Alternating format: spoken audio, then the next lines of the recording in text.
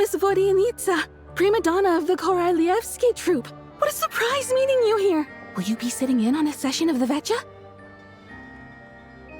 Sorry, I'm not taking interviews today. Oh good, you're here. The session's about to begin. Let's get inside. Please wait, Miss Vodyanitsa. Could you introduce me to your new friend?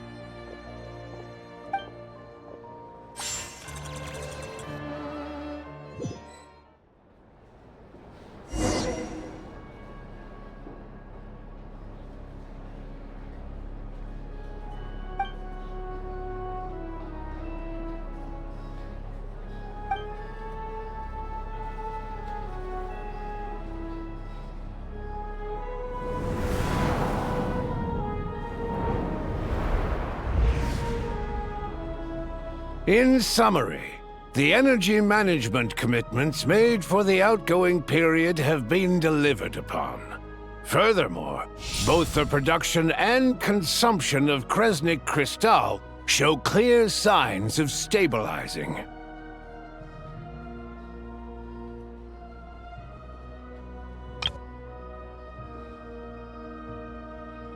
The relevant agencies have assessed the present circumstances and determined that the status quo can be sustained until the next period.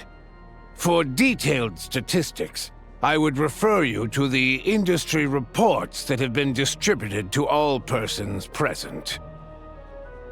It should also be noted that while the recent blizzards have led to a significant increase in people's energy expenses, this is strictly a short-term phenomenon associated with a remotely located monster. Her Majesty the Tsaritsa is giving her full attention to this matter. We should have every confidence that it will be dealt with swiftly and conclusively. A financial report on disaster relief is also present in this report, courtesy of Pantalone. They cover the same old ground every single time. The rooster never seems to mind, but everyone else is getting tired of it. There's a general lack of trust. People aren't seeing any tangible benefits that affect them directly. Of course, none of that will be reflected in any of the reports on the table. Yeah, if it weren't for these hard copy documents, I could have at least made something up. Oh, don't mind me. I'm just out here trying to hit my interview quotas. Bring out the kvass. Ever read it? Best-selling newspaper in town. If I remember correctly, you guys don't even have a sales permit. You have to sell from stalls on the street. Okay then, best-selling street stall newspaper in town. Still counts. Order! We will now open the floor to the representatives. If there are no further substantive issues to discuss, we will then proceed to a vote on this motion. Snezhnaya has a long tradition of treating members of the Fatui armed forces and their dependents favorably. But recent surveys shows that Fatui families in remote areas have access to 15% less crystal than the average civilian family in Snezhnograd. It's been said many times before, but it bears repeating now. There needs to be a clear and consistent rationale behind how crystal is allocated, or we will soon face immense public backlash. Perhaps you wouldn't need to keep repeating yourself if you would hear me out for once. I say again, true consistency exists only in principle. In the real world, fairness is relative. You appear to treat resource allocation as a simple function of production and population. So what about when the equipment used in production breaks down? Have you factored that into your equation? And do you even know how long it's been since Snezhnaya last conducted a census? If I knew the answers to questions like that, I'm sure I'd be a very wealthy man. and I doubt I'd be going by child. I'd like to bring the focus back to the specific issue I raised. Or do you wish to deny that favorable treatment for Fatui dependents is our long-standing policy? It's easy to be a critic when there's no accountability. That seems to be a running theme in the anti-Project Stuja cohort. Defeat the ringleader and all other problems will magically resolve themselves. That's what they seem to think. But in case you aren't aware, not one jot in my report would change whether Project Stuja continues or not. So you have no intention whatsoever of finding a solution to this problem? On the contrary, I'm the only one here who ever brings solutions.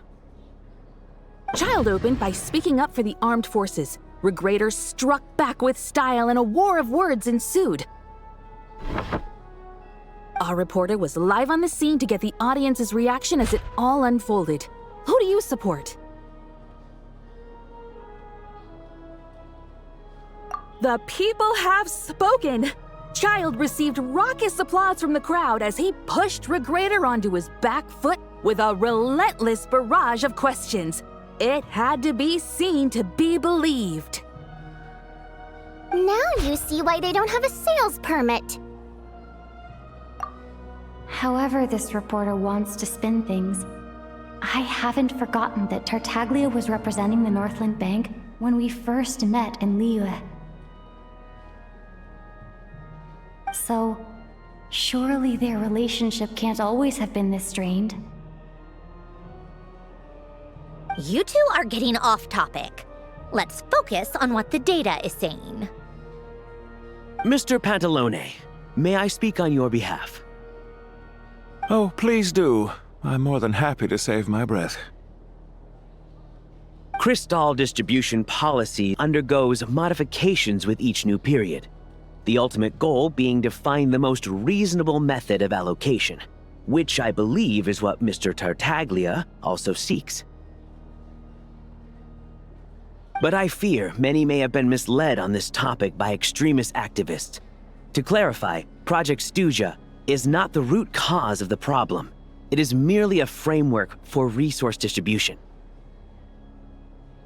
The most recent reports all point to Snezhnaya's resilience and adaptability during this period of fine-tuning, and give clear indications that a distribution framework is improving with each iteration.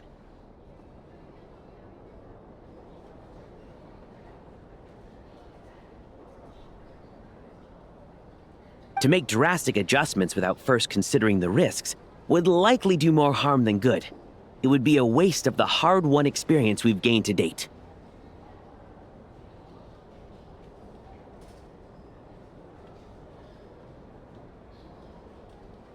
Renowned scholar of finance, Arapov spoke up to clarify the fiscal logic, clearly alluding to social organizations like the Rokot in his words.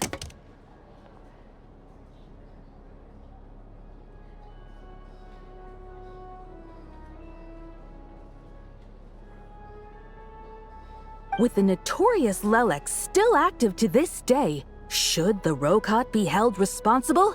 No, there is someone else to blame. She's just rephrasing what Mr. Pantalone said. The Rokot are the critics he accuses of taking no responsibility for their actions.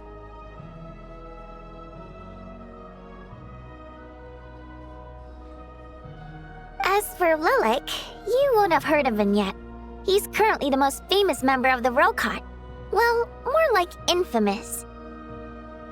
Ending Project Stuja has become an obsession for him. Unlike the more decent ones among us, he believes that votes in the Vetcha are all that matter. So whether it's threats, coercion, or bribery, he'll use whatever means necessary to get people to change their vote.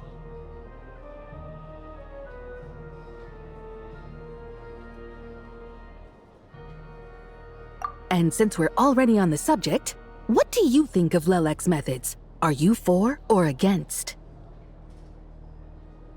Despite a handful of detractors among the audience, the people overwhelmingly support Lelek. We stand with Lelek! At least someone here wants to take this discussion seriously. I've been considering that issue myself. What you really need is more precise regional data, right?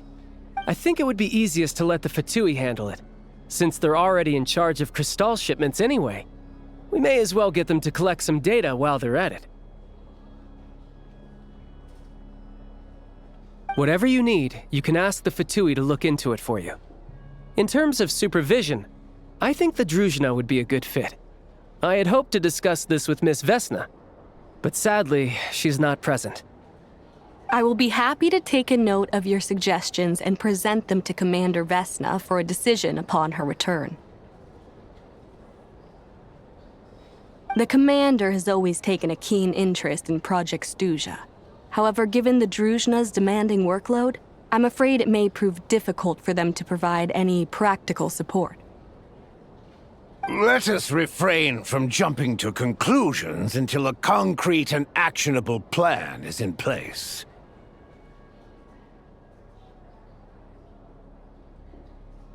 My apologies, Lord Rooster. There are numerous issues to address here, including manpower, time sensitivity, and reporting lines. Nevertheless, I support drafting a proposal. Follow the usual procedure, and it can be raised as a new motion for all parties to evaluate at the appropriate time. In that case, I'd like to share one thought before the proposal is drafted. The issue of time sensitivity was raised just now, which I presume relates to the official reports.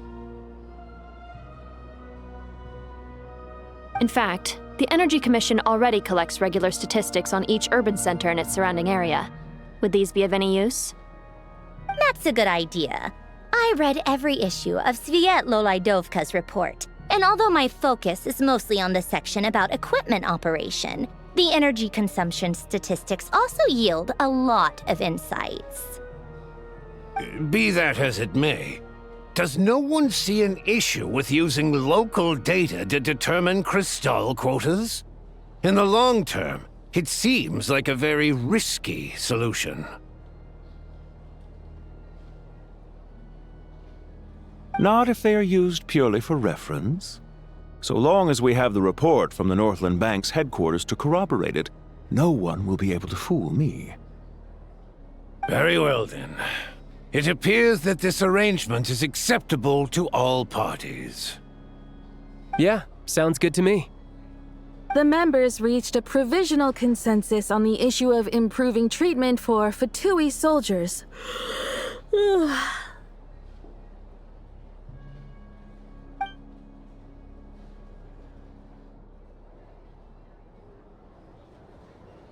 Today, the prima donna of the Korailievsky troupe attended a session of the Snezhnograd Vecha in the company of a most charming young lady. The question on all our minds is, what is the true nature of their relationship?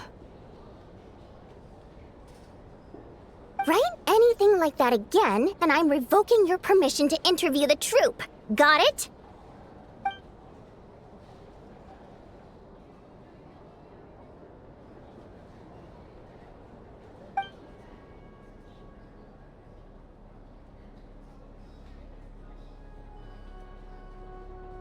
Now then, if there are no further contributions from those present, we shall proceed to the final vote. Hey, check it out! What made him vote against? Why now?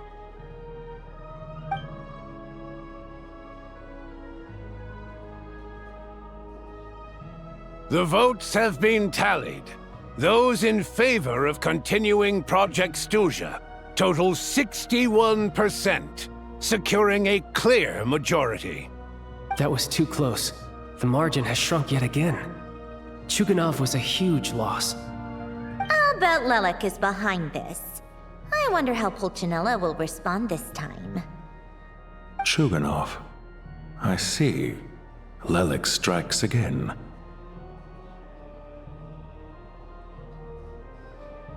Yes, go, Lelik. Once Project Stuja is defeated, Our unwavering support at Bring Out the Kvass will finally pay off when we make our comeback. I can taste our victory already! In accordance with the result of this vote, Project Stuja will remain in effect until the next Vetcha period. Finally, may I remind us all,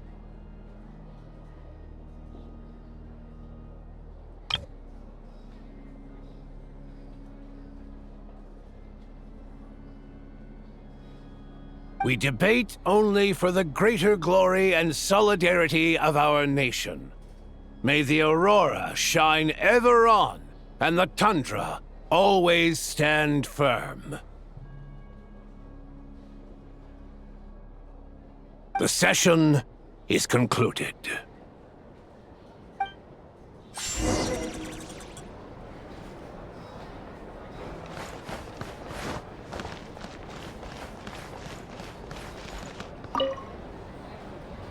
I have to say, I really wasn't expecting Chulkanov to vote against Project Stuja.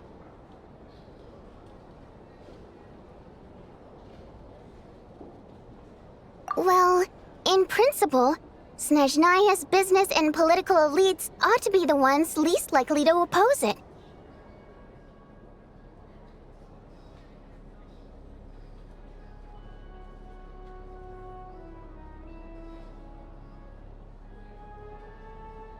As we heard, Project Stuja is basically just a resource distribution framework that requires everyone to cut back during the winter. But even if the policy got cancelled, the Tsaritsa's energy needs wouldn't suddenly go down. The extra demand from the public would have to be filled from somewhere. So logically, the factories would have to take the hit. I got a letter from Mr. Mitya just before today's session. He said he's confirmed that there are issues around overtime and excessive energy consumption at the Iskra manufacturing plant. In a situation like this, once the Rooster receives the report, he'll order the factory to halt production and submit to an investigation before issuing a penalty. But that's a week-long process, and thus didn't make it onto the Vetcha agenda this time. I don't think he suspects anything so far.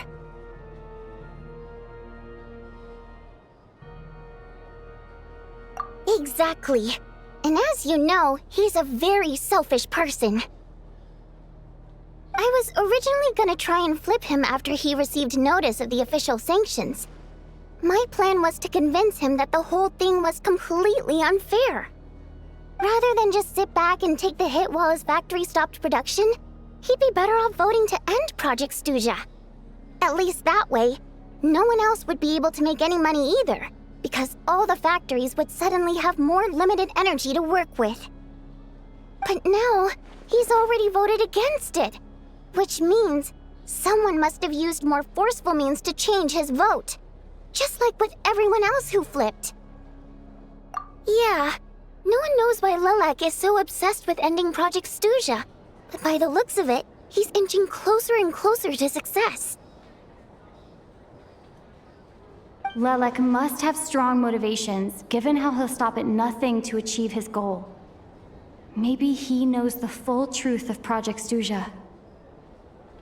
Maybe my next step should be to focus on him. Oh, right. What are your plans for the rest of the day? Shall we head out? Hey, comrade. I noticed you were here during the debate. I didn't take you for a political enthusiast. Greetings, Harbingers. I just happened to have some free time today, and my new friend here thought it might be fun to check out the Vetcha. Ah, Odette must have introduced you. Looks like you two are getting along pretty well. I'll leave you to catch up. I should head back to the troop. Sure. Break a leg and all that.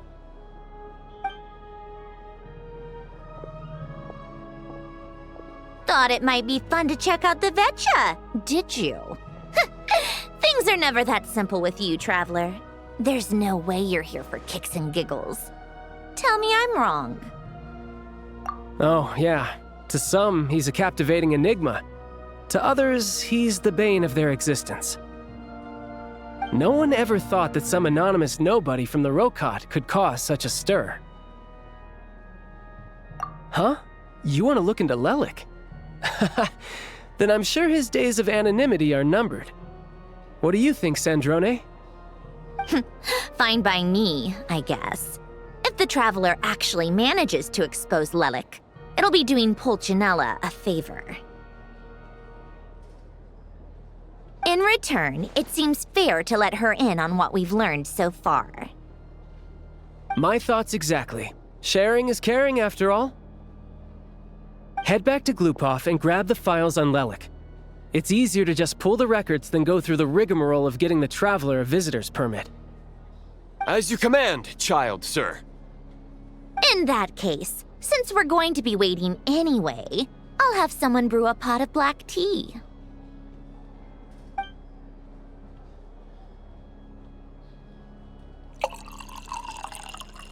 One common thread among the many incidents Lelik has been involved in is that the victims are all too scared to share any real information about him. Clearly, he must have threatened them in some way. His modus operandi is to silently infiltrate the scene and leave a threatening letter behind. But neither the letters nor the crime scenes ever yield any clues to his identity. So all these files have to offer are short statements by the people affected. They don't give us a lot to go on.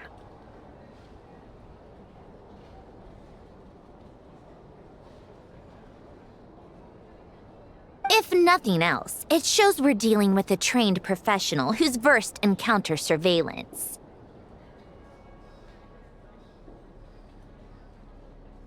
Yes, and to that point, he often strikes in highly secure locations. The victims are high-ranking and influential people who take their personal security very seriously. Somehow, Lelik slips right into their rooms without making a sound. There's never any eyewitnesses, nor the slightest trace of a break-in. If he can get in and out undetected, it means he can strike without warning. Not that that's ever happened so far, but the thought is enough to scare these people sleepless. It's hard to believe that a human being could pull this off flawlessly every time, so they switched the focus of the investigation to Faye. Unfortunately, no one's found anything yet. Careful, don't underestimate me. Although truth be told, I'd probably find it hard not to blow my cover. Direct confrontation is more my style. We haven't ruled out the possibility of Lelik being human. It's just, there can only be a handful of people in all of Teyvat who'd fit the profile. Faye, on the other hand, plenty would have the ability, but few would have the motive.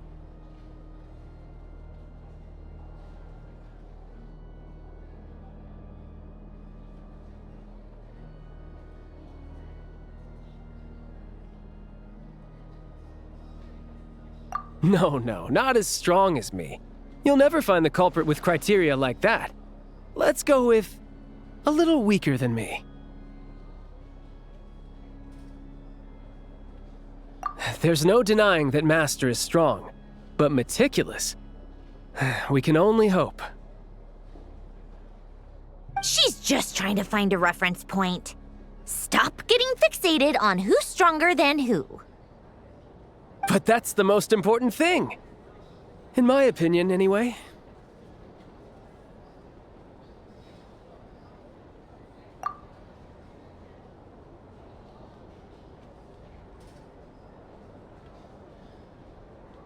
Odette?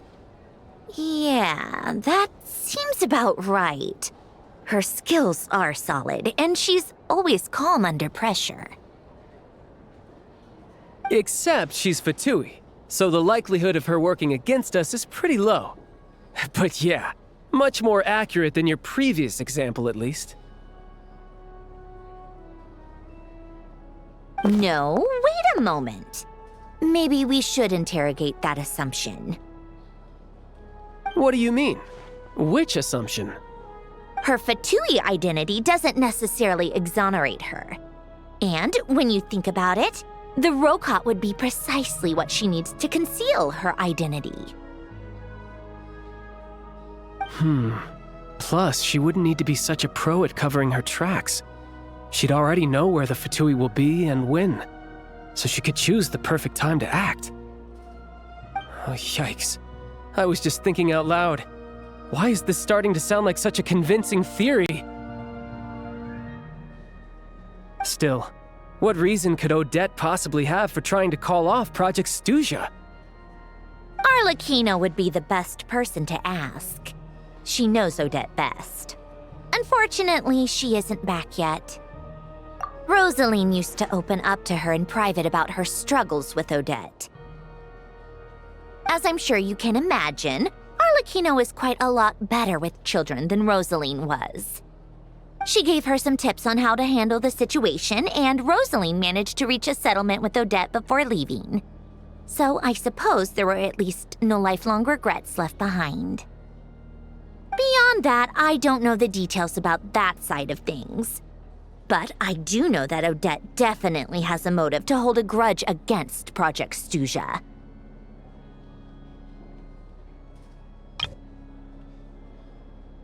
The reason being, her father passed away during the early stages of the project. That was back before it had been named Project Stuja, when things were still being worked out. But in essence, it's remained the same ever since.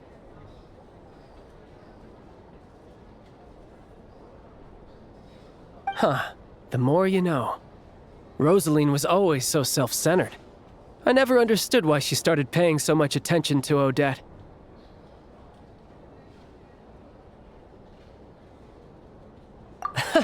Is that such a surprise?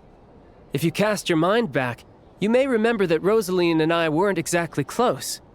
We had tea together a few times, but that was about it. Odette's past is no secret.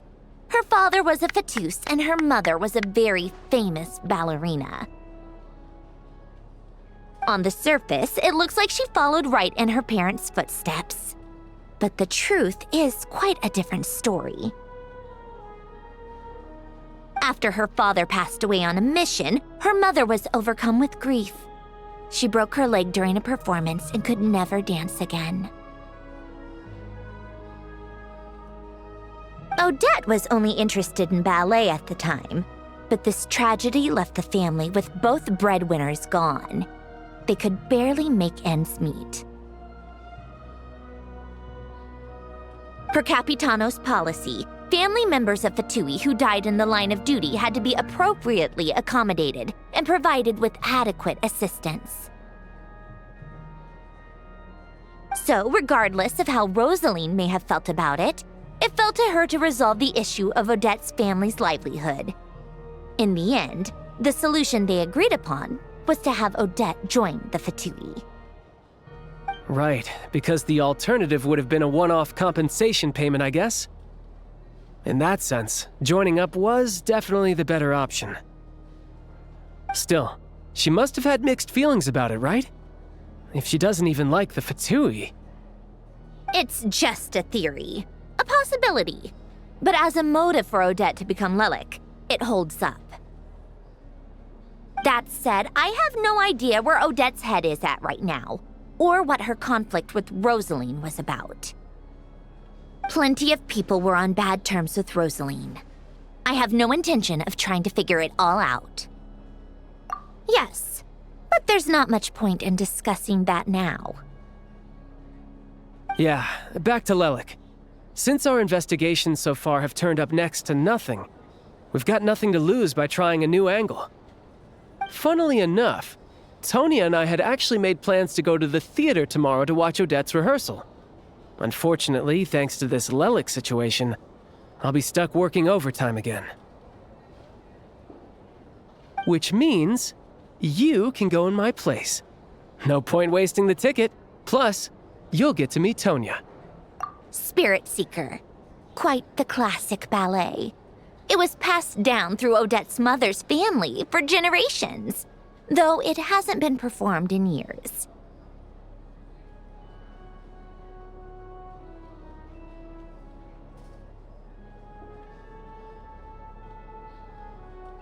But Odette's been practicing it diligently, and it's finally ready for a return to the stage. Excitement is through the roof. Tickets for the official performance sold out long ago. Tonya's excited for it too. She's desperate to see it no matter what. Personally, it's not really my kind of thing, but since she's my little sister, I had to figure something out. I've actually seen it several times before. The story's pretty straightforward. The lead character follows a trail of clues left behind by a spirit, gradually recovering her memories along the way.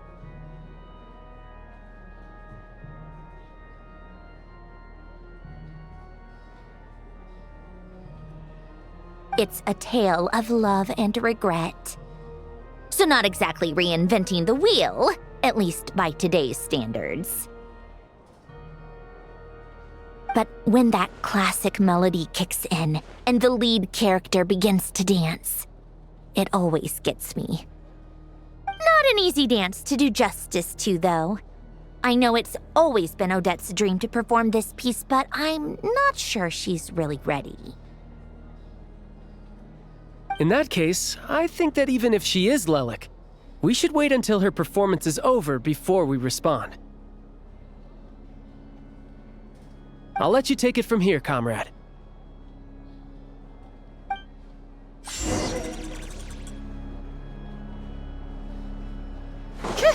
Take a break.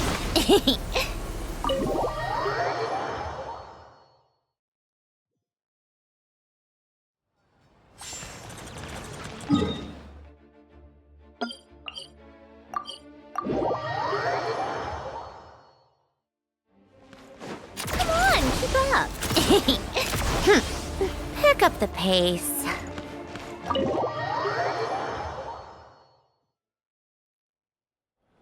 Take a break. One snowfield, please. I'm very sorry, Miss Odette, but we're all out of snowball blooms atop the snowfields. Ah, I see. I guess I'll just have a hard-boiled egg and a glass of milk when I get back.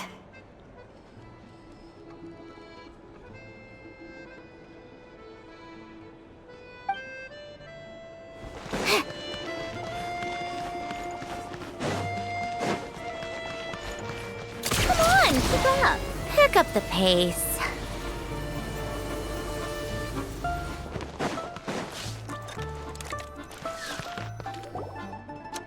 Sounds like you've made a ton of progress today. It's good that everything's going so smoothly.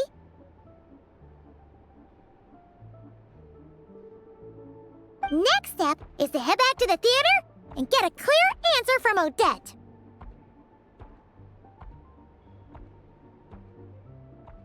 Either way, Paimon doesn't get the sense that she's a bad person. Sure, she might have done some pretty extreme things, but Paimon bets she has her reasons.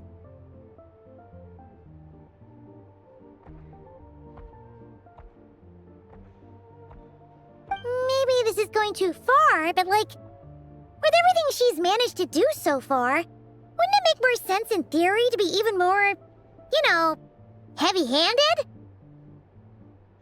Why leave a letter when she could, well, we know there are plenty of other ways to keep people in line, right? The point is, she could have gone further, but she didn't. So, if it is her, she's got some principles at least. Yeah! Well, all you can do is follow the facts wherever they lead. No change, really. But that thing Paimon told you about yesterday? Paimon feels like she can sense it more clearly now. Oh, hearing you talk about your day makes Paimon itch for an adventure. If only she could be there with you so we could experience it all together. Yeah, I wish you could be there too. I'm not used to adventuring alone. But don't worry, we'll get to the bottom of this.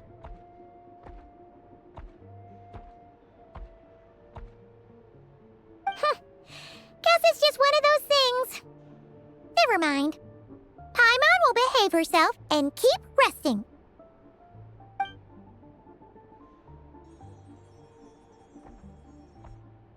If Odette is Lelek, She may well have inside information on Project Stuja.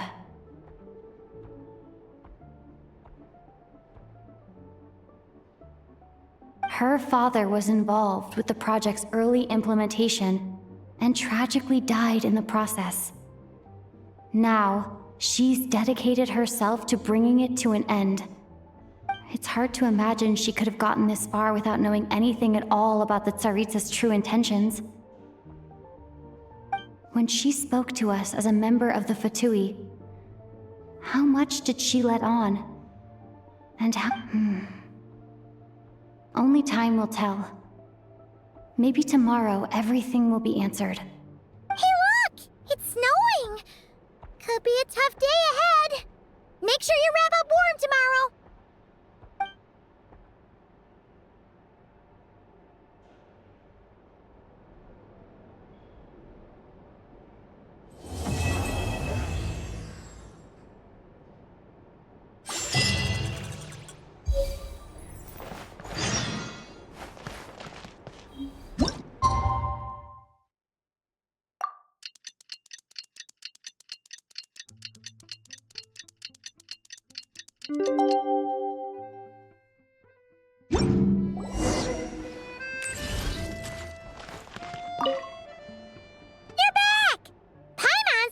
On the crossword puzzle in the newspaper. It's actually pretty fun. Oh, shoot. Paimon forgot the next word. Oh, she had it a moment ago. Think, Paimon, think.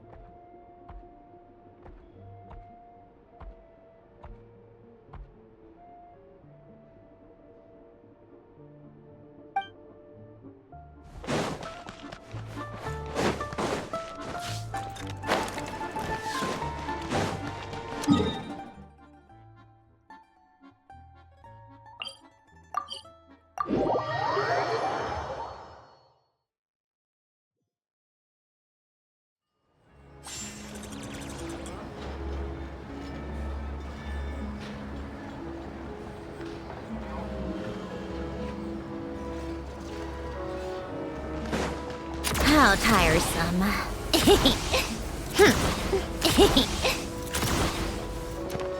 Come on, keep up. Pick up the pace. Pick up the pace.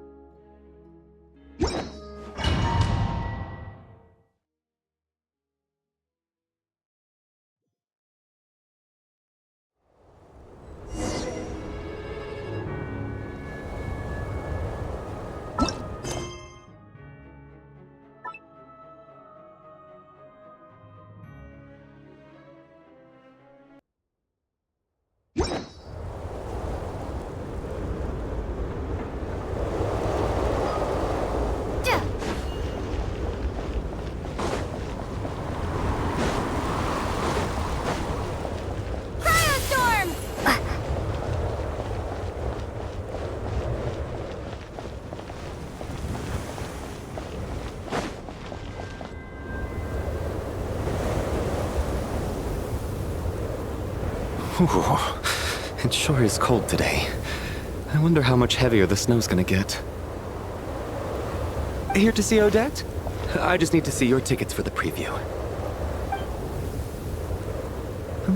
Perfect. Thank you. I'll hold on to your tickets. Come on in. It's freezing outside.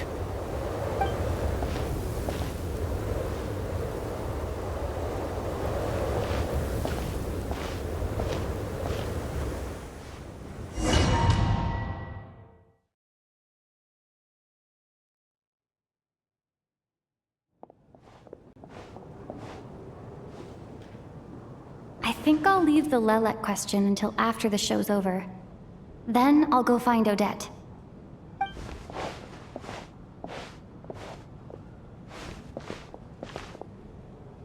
Child said he was originally going to come with Tonya, so I'm guessing Tonya's already here somewhere. Is there anyone here who looks like a Tonya? Let's see. It's a small audience. Makes sense for a preview. But wait, I do see some familiar faces. Mr. Chuganov's back again by the looks of it. Oh, and is that Mitya? And that Fatui officer, Valeri. Guess he must be playing cat and mouse with Mitya again. Oh no. It looks like the show's starting, and I still haven't found Tonya. Never mind. I'll just have to take a seat for now and see if I can catch her afterwards.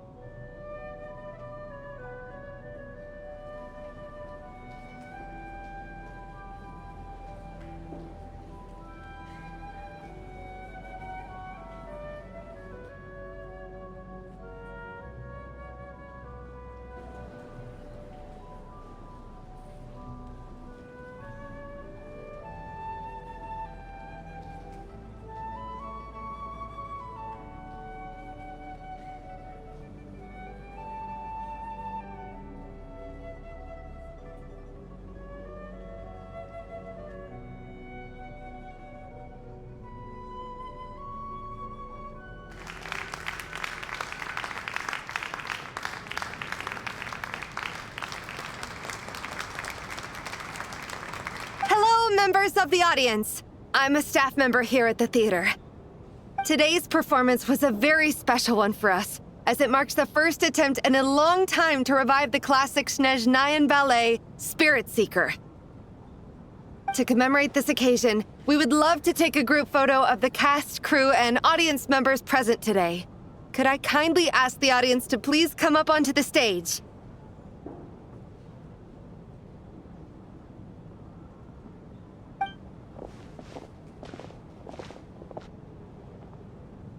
All right, everyone, huddle in a little more. Now, look at the camera. 1, 2, 3.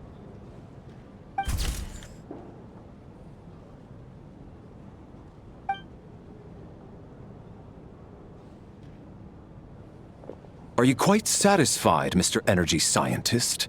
I rather hope you don't have any other escape plans to add to my workload today. What are you talking about, Sarge? This was simply my way of inviting you to watch Miss Odette's new show with me. And wasn't the performance spectacular? In the future, I heartily encourage you to take a leaf out of my book. Find some soul-nourishing pastimes to enrich your time outside of work. It was indeed a fine performance, but I must correct you on one point. This is not time outside of work. These are working hours. Working hours and non-working hours are just a social construct. Human technology can never advance if we're too rigid in our thinking, Sarge. May we leave now? Already? I mean, I was kinda hoping to soak up the atmosphere for a little longer, but... No? Okay, guess I'm pushing my luck. Didn't seem like too much to ask, but fair enough. Off we go then, Sarge. Back to the land of working hours. Lead the way.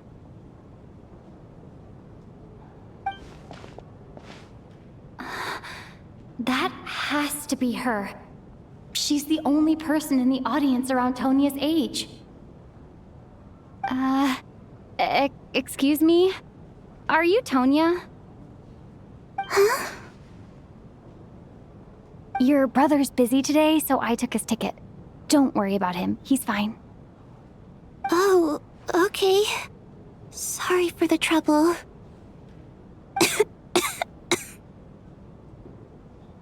What's wrong? Are you sick? No, I'm fine. It's nothing. Maybe she caught a cold on the way here because of the weather?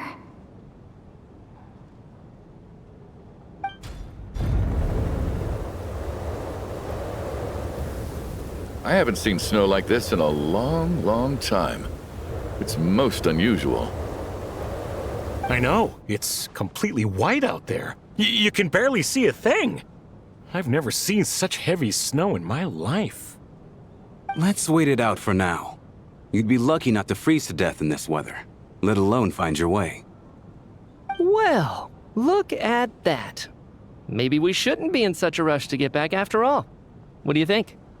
Let's wait and see. Why do you need to take it so seriously? Fate has given us this wonderful chance to take a break. We owe it to ourselves to make the most of it. Come to think of it, there's a small inn not far from here that always keeps plenty of extra blankets on hand for guests. I know the route well.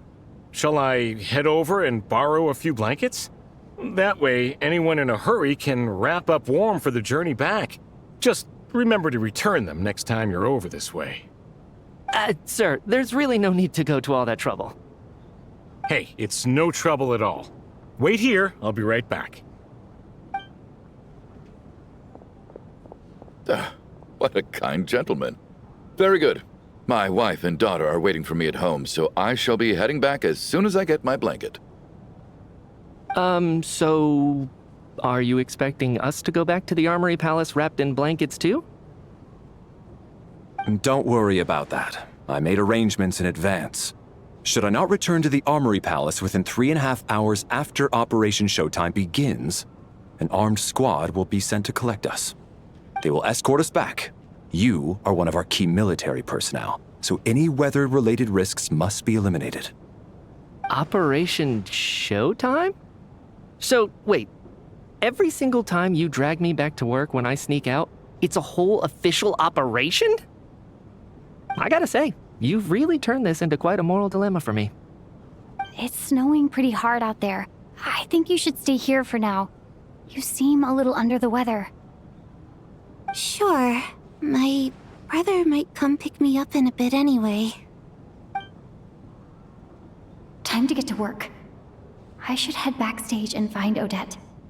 I need to look her in the eye and ask her about Lelek.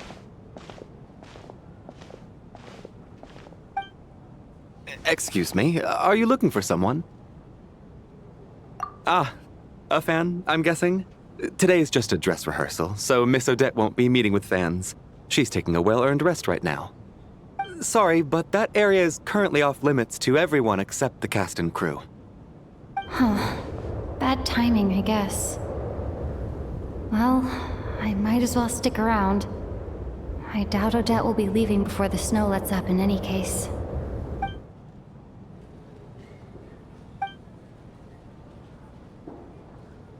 What happened to the gentleman who went to fetch the blankets? How has he still not returned? I was thinking the same thing. It's still snowing very hard. Do you think something might have happened to him? Whatever the reason for his delay, I must say I hate nothing more than people who make empty promises and fail to deliver. Well, I have to treat my employees like that on occasion, but that's different.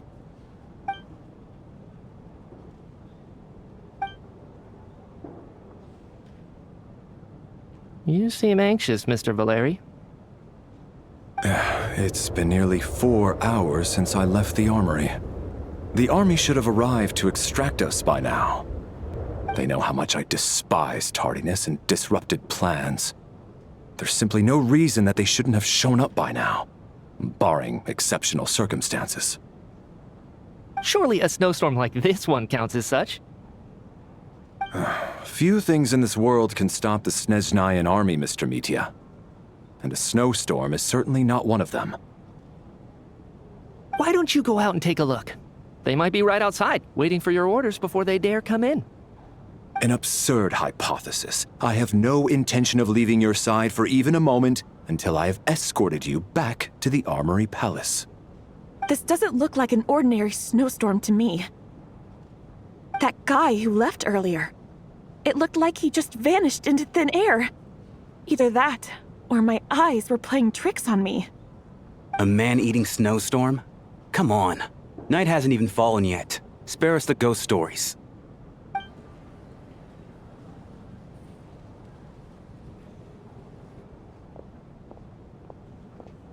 Traveler, didn't know you were coming today.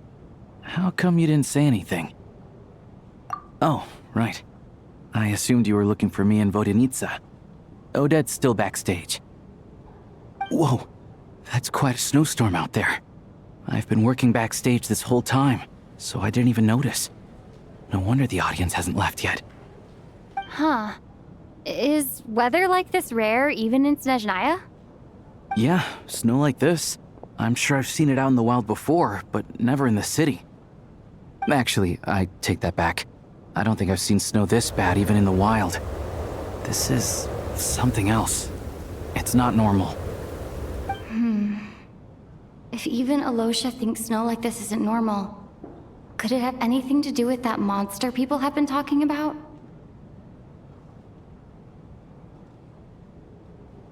We can't stay cooped up here forever. Someone needs to go out and take a look. No need. I have plenty of experience with snowstorms. Besides, I work here while you're an audience member. I should be the one to do it.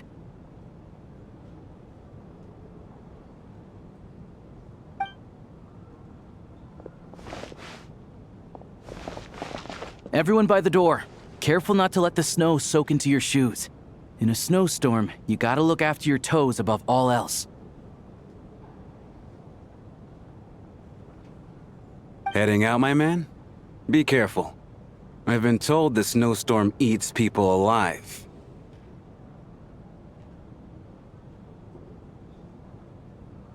Thanks for the advice.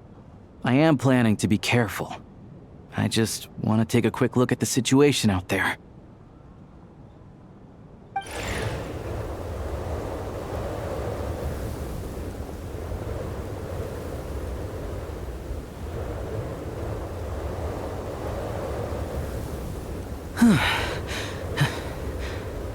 He's back! He's back!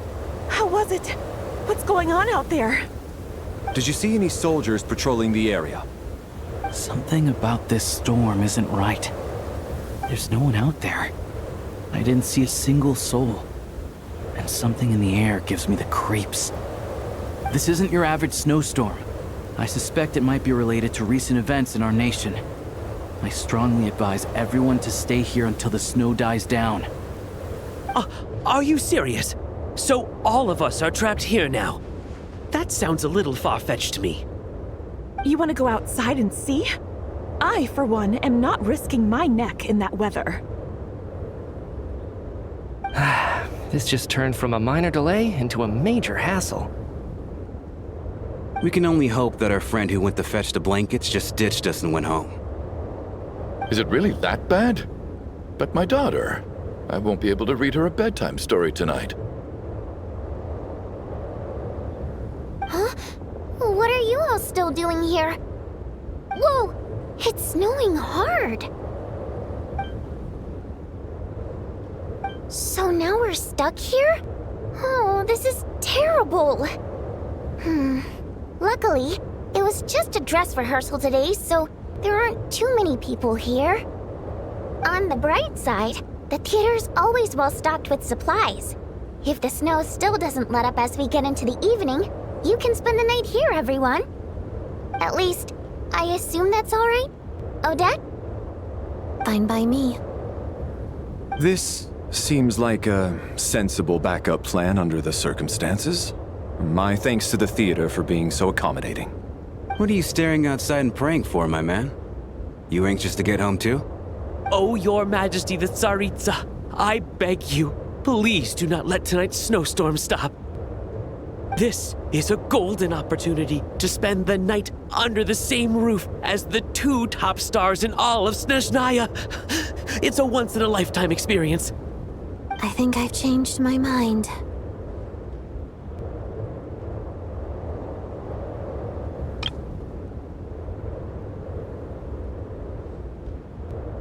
Sir, if you so much as look at us funny, you'll be seeing stars in a whole other way. Behave yourself, or you'll be begging for that blizzard. It's getting colder. We need to keep the indoor temperature up. Close the door and lock it tight. Let's head somewhere warmer.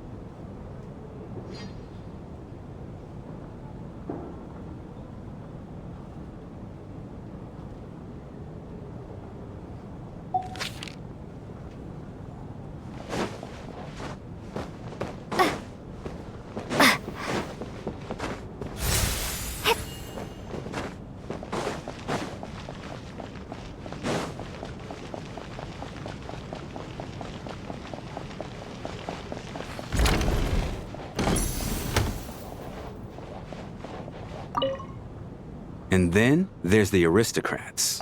Easiest of all to deal with. You don't need to use any force whatsoever. All you have to do is show them the rope you plan to tie them up with. Do you know why? I don't. Do tell. Because nothing horrifies them more than the thought of a cheap, coarse rope leaving creases on their precious million more coat. They'll do whatever you ask to avoid that fate. Unexpected, but funny nonetheless. Tell me another one. Well, look at that. I got myself a new listener. Hey there. Let me introduce myself. The name's Shram, and I'm a mercenary. The kind that gets paid to do odd jobs for rich folks. And I am Chuganov, an entrepreneur. If my name is unfamiliar to you, you will no doubt have heard of my factory, the renowned Iskra manufacturing plant. Are you really that famous, Mr. Chuganov? How come I've never heard your name before? Excuse me? Is that a joke? Or are you being serious? Oh, I'll have to ask my rope later.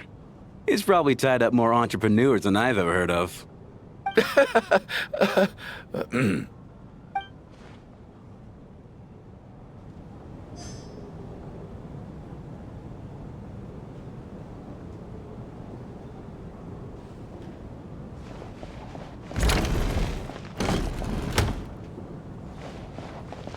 My husband has major trust issues. To him, I doubt even this snowstorm is a good enough excuse for me to stay out all night. That's the price of marrying into wealth. You'll get used to it. I'm not about to stop you if you want to leave, but don't drag me along. Hello? Can I help you?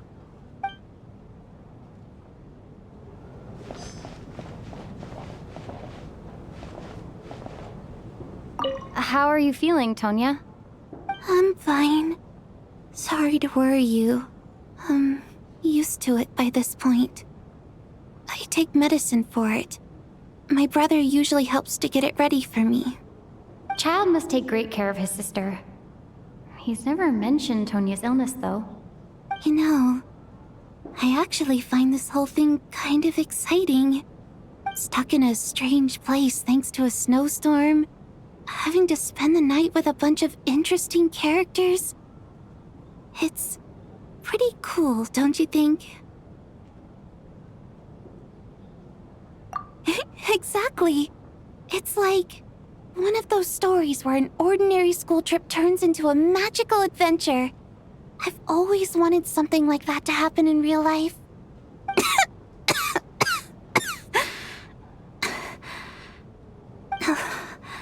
I'm fine, really.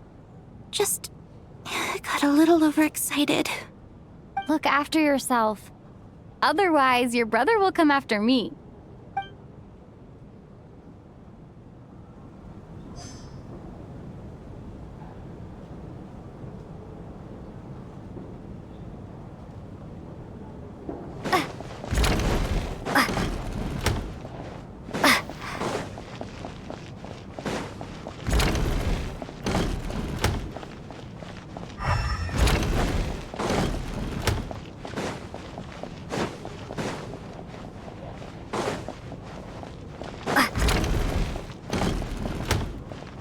This is highly irregular. A delay of over an hour during an operation like this theoretically warrants a Harbinger-level response. I wonder what the issue is. The storm, or something else. Sarge, the day you learn to let go and just enjoy moments like this is the day you'll finally understand the meaning of life. Why, hello, ma'am. I believe you were the one sitting at a nearby table back at Podvorye Restaurant. Any friend of the theater's star performers is a friend of mine. It's a pleasure to meet you. I'm Mitya from the Energy Commission. Greetings. Major Valeri, head of the Special Assignments Battalion. Armory Palace Royal Grenadier Guards, 1st Regiment. I am here to ensure Mr. Mitya's personal safety. Please let me know if I can be of any assistance. Miss Traveler, I cannot help but notice that Miss Odette is stealing glances at me. Any idea what that could be about? I've racked my brains, but I can't think of anything I might have done to offend her. Perhaps she noticed me spacing out during her performance? So, Mr. Mitya, is your work related to Project Stuja? Yes, that's right. The higher-ups in the Fatui transferred me from the Energy Commission to the Armory Palace because they wanted me to... Really? I can't even talk about that? Pretty sure it counts as part of my private life.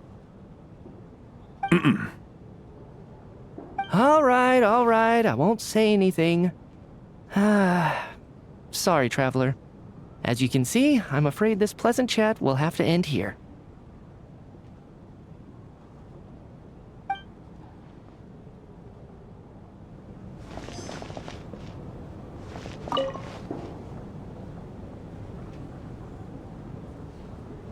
I don't think it's ever been this lively backstage before. I didn't know you were coming today.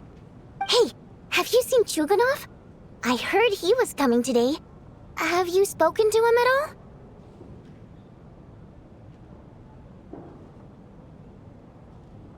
I'm with you. This could be just the chance we need. Yeah, I gotta figure out a way to coax some more intel out of him. I want to know why he suddenly changed his stance on Project Stuja. What exactly happened before the most recent Vecha vote? For the Rokad, or just out of personal interest? Shh! There are other people around. Don't say the R word.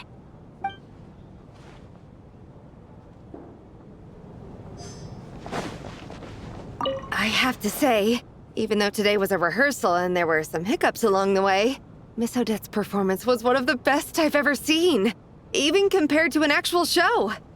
Oh, I couldn't agree more, especially considering the weight of the subject matter. It takes a truly seasoned professional to do justice to a theme like love and regret. Do you think we were coming on too strong? Odette's ignoring us again. What about you? What did you think of today's performance? Oh my, that's very flattering of you. Thank you. I'll make sure to save a ticket for you when the show's performance ready. This doesn't seem like the time or place to bring up the subject of Lilac. I need a chance to speak with her in private. So unfair. Talk about double standards. And now it looks like I've been spotted.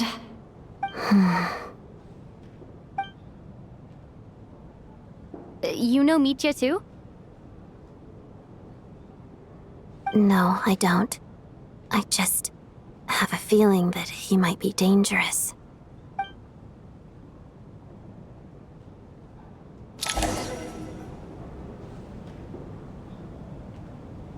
How's it looking, Alosha? No change from this afternoon. Heavy snow with no sign of slowing down. May I have your attention, please? The storm is unlikely to stop tonight, and it'll be even more dangerous outside at night than it was during the day. We at the theater owe everyone here a duty of care. Therefore, we strongly suggest that you stay on site overnight and avoid going outside unless absolutely necessary. In a few short moments, we'll give you a tour of the theater's various quarters. You can choose to sleep in the VIP room, the office, or backstage. Or on the stage if you'd prefer. We won't mind. I'll pass on sleeping on the stage. What if the snow is stopped by tomorrow morning? The early birds in the audience might think we're part of some experimental new show. A drama about sleeping? That could be fun. Maybe we could come up with a title for the production.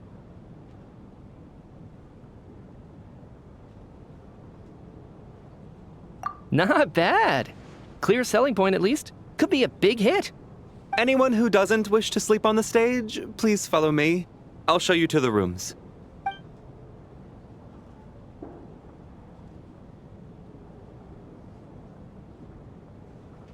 I guess I'll call it a night. Though, I feel like I won't sleep very well without Paimon here. I'm sure she'll be worried that I haven't made it back yet. But as long as she looks out the window, she'll probably realize what's holding me up. I wonder if she's feeling any better yet? At least she hasn't been getting any worse. Still, I should try and get back first thing tomorrow morning.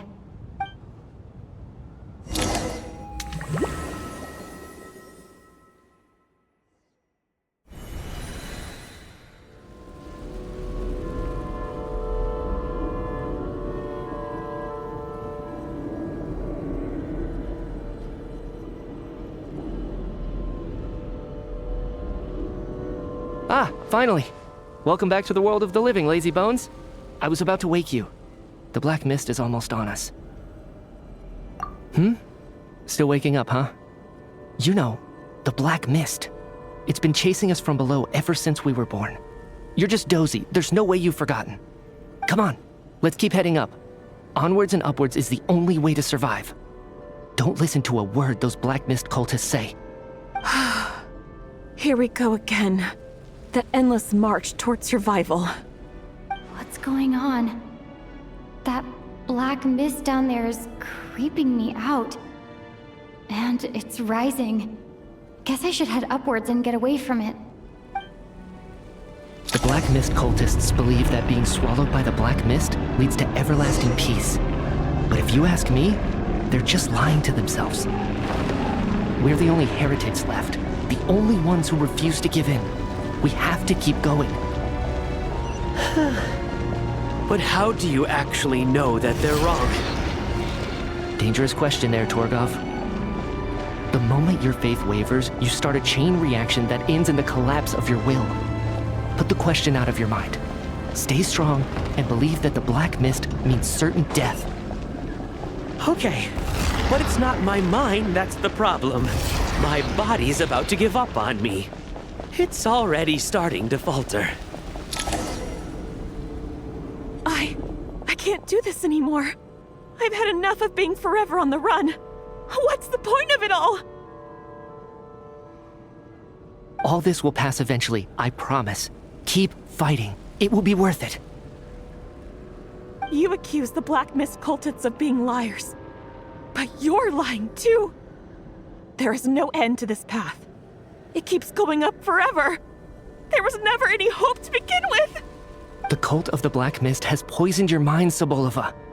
Are you thinking of giving up as well? I am. I think I'll take my chances with the Black Mist over this perpetual torture. As much as I detest the Black Mist cultists, I'm just too weary. Then I bid you both farewell. Let me put my personal opinions aside for a moment and say, I hope that you both find peace within the Black Mist.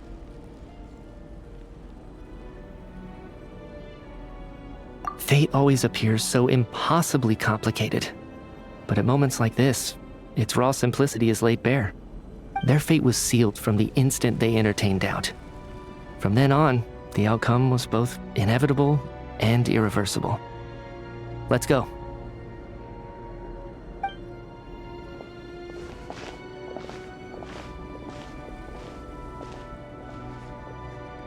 Torgov and Sobolova are gone. I never thought the day would come when even they would be swallowed by the Black Mist. It's just you and me now. Yes, it looks like it's satisfied. For now. This happens from time to time. But it won't be long before the Black Mist starts chasing survivors once again. No one knows how to stop its advance for good. Well, we should make the most of the precious moments of rest that those two bought for us. Huh? Are you really that sleepy, traveler?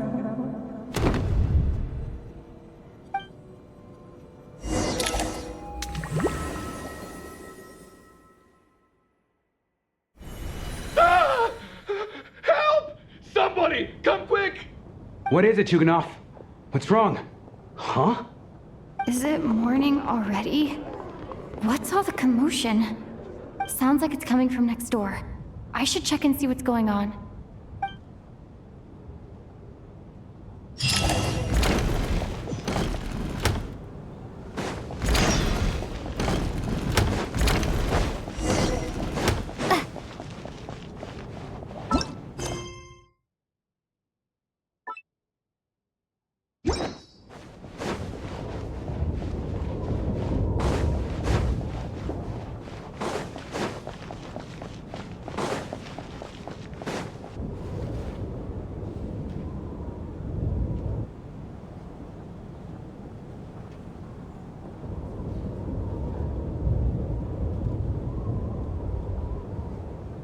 Don't look, Miss Tonya.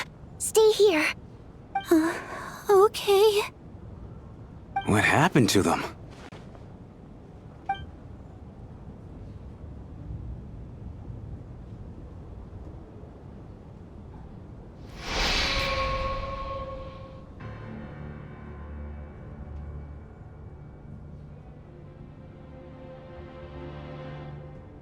These two people have passed away. And the strange thing is that somehow I knew this was going to happen. I knew that they would be the ones to die. Have I seen this moment before? Or did I have some kind of premonition? I can't remember what it was. Let me take a look.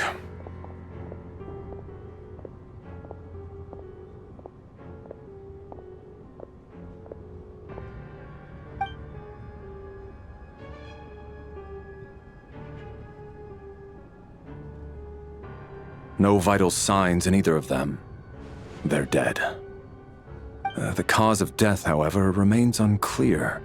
No wounds on the bodies, no signs of a struggle, and no skin discoloration caused by the buildup of toxins.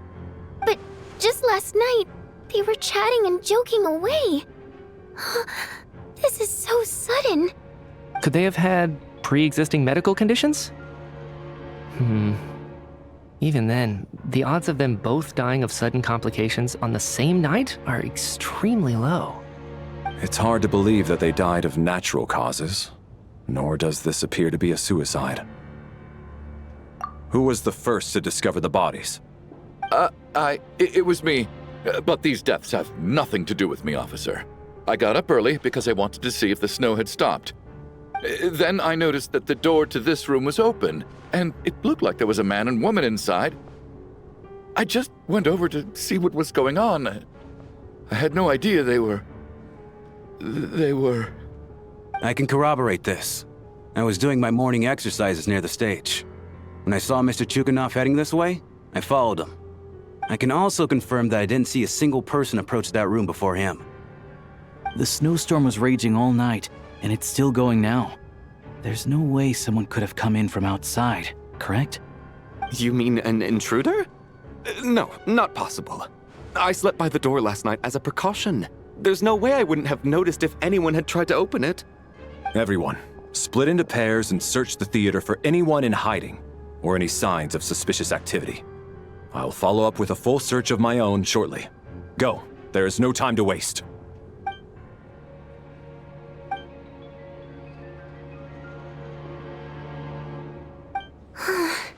Nothing on your end either? Backstage is clear. No signs of suspicious activity. We checked the basement. Also clear. I don't think there's anywhere here that a living person could hide. Are we certain that the theater doesn't have a back door? Or any tunnel or passageway wide enough for a person to fit through? No, there's nothing like that.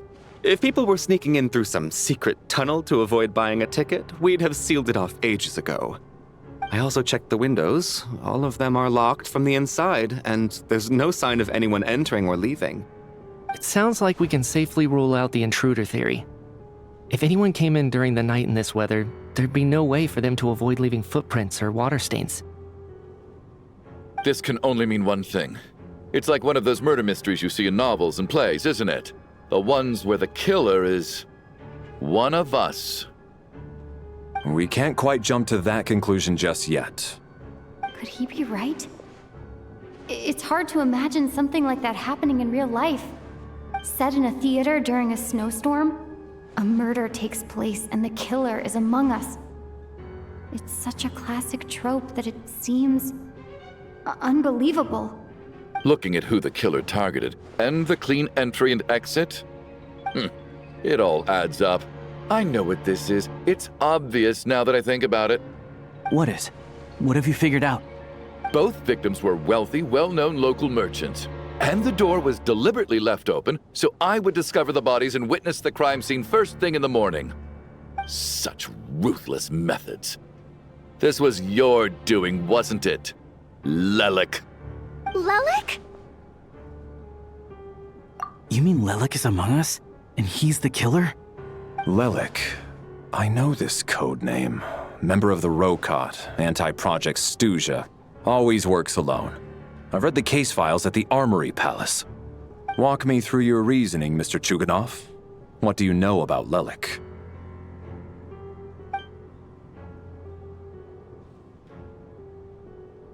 What now, huh? What now, Lelik? What more do you want from me? I already voted against Project Stuzha at the Snezhno Gradvecha. You snuck into my house the other day while I was asleep, left a threatening letter, and I did all that you asked. But Project Stuzha cannot be so easily shaken. Not with the rooster in charge.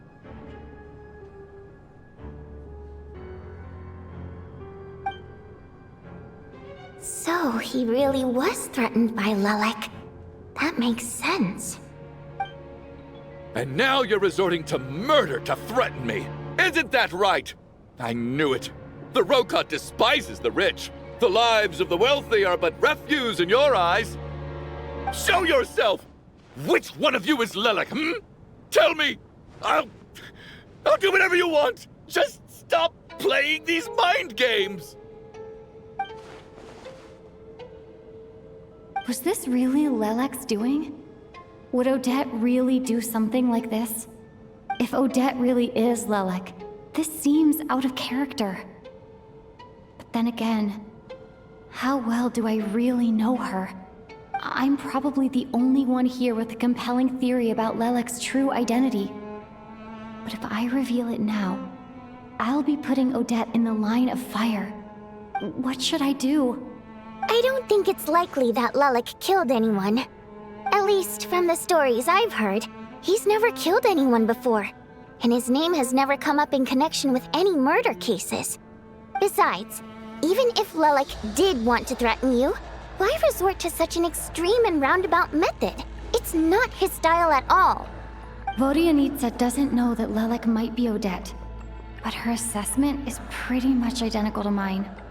Miss Vodianitsa, why do you suddenly feel the need to speak in Lelek's defense? Defense? Oh, no, it's just... I'm worried that we're jumping to conclusions here, so I wanted to share my point of view. Also, I don't think the Rokot is as bad as you're making it out to be. Well, if you think I'm so wrong, what's your theory then, Why don't you tell us who the killer is? The case is still evolving, Mr. Chuganov. Please do not prevent others from expressing their opinions so early on in the discussion. Even so, there's no denying that the recent threat received by Mr. Chuganov may well be an important clue. So there's still a good chance that Lelek is right here among us. I can't do this anymore.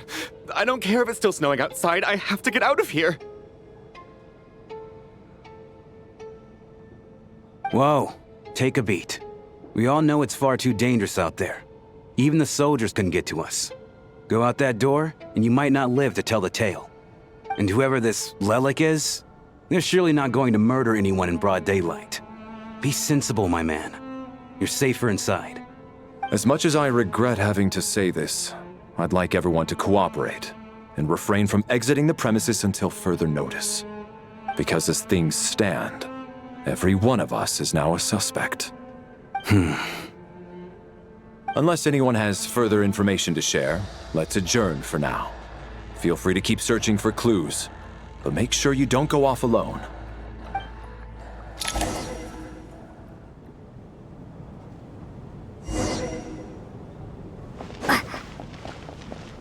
You seem to be very comfortable taking charge, Major. You took the reins as soon as things went south. I simply made an executive decision that someone needed to take control of the situation on the military's behalf. Does this offend you? No, quite the opposite. We feel much safer for it. By the way, what does Major mean exactly? Is it a pretty high rank?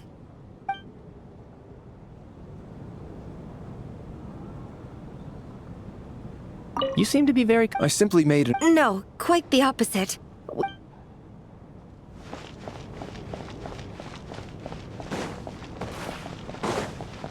We don't move in the same circles, so I'm not clued up on Project Stuzha and all this political intrigue. Nor does it interest me.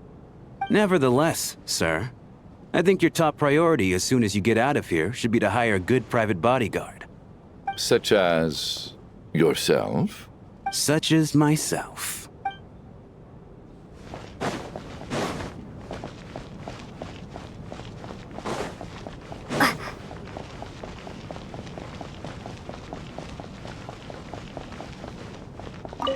I it hard to believe there's a murderer among us.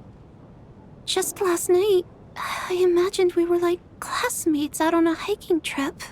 There's no guarantee that you can trust your classmates, especially not when you're locked up together.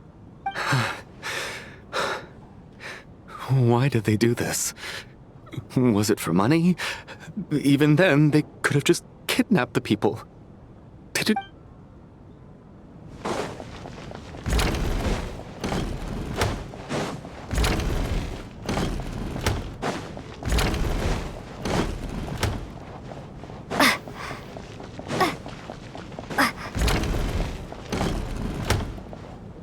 You're right, that was my bad. It was a knee-jerk reaction. I didn't think it through. Luckily, no one suspected my identity. Oh, phew. It's just you. I thought someone was eavesdropping. Since Vodianitsa and I were on the same page earlier, I think I should share my thoughts with the Rokot members first.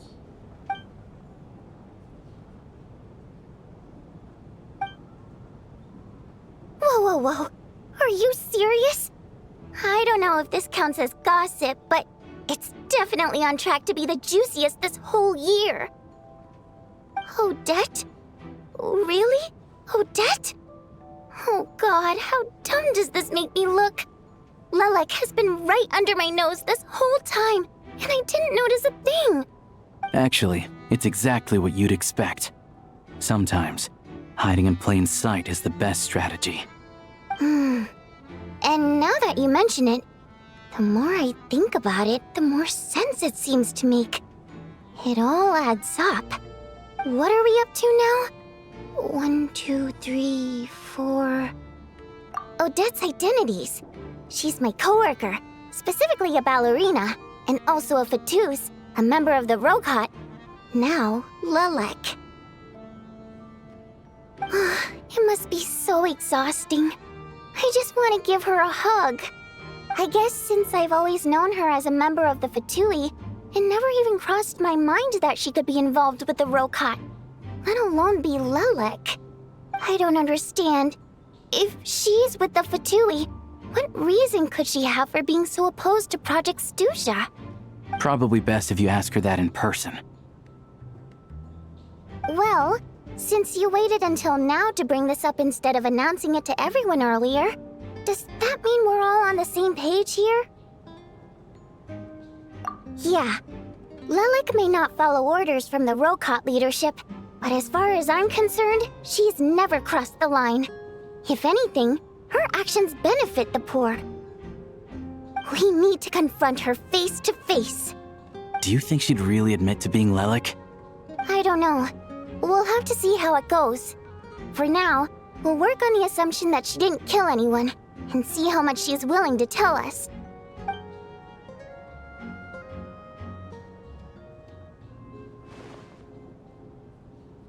Now's her chance. Odette's alone. Let's go. Hey, Odette. What is it, you guys?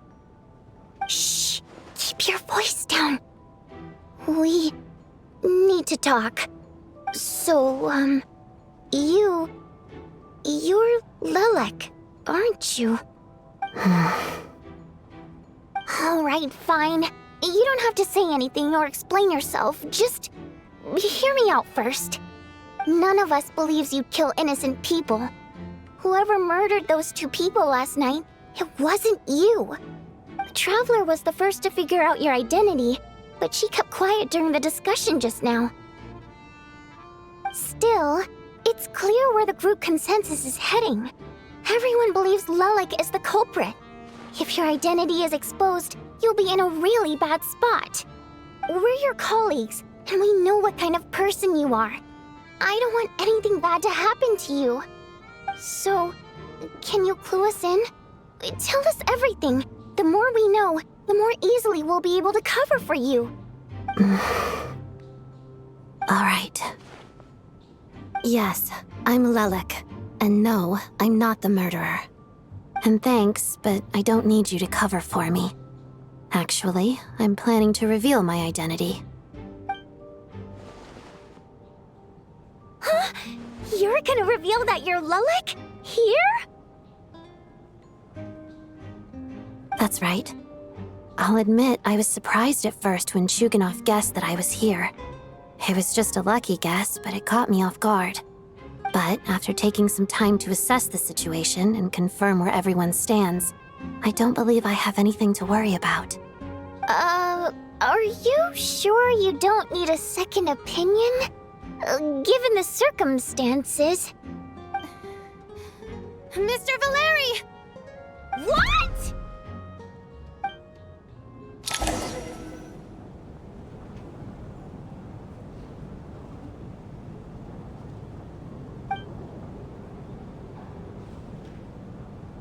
So... Odette is Lelek? I don't know what game you're playing, but you've got a lot of nerve. It's just one identity. So what if it's exposed? I can disappear and adopt a new identity anytime I please. I made my peace with this when I chose to become Lelek. But more importantly, I promise I am not the murderer, which means that someone else is. So, if anyone still insists that I did this, you'd best produce the evidence now. Otherwise, I suggest that you bite your tongue. Because if you really believe I killed 2 people without making a sound or leaving a trace, pointing fingers at me would surely only make you my next target. Is this really the truth, Miss Odette? That's confidence, all right. I believe you. A real no-nonsense attitude. I can see why Marionette said that she's on track to inherit the title of the Fair Lady. Are you seriously buying this? Hey, officer! She just admitted to being Lelek. Aren't you going to do something about this? I do have one question, Miss Odette. Why have you chosen this moment to come forward and reveal your identity? If I didn't say anything, everyone would be focusing all their efforts on finding Lelek. And that is exactly what the real culprit wants. I don't want to be the scapegoat who lets the murderer get away with this crime. Despite all the accusations, she made the smart choice. A remarkable display of rational thinking under pressure. Clearly, Odette's talent extends far beyond the art of dance. She thought so far ahead. Ugh, why do I always feel like I'm one step behind her in everything? You've convinced me. Dealing with the murder case remains the top priority right now. Let's put the name Lelek and all related incidents aside until further notice. Nevertheless, the group still considers you the prime suspect. I assume you have no quarrel with that, Miss Odette? I understand. You're welcome to keep an eye on me around the clock. I have no objections. Mr. Chuganov? For my wife and daughter's sake, I'll let you off the hook for now. But don't think you're forgiven for breaking into my house and threatening me. Just wait till we get out of here, Lelek. We'll settle the score then.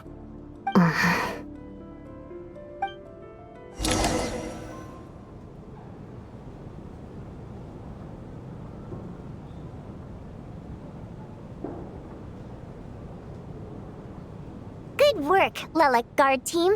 And Lelek too. Here, have some hot water. Turns out Valeri knew about my exploits, so now I've been told I have to guard Lelek with him. Shouldn't you be facing my way if you're guarding me? At the moment, it looks more like you're my bodyguards. If the true culprit is indeed still at large, as you have claimed, we must keep our guard up against them also. Don't worry, Tonya. We'll get through this. Once the snow stops, the officials will step in. The investigation will get easier, and then we'll be safe. But... once the snow stops, won't everyone just leave? You're gonna miss us, huh? Well, some of us work at the theaters, so we'll still be here. I'll even give you a special backstage pass. Really, Miss Vodyanitsa? That's awesome! You've made a fan for life. Aw, you're so cute, Tonya. All right, let's swear to it. I promise to give you the pass, and you promise to never change your mind about being my fan. Promise. Don't indulge her, Tonya. You don't have to swear an oath over things like that. You really do get carried away sometimes, don't you, Miss Vodyanitsa? Hey, mind your own business.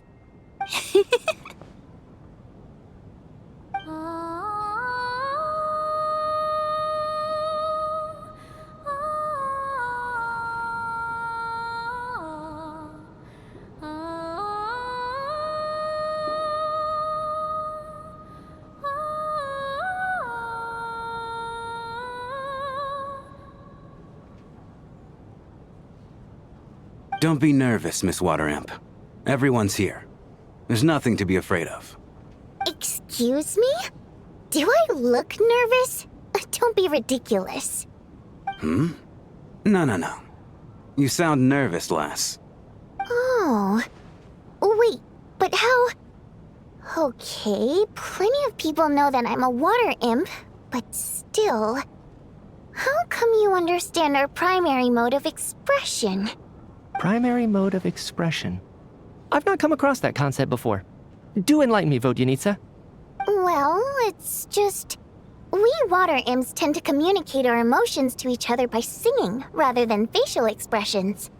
The emotions we convey through song take precedence over our facial expressions. So, we think of it as our primary mode of expression. I'm impressed, Shram. I didn't take you for a man of culture, but you're clearly rather learned. It's not about being cultured or not. The thing is, this mode of expression can usually only be understood by other water imps. It's not a simple case of a song sounding happy or sad. And yet, you're clearly human, Mr. Shram. It's really not the big deal you're making it out to be. I think I just have a knack for it. Plus, I have a... very close friend who's a water imp. A delightful lady. But keep that a secret.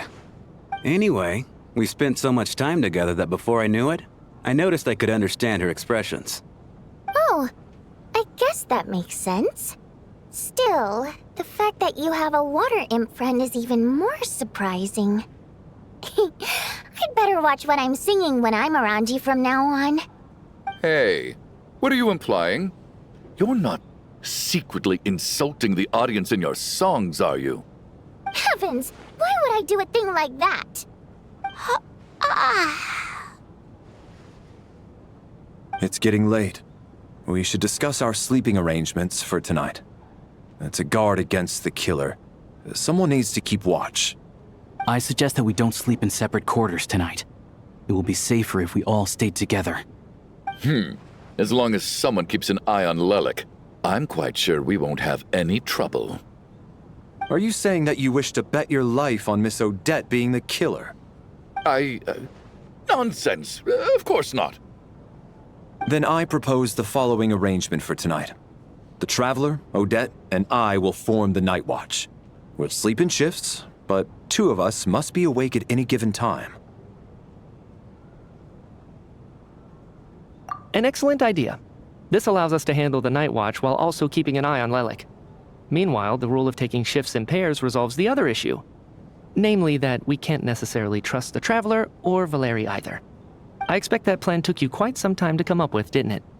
Actually, our field combat manual outlines a similar approach. Although the scenario there involves guarding prisoners overnight during field operations. That being said, I must clarify that I harbor no disrespect towards you personally, Miss Odette. In fact, Lelik's numerous covert operations make fine textbook examples for military agents. I care less about respect and more about the fact that you just robbed me of 2/3 of my sleep tonight. I'm calling dibs on being the first to rest. Good night.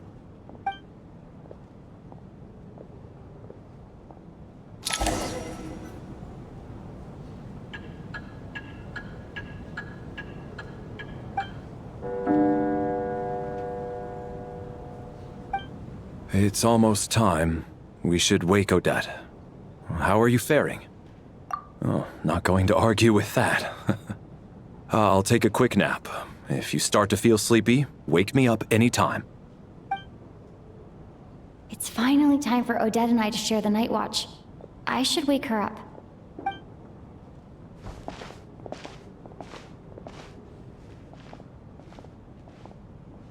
I came here to get information from her in the first place.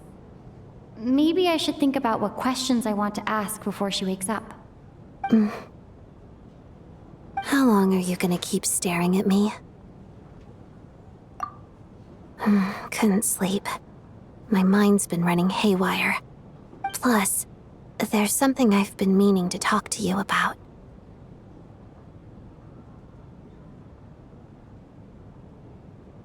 I had a hunch that you wanted a conversation too.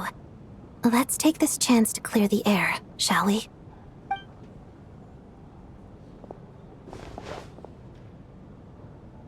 I just had a simple question for you, really. It's, Rosaline. In her final moments, did she have any last words or anything?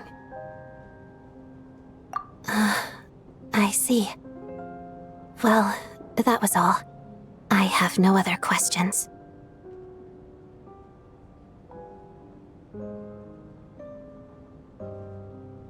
No. She was utterly ruthless in pursuing her goals. That kind of person should be hard to miss. And yet, even though I never approved of her methods, and she was an abrasive person, the fact remains that I am indebted to her.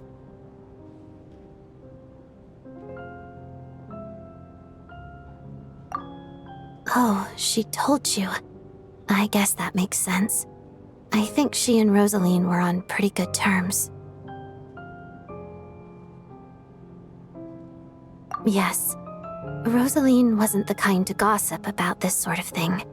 Not that it's any huge secret to me, though. When I was a child, I had to join the Fatui for the sake of my mother and me. I trained under Rosaline.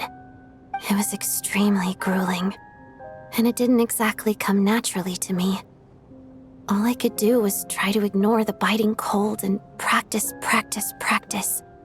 I was a newcomer who'd managed to make a good first impression on a harbinger.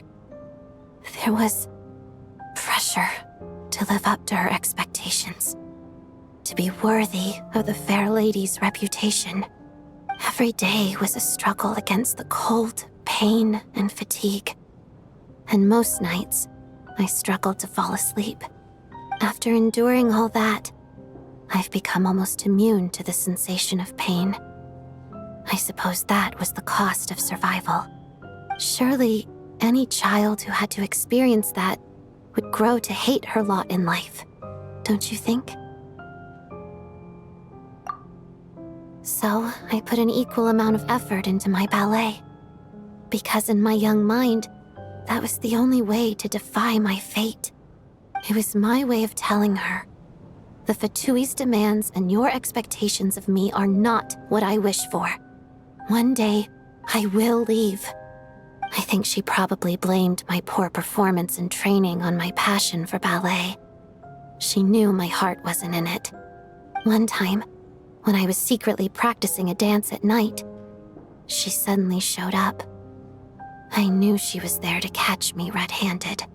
I told her, "You don't deserve to watch the dance I learned from my mother." She looked stunned. I guess she was surprised that I lashed out first, before she had the chance. But strangely enough, on that occasion, she wasn't fierce with me like she was during training. Instead, she fell silent for a moment, and then left. After that, she never interfered with my dancing or asked me how it was going. She never came to watch me dance again either. Not even once.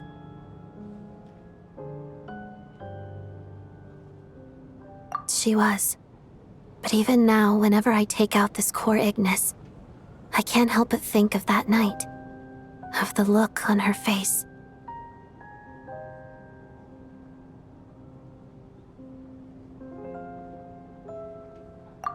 Sort of.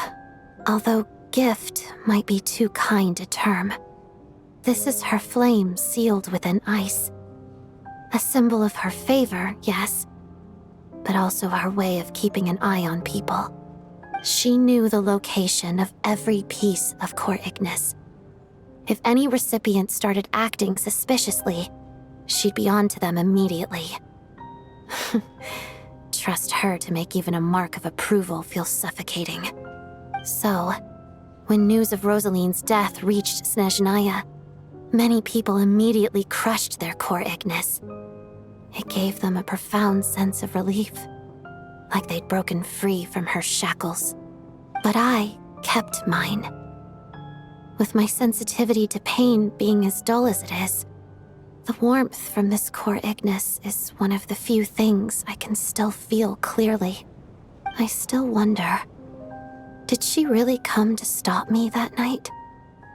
I wasn't sure, but I was scared, so I said some really awful things. I guess she didn't leave anything behind. Not that I expected her to. It's fine. It's just a bit of a shame that we couldn't settle our differences before the end.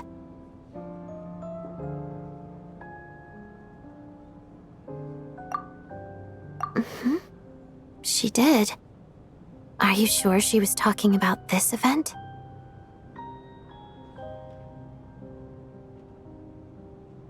Huh. No, she didn't. I didn't even find out that she'd gone to Mondstadt until a while after she'd left. Wait, in that case...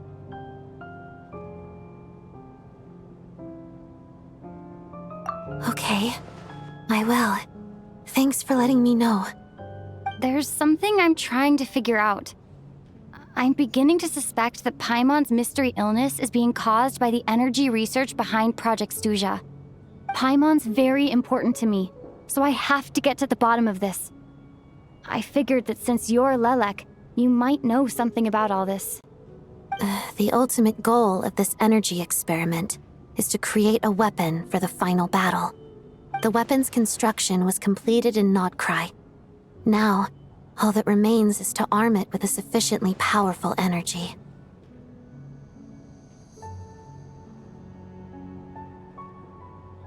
Yes, the weapon's development and all the related experiments are overseen by Lord Piero, the Jester, and the lab is located deep within the Armory Palace.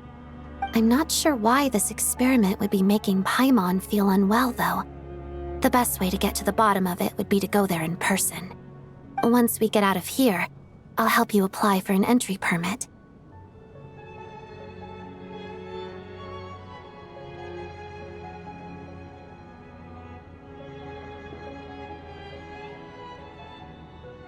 And I'm hardly the organization's proudest member, as you know. You answered my question about Rosaline. I want to do you a favor in return.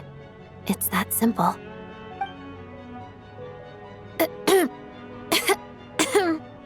Huh? What's wrong? Are you not feeling well? You two seem to be hitting it off.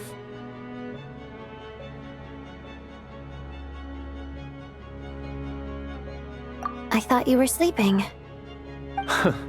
Of course I was. In the military, one learns to fall asleep quickly, even in the most inhospitable environments. It's vital to staying alert and energized. Why? Is something wrong?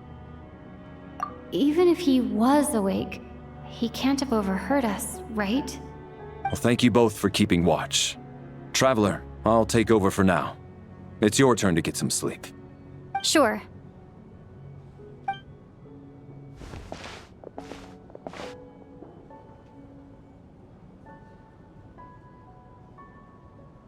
This is our second night here, but at least I found out a little more about Paimon's condition. I hope she's been sleeping well the past couple of days. Huh. Why do I feel like I'm being watched? Seriously? Is this payback for when I stared at her earlier? But I thought she was asleep.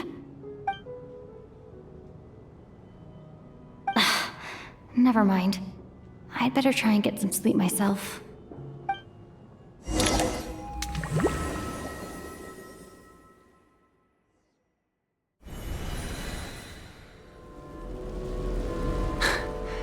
Hey, what are you spacing out for? Are you reaching your limit too? How long have we been walking for? Do you remember? Time's lost all meaning. Ever since we noticed that thing above our heads. What was it called again? A star key? Or key star? Anyway, the person who named it was swallowed by the black mist. Whatever it's called, ever since we noticed it, we've been walking up and up, hoping that as long as we reach it, we can find a way out of this place. But it seems like no matter how far we walk, we never get any closer. Well, we've come this far. You never know. Maybe we're almost there? Come on, enough moping. Let's go. The black mist is catching up.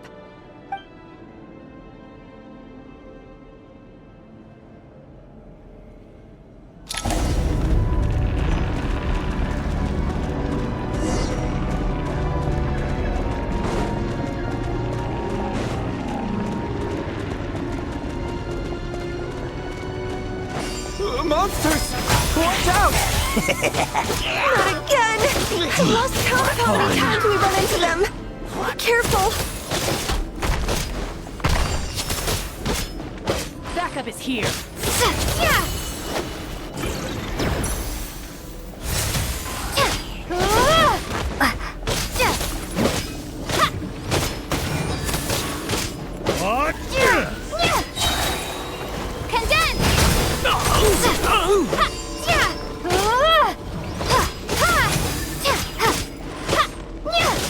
Shut up!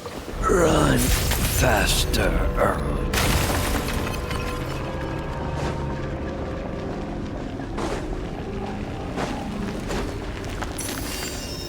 Here they come again! Get ready! You wanna fight? Let's go!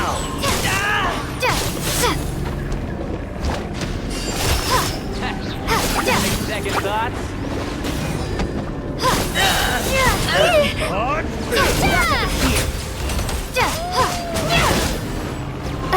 Bombs away! Encase! What the? What the?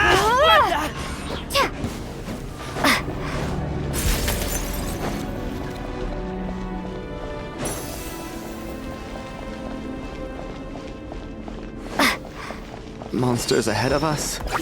The black mist behind us? Feels like there's no escape. Fine. Run faster.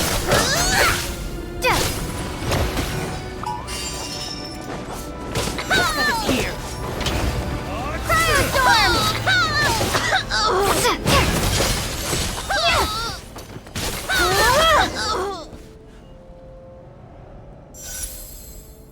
Are you hurt, Coolish? No. I'm fine. It's just... Suddenly I don't want to walk any further. I get you. In fact, I reached my limit a long time ago. Sometimes it feels like there's hope where there shouldn't be. Yeah. The hope that the star gives us is the only thing keeping us going. But I'm not sure it's real at all. It may just be a collective illusion. Otherwise, why would it always be out of reach? We know you mean well, but you're only saying that to try and encourage us to keep going, aren't you?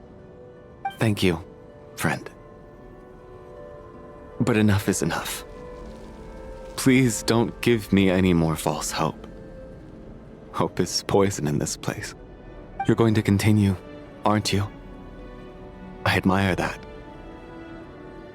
I've given up, but I wish you the best. May there come a day that you catch up to the star and leave this godforsaken place.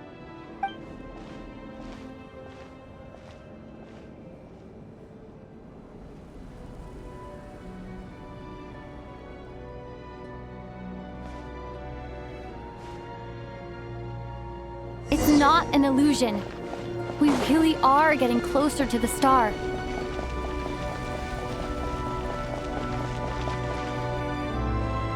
Congratulations. You're the first person to make it here.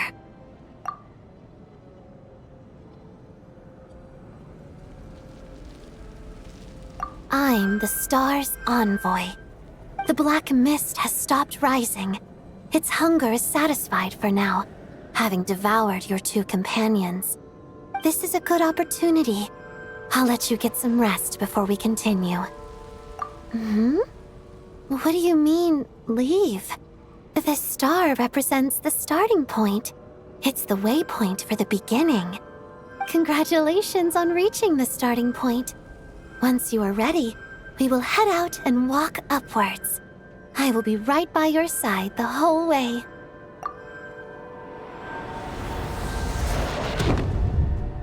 Huh? What's wrong? Hey, don't give up before the journey's even begun.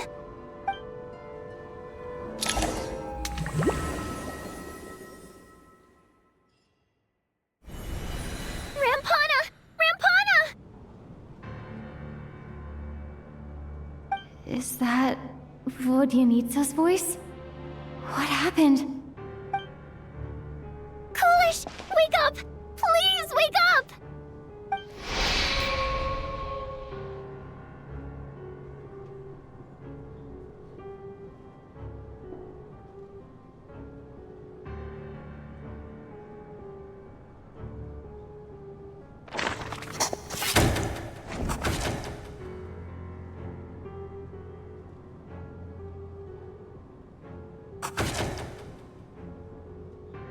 The situation is identical to that of the 2 casualties yesterday.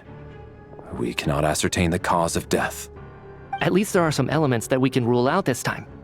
They slept on the stage with everyone else, so I suppose the surrounding environment can't be a relevant variable.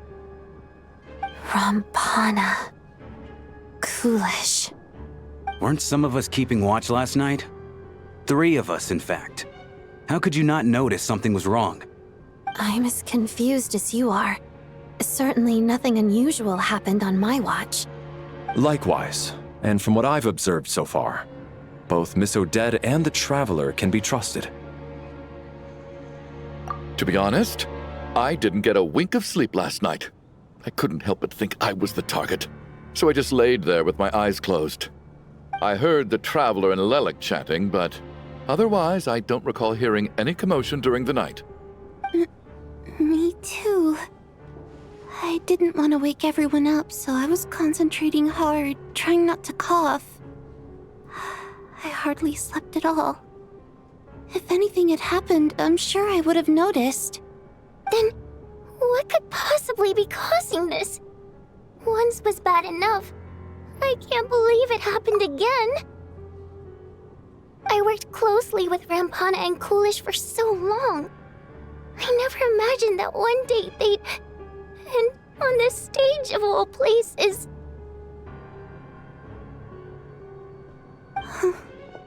Vodyanitsa.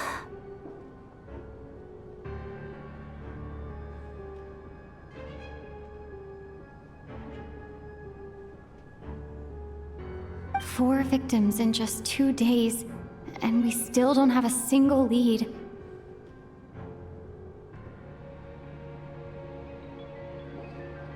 I need to get to the bottom of this as soon as possible. And above all, keep Tonya safe. I'd never be able to look Child in the eye again otherwise.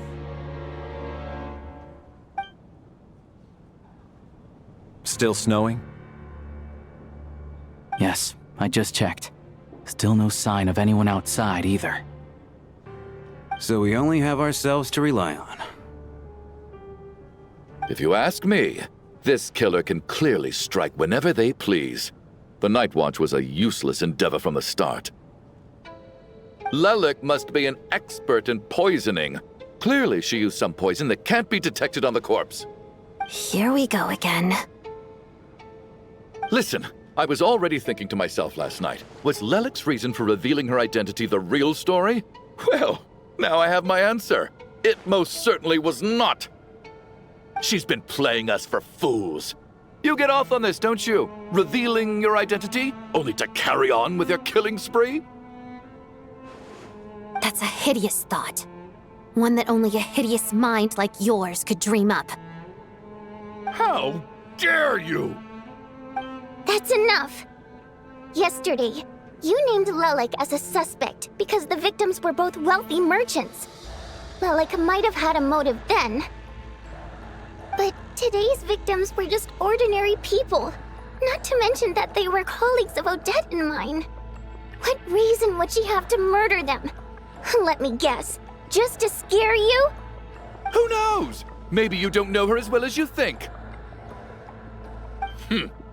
I implore you all to ask yourselves, how many people are there really in this world that have what it takes to kill another person?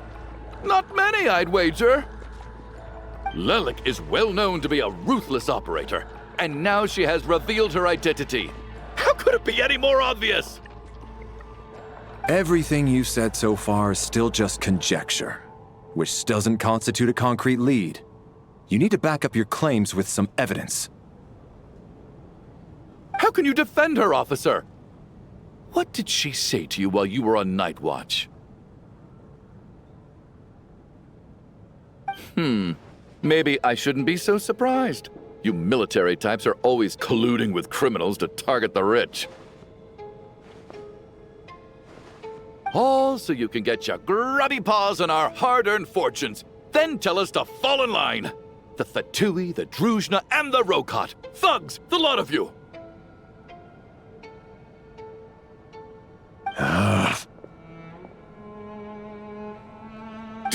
Don't you dare!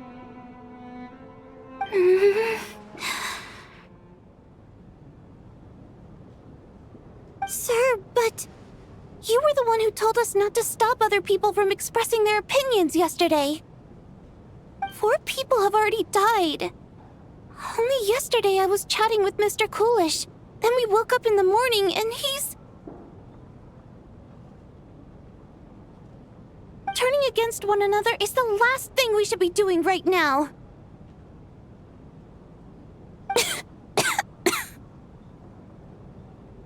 Little girl. Even if Mr. Chuganov is a puffed-up, pig-headed windbag who doesn't have a clue what he's talking about. He's still one of the victims here, isn't he?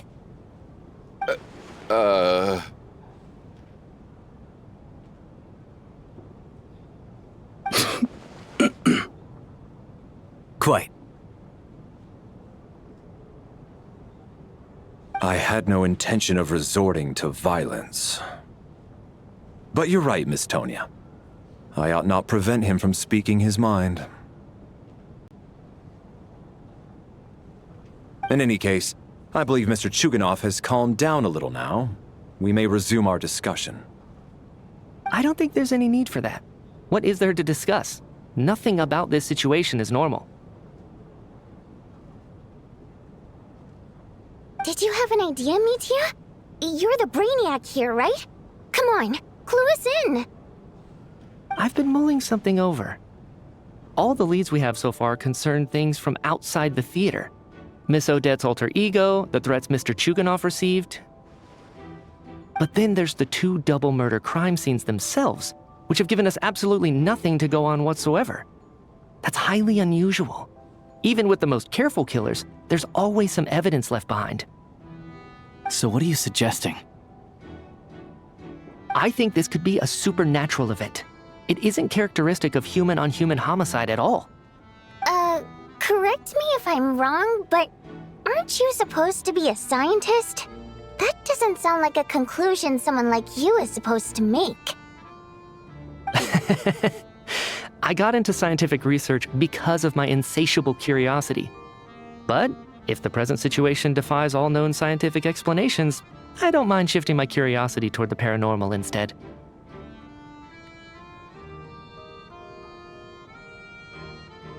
Now that you mention it, I remember when I first came to the theater, I heard rumors about this place being haunted.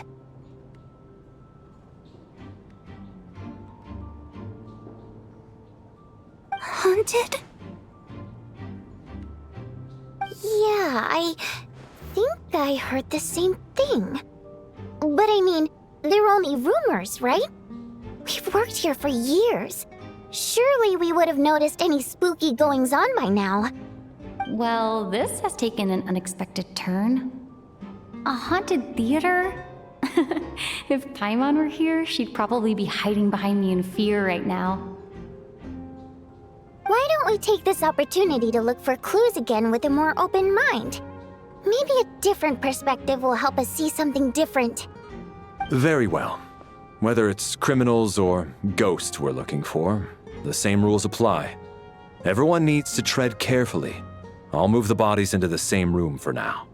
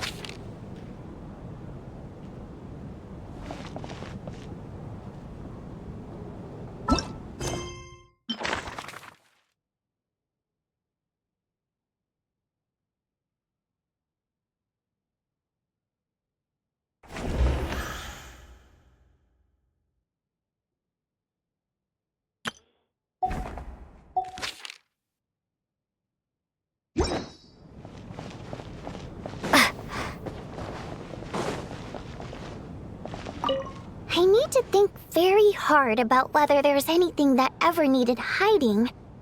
After all these years, there must be some things even I've forgotten about.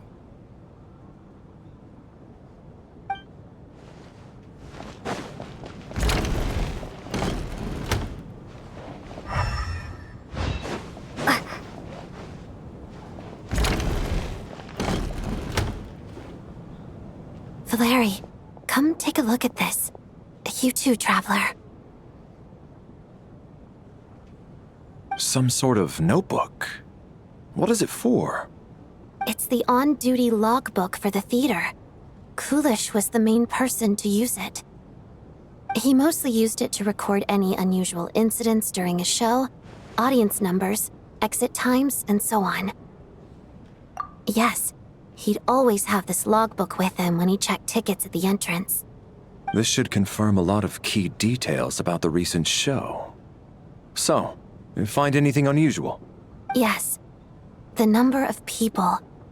I've checked and double-checked, but the numbers just don't match what's recorded in the logbook. Apparently, we have an extra person among us. Are we certain that logbook is accurate? Could someone have sneaked in without buying a ticket or something?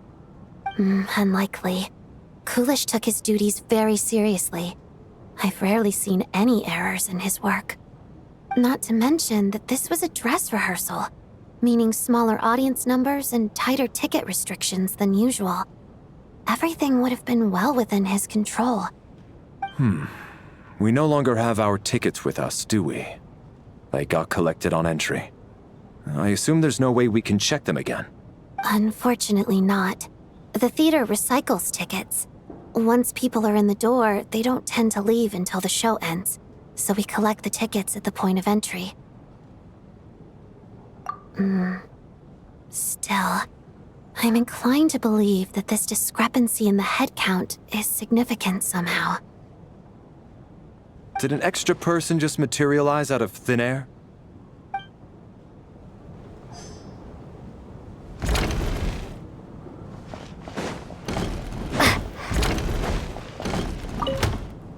Did an extra person just materialize out of thin air?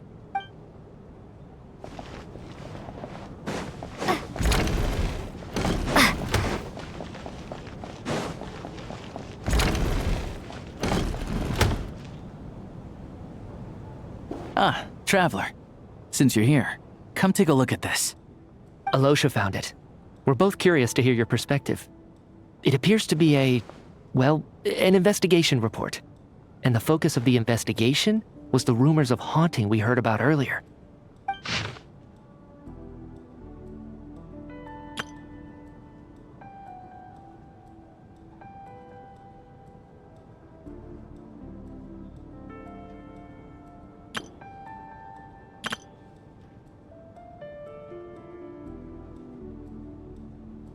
An investigation report, huh? Looks quite old. Huh. This person's name looks to be of Sumeru origin to me. Was the investigator from Sumeru?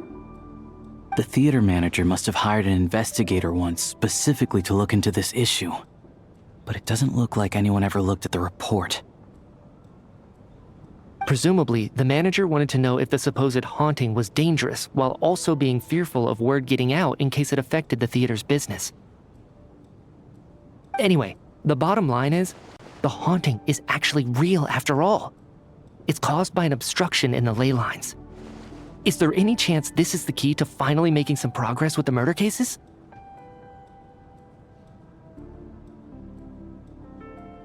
Leyline problems are pretty unexceptional to me by this point. And while it certainly offers an explanation for the ghosts, it's hard to imagine what connection it could have to these two murder cases. Some of the language that appears at the very end of the report caught my eye. Angel civilization, leyline renovation? My area of research doesn't touch on any of that, so it's completely outside of my wheelhouse. Huh? A piece of paper just fell out from the report. It landed right by your feet.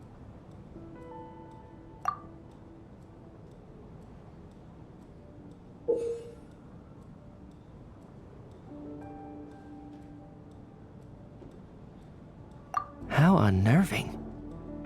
It was tucked inside the report, so it must be a note left by the author. Death is near. Is that supposed to be what's going on here? With us, in the theater? But if so, how did the author foresee it? Could he predict the future somehow? Maybe things are more complicated than we thought. No, wait a second. If we take the report and the note at face value, they completely contradict one another. The report definitively concludes that the hauntings in the theater are harmless and cannot affect the real world. But the note seems to be warning of potential danger. The question is, what exactly does the note mean by death?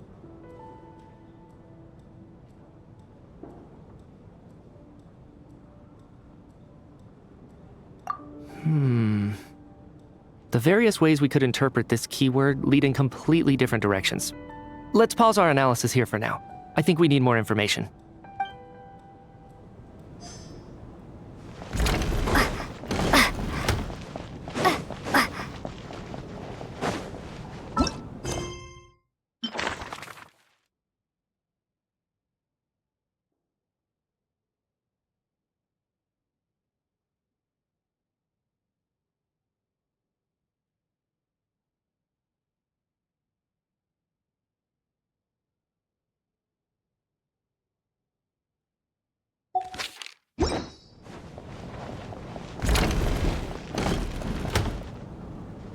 Tonya?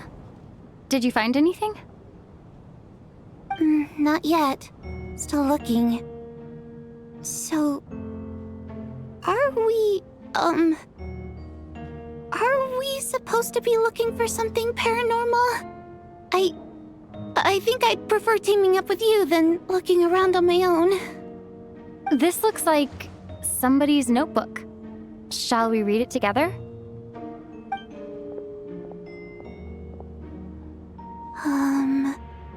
Well, it doesn't look scary or anything, so I guess it should be fine. All right, let's read it together.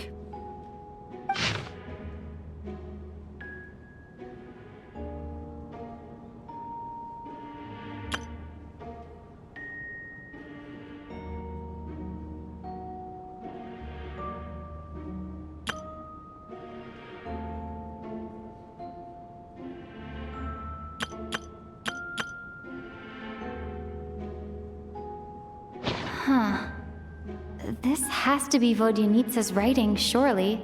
Maybe it's a little rude for us to peek at this. I feel like I just read someone's secret diary by accident.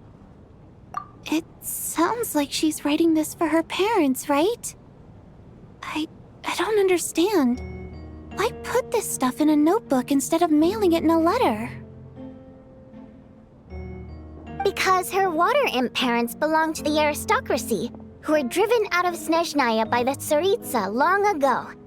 And now they live somewhere new, where the postman can't get to.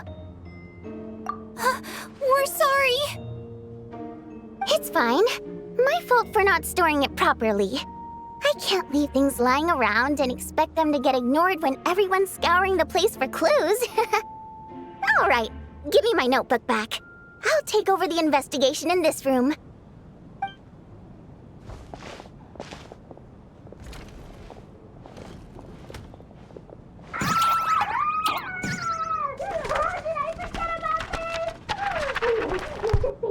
Oh God, and this one. Oh my. Why am I so embarrassing?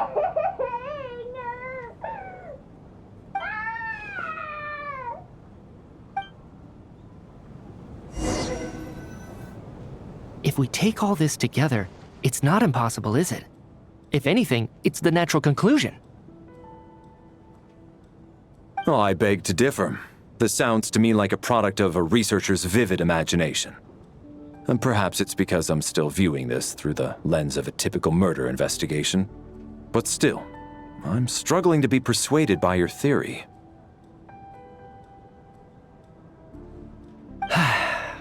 Does it really sound that far-fetched? Alright, well, let's treat that as speculation for now. I do agree with what you've said, so let's go with your idea for now. Good. Okay, now that we finally have some meaningful leads, I think it's time to reconvene. Let's get the others.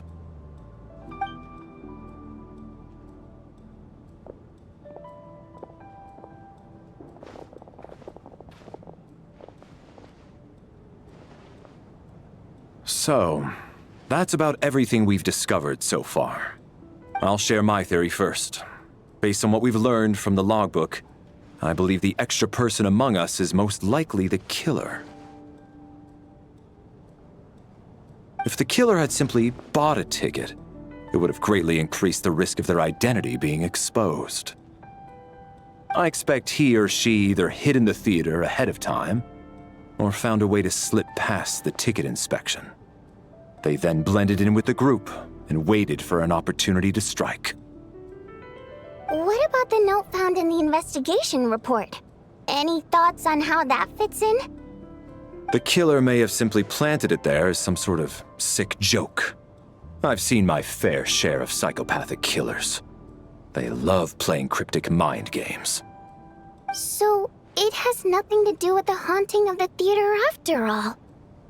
This theory makes sense to me. If we have an audience member unaccounted for, chances are they didn't come here to watch the show. Could it really be that simple? So, in other words, all we have to do is find out who got in here without a ticket, and all our problems will be solved? Then let me make one thing clear. All the theater staff should be well aware that I came here for the rehearsal legitimately, yes? There's no way I'm the one who didn't have a ticket. It's true. I hear you used every trick in the book to get a hold of that ticket, too. Everything short of throwing a temper tantrum and rolling around on the floor at the entrance. I most certainly did not degrade myself in such a way. Probably a stupid question, but I might as well ask. Did anyone here get in without having their ticket checked? Hmm? Guess it was naive of me to expect them to just admit to it. Especially after the unprompted Lelek reveal. Once was already a miracle. Twice would be unfathomable.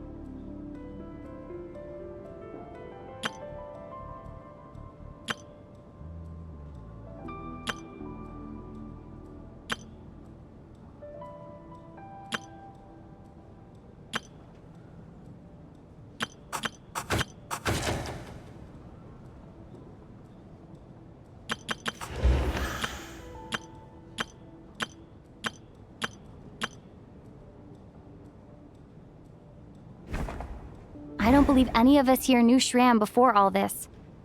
If no one can verify Shram's identity...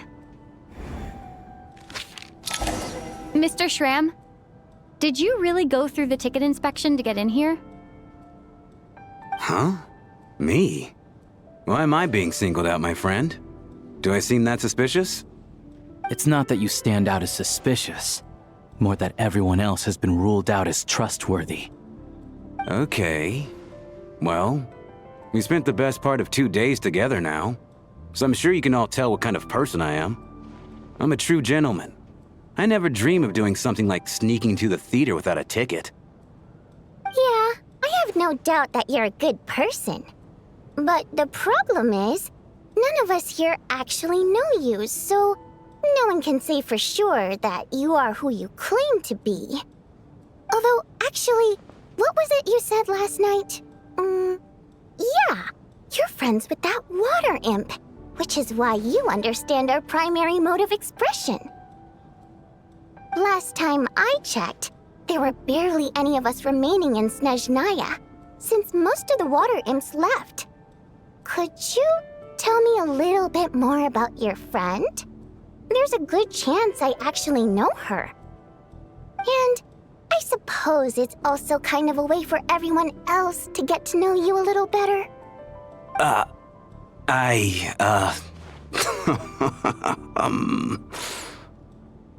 Good grief. Are you blushing? Pull yourself together, man. Stop giggling like a teenage boy. It's revolting. Hey, revolting is a little strong. All right, fine. I'll admit it. That water imp friend of mine, the truth is, we're dating. I was just the bodyguard hired by our family. But the stars must have aligned, because sparks began to fly between me and their daughter. Never in my wildest dreams did I think I'd get so lucky. We don't need details. Just get to the point. Okay. I'm just a little hesitant to reveal her name, that's all. You know how it is. These are delicate times. Even with me to protect her. If word gets out that she's dating a human, both the Fae and human factions will give her a hard time. Really? Wait, no. That can't be. Huh? Shram, what the devil are you talking about? Why is everyone looking at me like that? Surely you can understand where I'm coming from. Delicate times? Factions? Yes. You know, the Civil War. Last time I checked, the Fae and the humans were still at each other's throats. If I'm not mistaken, the last significant civil war in Snezhnayan history was over 400 years ago, when Her Majesty the Tsaritsa had just taken the throne and was consolidating her reign. What do you mean, 400 years ago? What's going on here? Is Shram from the past? All right, Mr. Mitya, you win this round. As far-fetched as it is, it appears that your theory may be correct. I'm just as amazed as you are. I didn't even believe it myself, to be honest. Is someone going to explain what's going on here? From the look on your face, you figured it out too, haven't you, Traveler?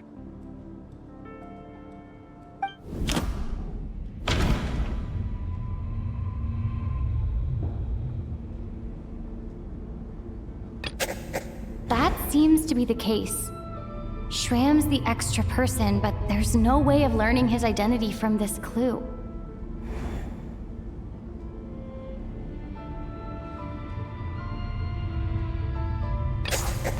The theater's ley lines have been modified to block souls within its grounds from returning to them. Some souls can even wander this place forever. Mr. Shram's statement proves he's from hundreds of years ago. And according to the investigation report on the theater hauntings, Mr. Schramm is very likely a lost soul wandering the theater.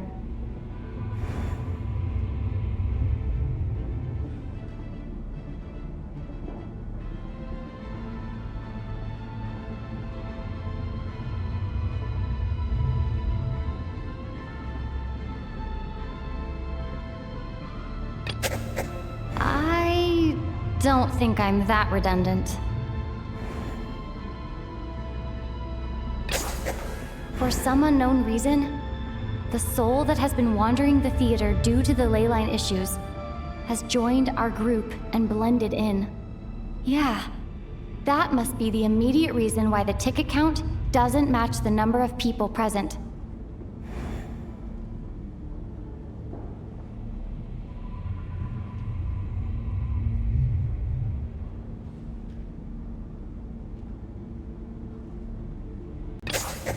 The contents of the investigation report have been verified. There are indeed ley line issues and wandering souls in the theater.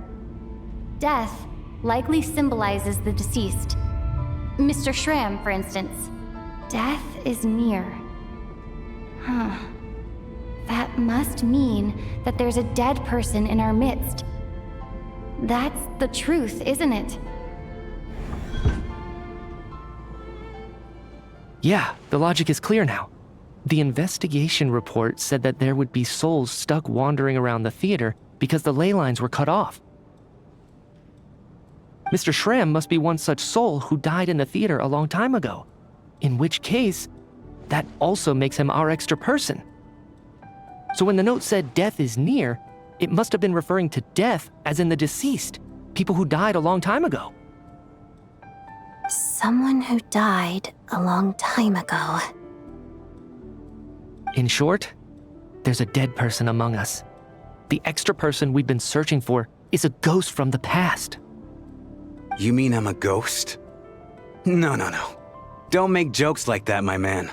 There must be some mistake. But even if I was dead, I know for a fact I didn't kill anyone these past 2 nights. Yeah, even if all that's true, the report also said the souls inside the theater can't affect reality, right? They're harmless. Then what if the problem isn't the souls at all, but the ley lines themselves? The ley lines have a powerful ability to attract and devour souls. Let's say that the ley lines are like a black hole, constantly seeking to engulf souls. But the souls that don't want to return are trying to avoid being sucked in. Huh. Why does this analogy sound so familiar? What happens when the black hole can't achieve its goal? I'm only speculating here, but what if it ended up swallowing innocent souls by mistake, or intentionally taking other souls to compensate? That could explain why we weren't able to determine a cause of death. If you're right, and their souls were devoured by the ley lines, it does make some sense. It does seem to explain a lot of the things we couldn't make sense of. Does that mean it's true? Except there's no concrete evidence. Mitya is relying on a lot of logical leaps. Still, it seems like the best explanation we have under the circumstances. All right, so how could Schramm not know that he's dead? Seems a little unlikely that he hasn't noticed anything unusual even after several days interacting with us. On the contrary, it's perfectly normal for a soul to wander the theater for centuries without questioning their existence or reason for being there. It's simply what's natural for them.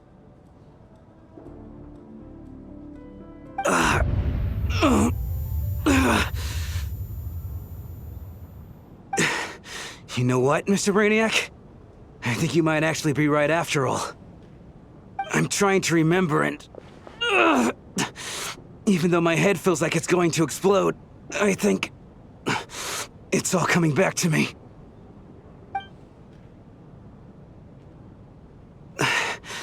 I was the one who didn't want to remember my own death, so I forced myself to forget. Well, I'm sure those are painful memories. My lady and I snuck out to go on a date one day. We bought tickets for the theater. It wasn't really my thing, but I was just happy to be together. All of a sudden, a group of people burst into the theater, shouting for all the water imps to get out, performers and audience members included.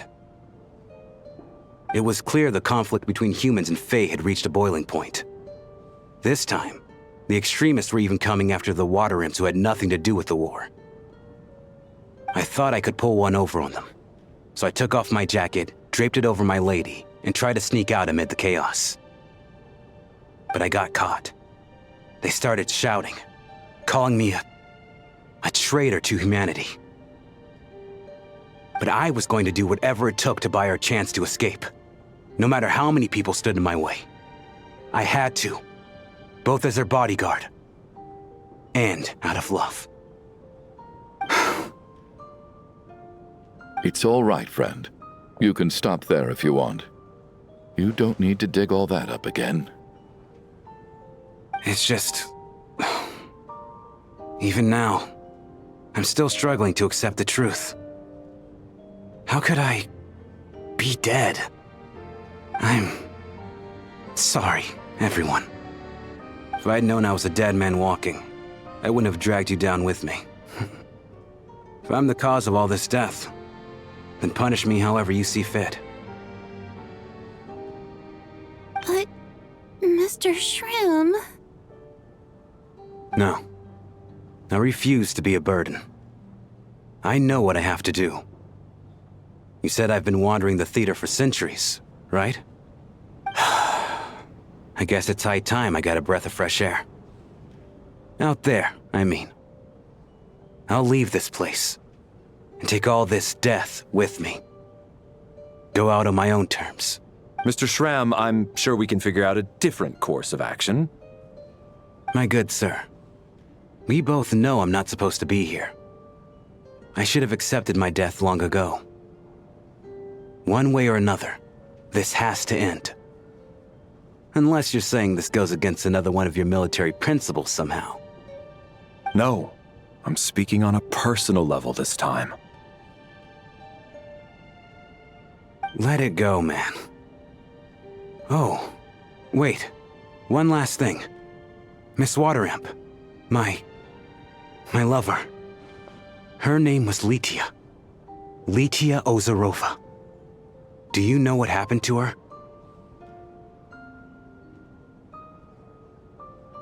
Ozarova. Oh, Auntie Ozarova. That's what we all called her. I remember her as a very kind elder. She had a bunch of kids, too. I'm so glad she survived. And she had lots of kids? Good. That's... good. I could hardly expect her to stay single just because of what happened to me, right? As long as she went on to be happy, that's all that matters. Besides, I'm dead. My soul's been wandering around here for so long because I was worried about her. But now, I can go without regret. There's no need to see me off, my friends. I've enjoyed our time together over these past few days. Perhaps we'll meet again in the next life.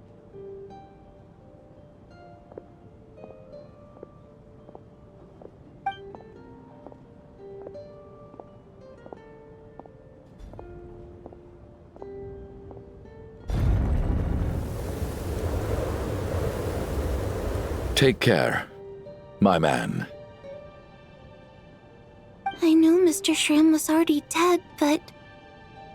I still feel so sad.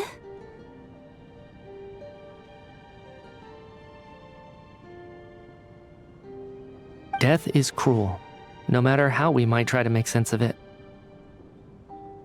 So, was the conflict between Fae and humans really that bad back then? I was only little, so I don't remember much. It's terrible to think that so many innocent people had their lives turned upside down. Even the historical records about that time period don't say much about it. All people know is that the Tsaritsa founded the Fatui, drove out most of the Fae aristocracy without explanation, then used her terrifying power to suppress the humans. It seems to me like the Tsaritsa chose to make herself the enemy. She downplayed the conflict, directing whatever animosity both sides had for each other at herself instead. That's also why, despite how brutal the conflict was at the time, there hasn't been much lingering tension between humans and Fae since. Things have been fairly harmonious for the past few centuries.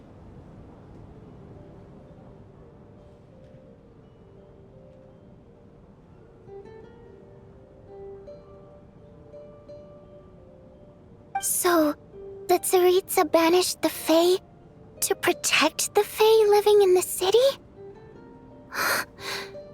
She offered herself up to be hated in exchange for peace.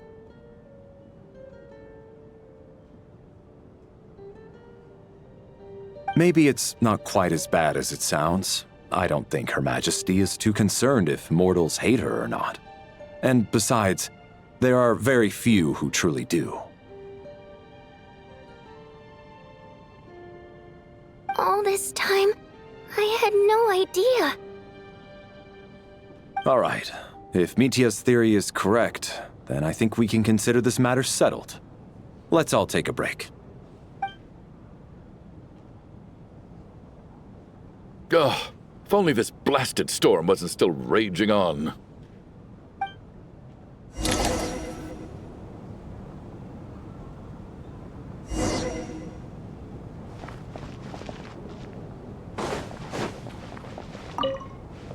I was actually planning on hiring him as my bodyguard after we got out of here, you know.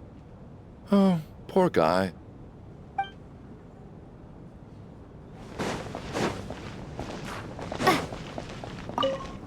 At least the lingering regret that kept him here has been put to rest. That's not necessarily a bad thing.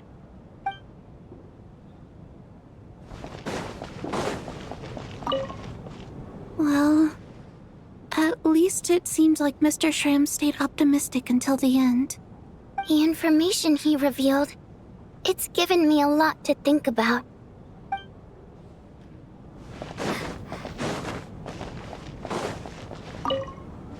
Even though Shram was already deceased, his decision to walk into the snowstorm was still a sacrifice, and a very brave one.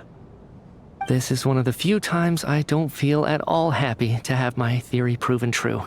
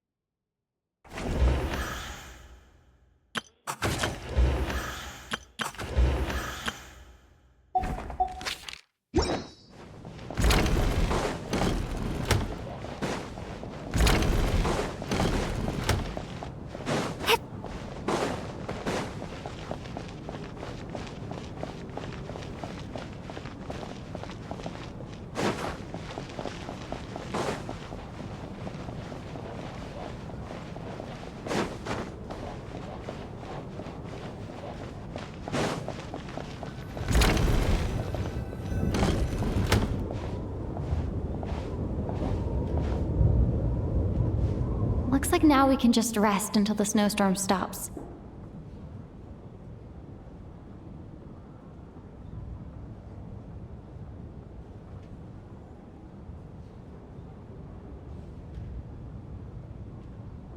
I still can't believe Shram turned out to be a ghost who'd been in the theater for hundreds of years.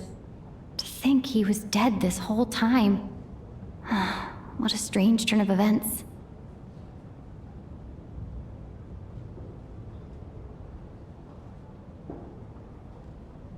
Knock, knock. Hmm? Knock, knock. You know the door isn't closed, right? You don't have to knock.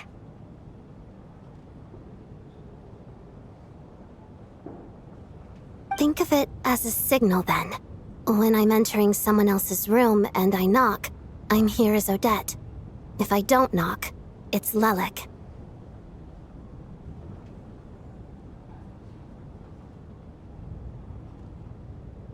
Thanks.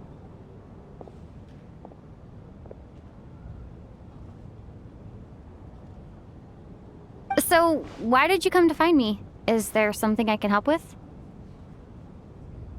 Vodyanitsa said you knew about my secret identity from the start.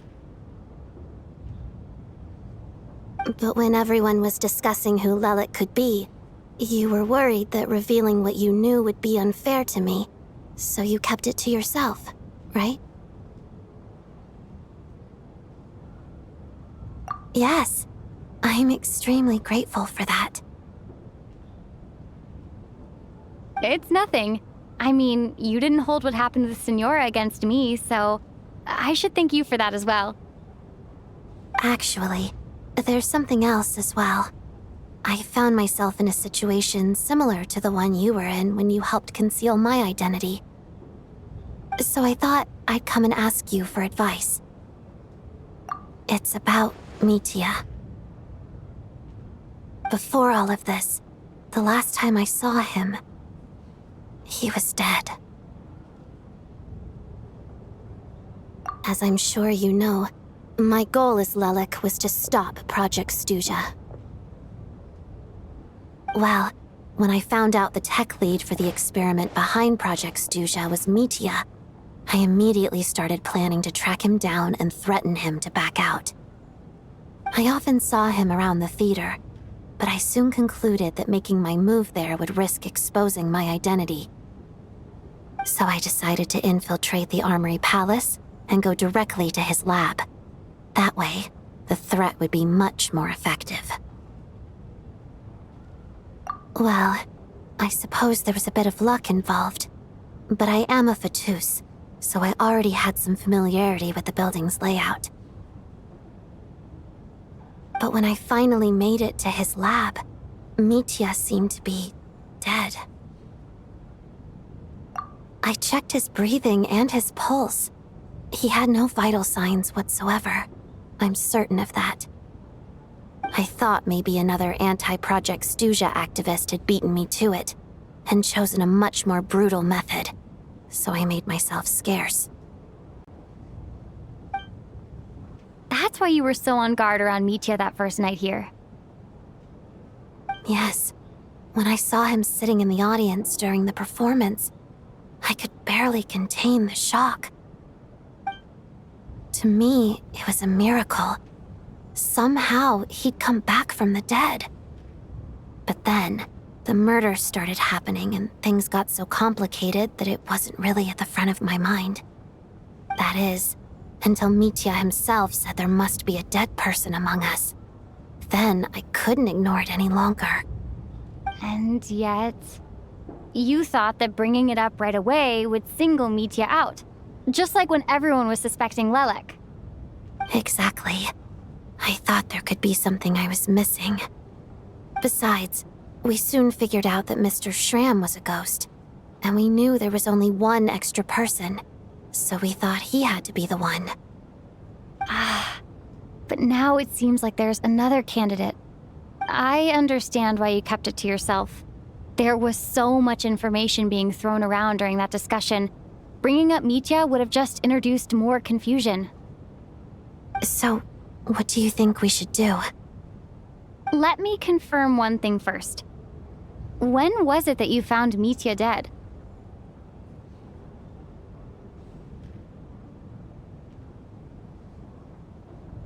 Around a week ago, sometime in the afternoon. A week ago? That's earlier than I thought. I saw him just a few days ago at a restaurant. That definitely would have been after you found him dead.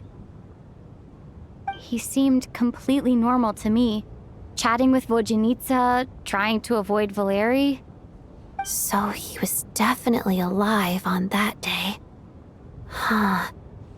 Well, all I can say is I know what I saw.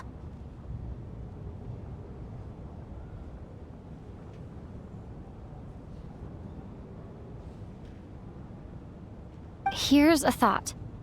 The reason we even suspected a dead person could be among us was because of the problem with the theater's ley lines. But Mitya's death happened inside the Armory Palace. The ley line issue affecting the theater shouldn't reach that far. You're right. I guess he doesn't fit the profile of the person we were searching for. I think the chances of it being him are very low. Surely he can't have died for real in the Armory Palace. Unless... Unless what? Unless he really did come back from the dead. You're right. Do you think we need to disclose this to the others? Huh, what's this? A private meet and greet? Where do I line up? That's not what's going on here. Well, I was just making the rounds. Thought I'd try to lighten the mood a bit. Vodyanitsa's handing out food if you're hungry.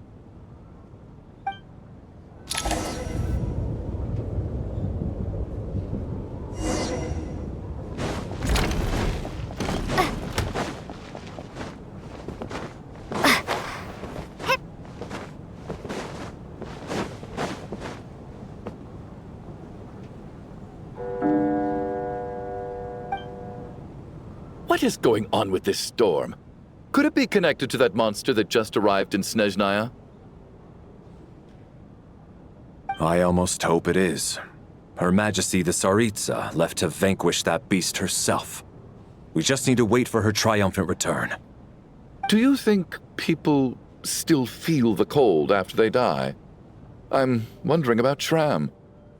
Oh, maybe we should have given him a coat before he went out there. Death itself is cold, isn't it? I'm sure the storm will embrace him. Well, I hope he has a safe journey.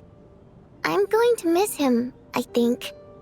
It's not like we can blame him for Rampana and Kulish's deaths. Thinking back on it, we barely made it out alive ourselves. Once we get out of here, how are we going to explain what happened to their families?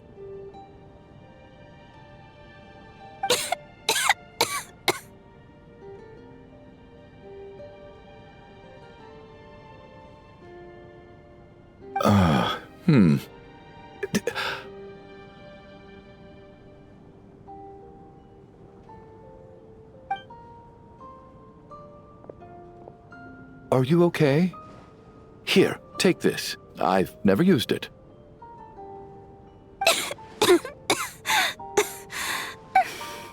Thanks. Look who's Mr. Nice Guy all of a sudden. Is it because Tonya stood up for you this morning? At least you know how to return a favor. Yeah, without Tonya, who knows how badly he would have been hurt. I told you already, I never intended to resort to violence. Duh, bunch of rascals. Little girl? I was rather surprised when you spoke up for me this morning. I didn't think I had many admirers here, so, thank you. Oh, no need to thank me. I said some bad stuff about you too. I've been, too embarrassed to admit it, but, you remind me a lot of my daughter. So kind to everyone, but never lets her old man off the hook. Unless my wife and I are having a fight, then she's always on my side. Especially when she was little. Every time I took her out...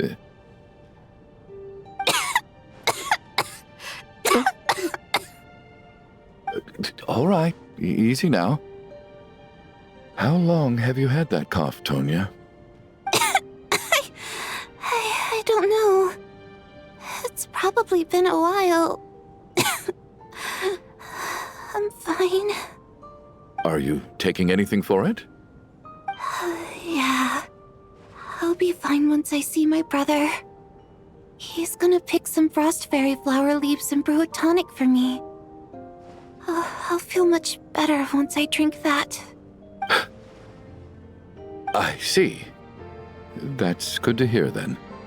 We should probably discuss arrangements for tonight, now that the deceased has left our midst. There shouldn't be any more incidents. However, out of an abundance of caution, I'll keep watch. Shouldn't we take shifts? I can take one if needed. No need. I managed to get a nap in earlier, so I have plenty of energy right now. After all the tension of the past few days, everyone else should just focus on getting a good night's sleep.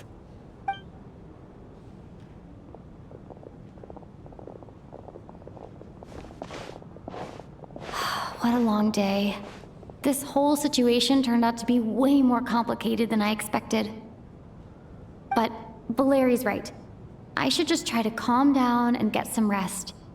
The last thing I want is to give myself nightmares.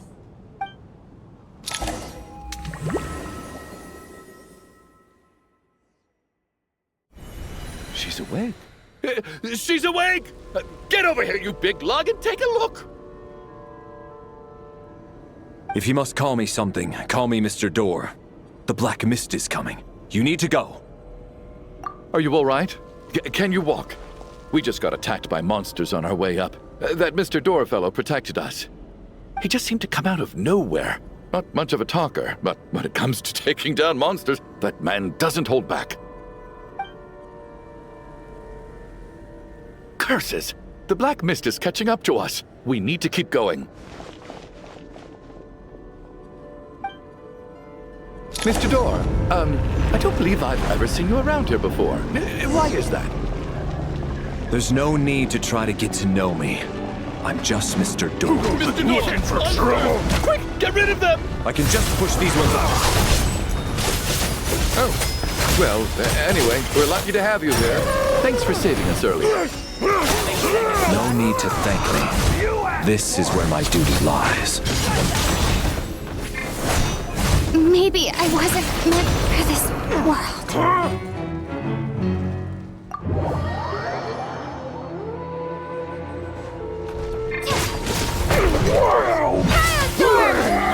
Back herself! Back herself!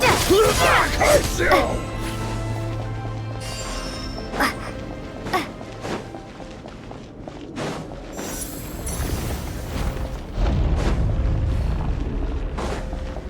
So we're doing this the hard way.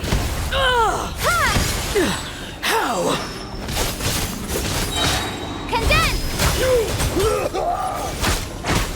You win this one. Oh, remarkable work, Mr. Door. If I had your muscles, I'd do the same.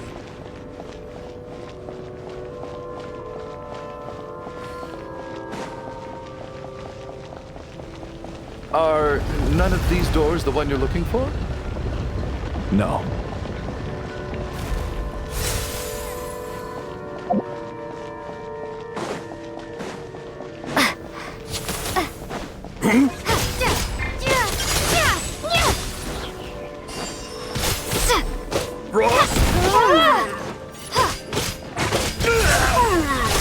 Come no closer. By my command.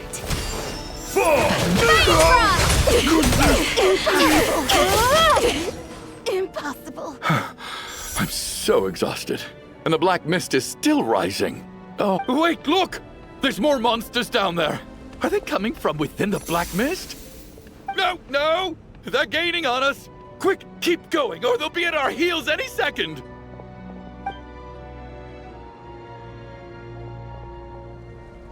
Mr. Door, what are you doing? We need to get out of here. They're coming!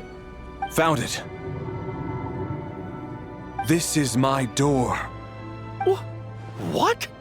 You mean you're going to stay here? I am a door. This is where my duty lies. No! You saved us. We can't leave you behind. You must keep going. A door can only keep things out for so long. You must make haste. But... Oh, you're right. Let's go. We can't let Mr. Door's sacrifice be in vain.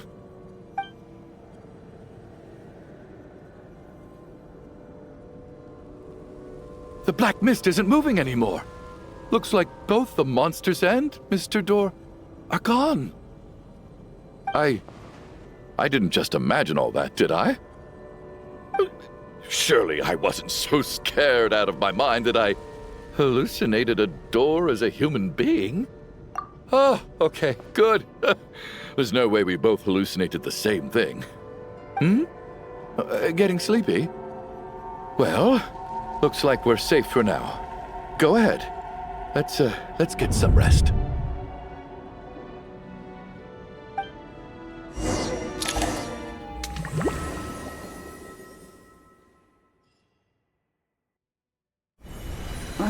What time is it? Is it morning? I think I had a nightmare. Oh, I guess everyone's still asleep. These past 2 days have been exhausting. Valeri's keeping watch though, so he's probably the only one awake. Valeri?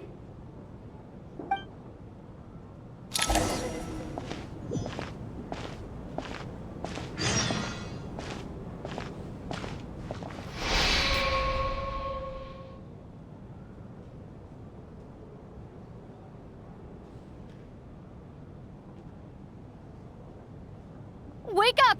Everyone needs to wake up!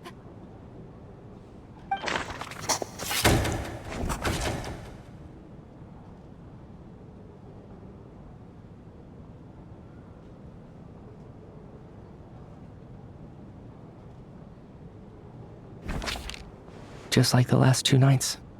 No clear cause of death. I've been a real thorn in your side, haven't I, Mr. Valeri? Now you can rest in peace. But for me, life will be all the duller for not having to run away from you, my friend.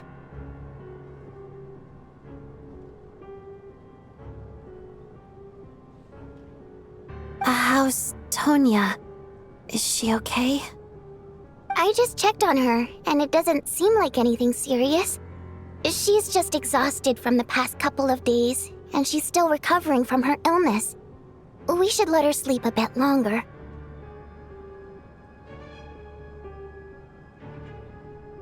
That means Valeri was the only one who died last night. If Valeri was awake and keeping watch, it would have been impossible to kill him without waking everyone else up. That much is certain. This is so frustrating. Why has nothing changed since yesterday? I thought we already dealt with the dead person causing all this. Actually, one thing has changed. There's only one victim this time, not 2. Does that mean...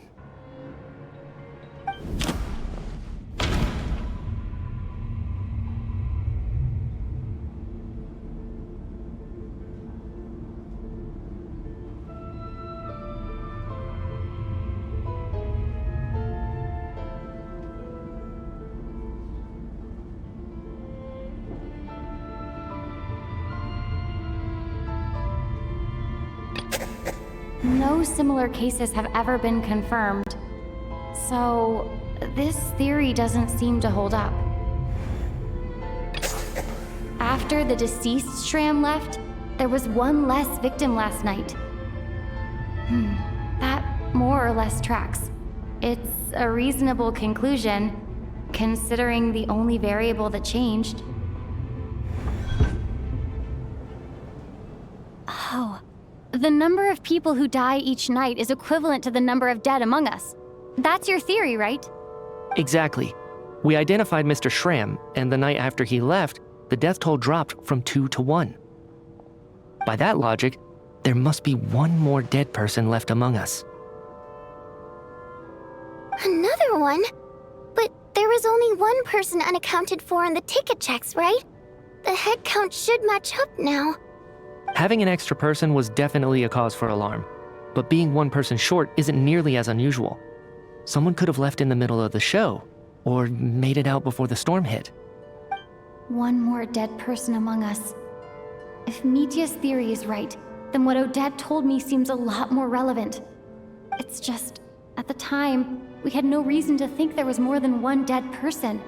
If only we'd taken it more seriously as a possibility, maybe this could have been avoided. I'm sorry. This is my fault. I had information that could have been helpful, but I held back. I'm partly to blame as well. I was too quick to dismiss Odette's concerns. What What is this about? What have you two been getting up to behind my back? Sounds like there's some big news you've been keeping from the rest of us. Well, we're all ears.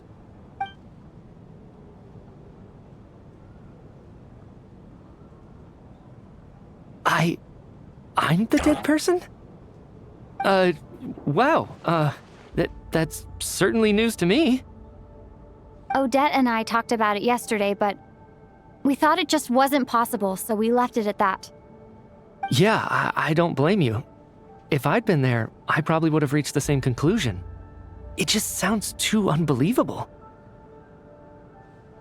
Let me just try and verify this.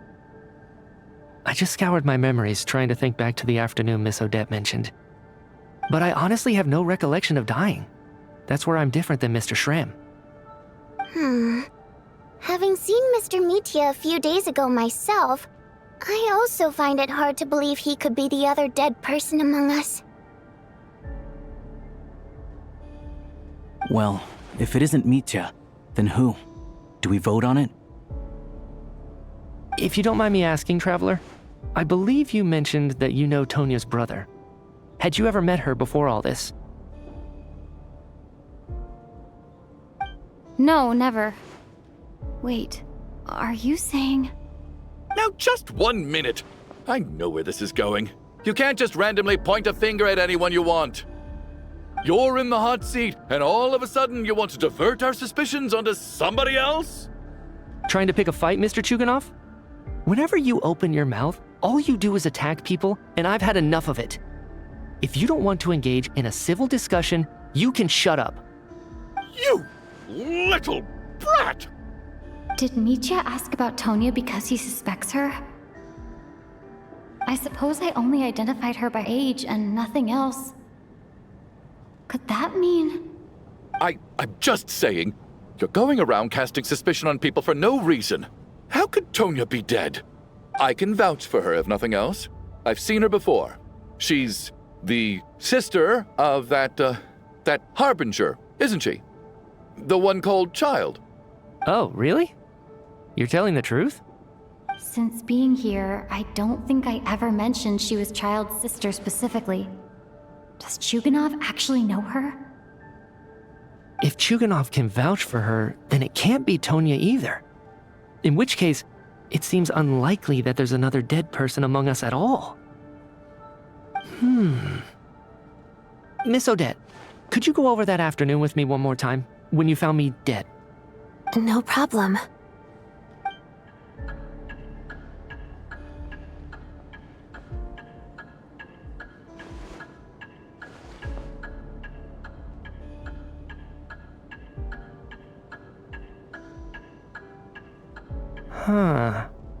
No matter how hard I try, I just can't remember anything about dying.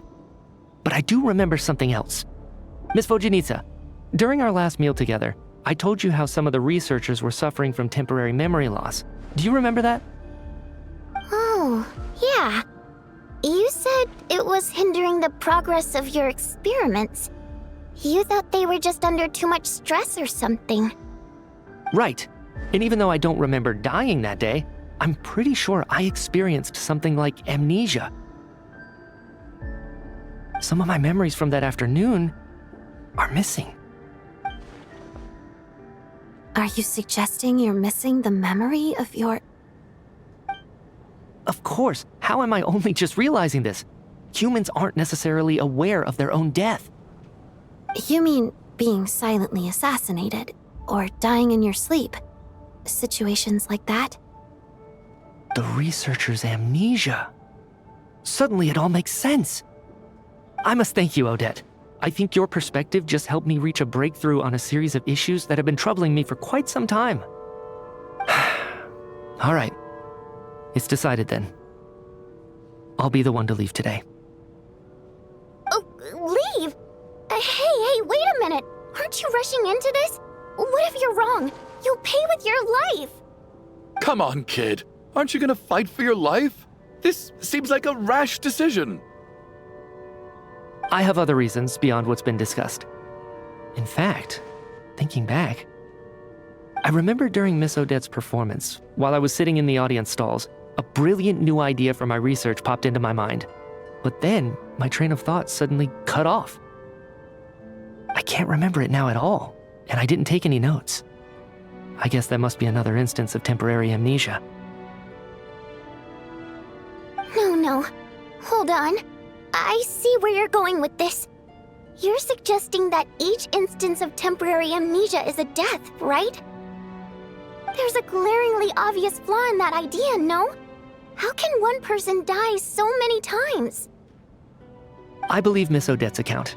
During the period where my memory is blank, I must have been either dead or in a similar state. All it would take is for the same thing to happen in the theater, and I would come under the effect of the ley lines in this vicinity. This increases the likelihood of me being the deceased, does it not? But... There's no evidence to suggest that anyone other than me is a candidate for the deceased. So allow me, as a scientist, to treat this as an experiment. Please relax, everyone. I don't think things are as bad as they may seem. If I really am the deceased, then to leave the theater will be a relief for me. If, on the other hand, I'm still alive right now, well, apparently you've all witnessed my resurrection recently anyway. Who's to say I won't return from the dead again this time? Mitya's right. This is the only thing we can try right now. I think he's deliberately downplaying the gravity of the situation, though. He probably doesn't want to burden everyone. What is a scientist if not someone who gambles on experiment after experiment in an attempt to obtain the truth? With this snowstorm, the ley line phenomenon, ghosts of the dead, and my amnesia, we've been paralyzed by not knowing and powerless to do anything about it. It's a terrible feeling.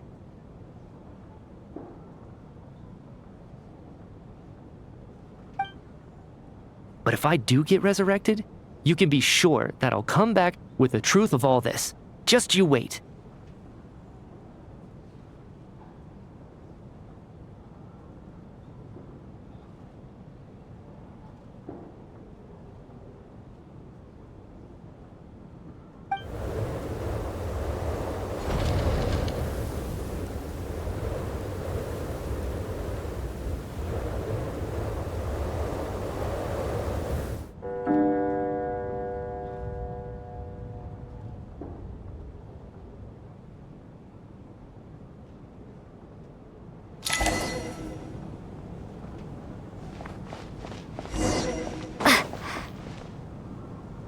Poor Mr. Mitya. I didn't even get to see him one last time.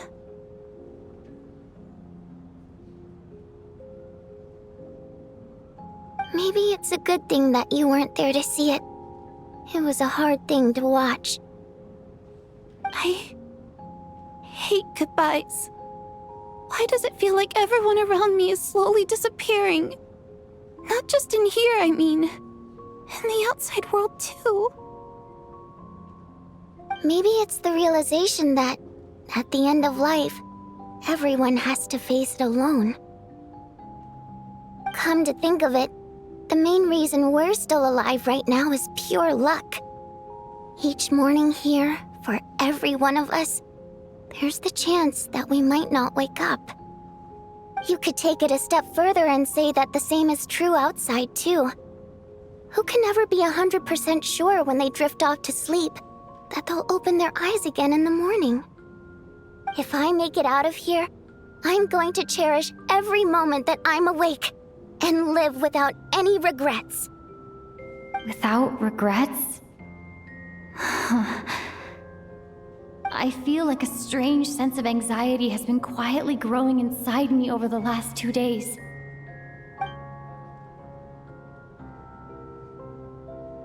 Are you okay?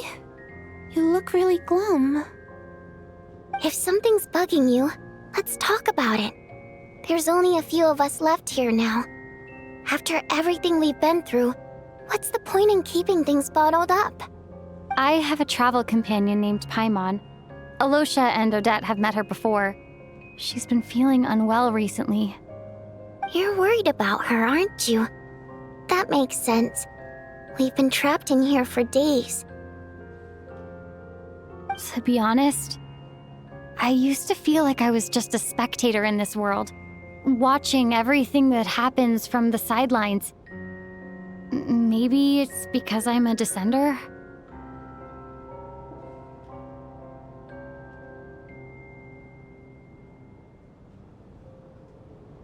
A descender?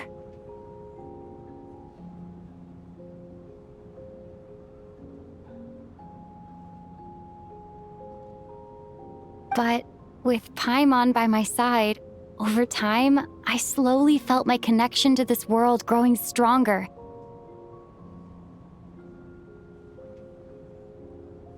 She loves eating, sleeping, and having fun, but she's also a great guide. It's her authenticity that makes this whole world feel more real for me.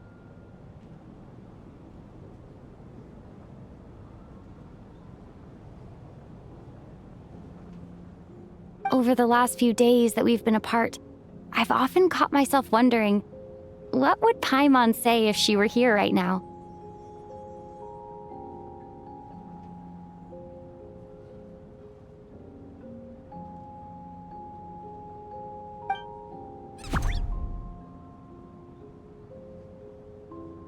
But by the time I snap out of it, the conversation has already moved on and I'm still in my own little world.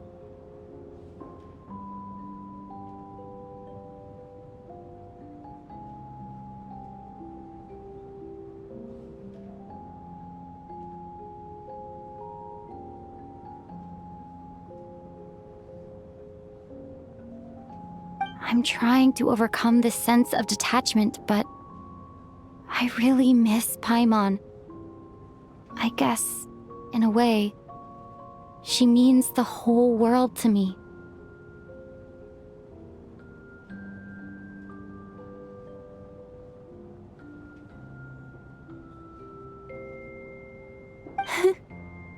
I bet she misses you when you're not there as well.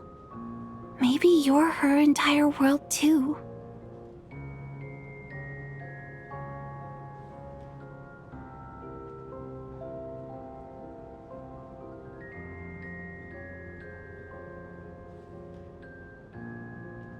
I don't know if this will make you feel any better, but back when the water imps left Snezhnegrad in droves, I also felt like the whole world was suddenly empty.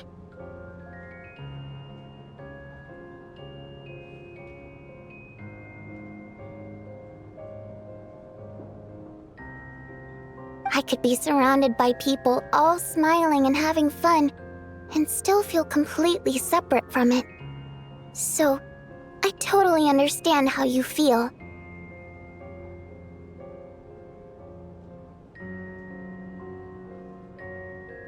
Later on, I started to think, maybe accepting the fact that our loved ones won't always be with us is something that takes a lifetime.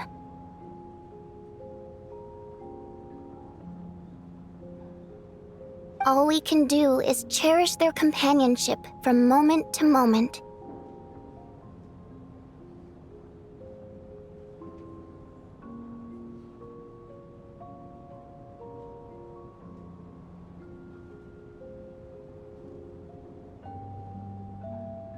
So, once we get out of here, you better hurry back to our side as fast as you can.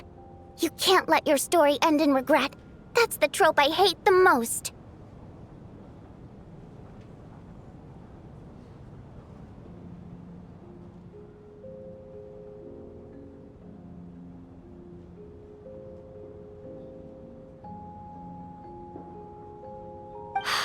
Thank you. That's exactly what I needed to hear.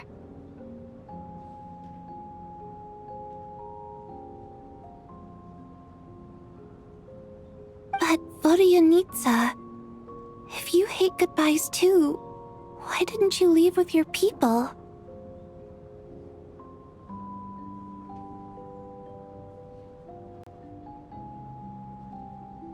That's just the choice I made. I used to regret it, but I don't anymore.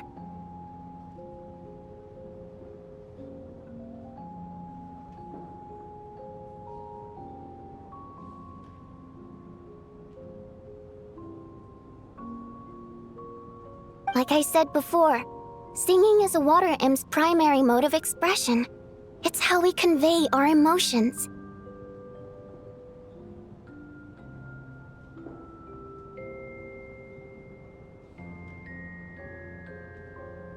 Our songs have echoed through this theater for hundreds of years, each one a story pieced together through moments of joy and sorrow.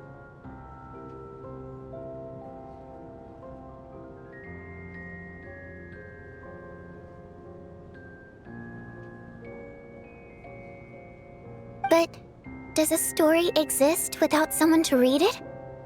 To me, the answer is no.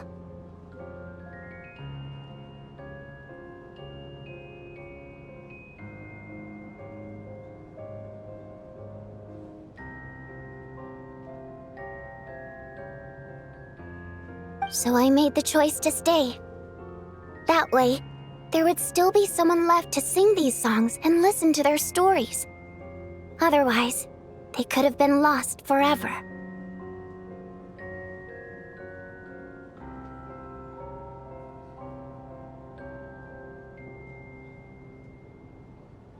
Could you teach me how to understand your people's songs sometime?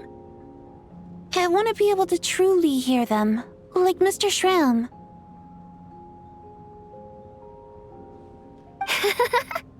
A fan after my own heart. Thank you, Tonya. How about I sing something for you, and you tell me what you hear?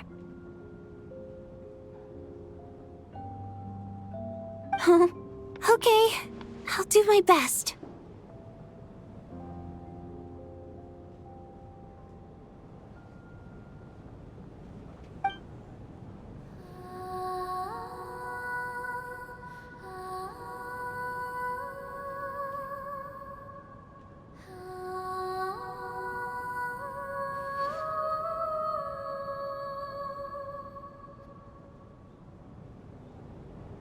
I've never heard that one before. I feel like I can hear a sense of longing somehow. I wonder why that is.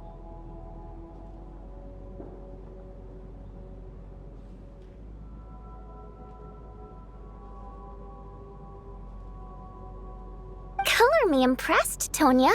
You're a keen listener.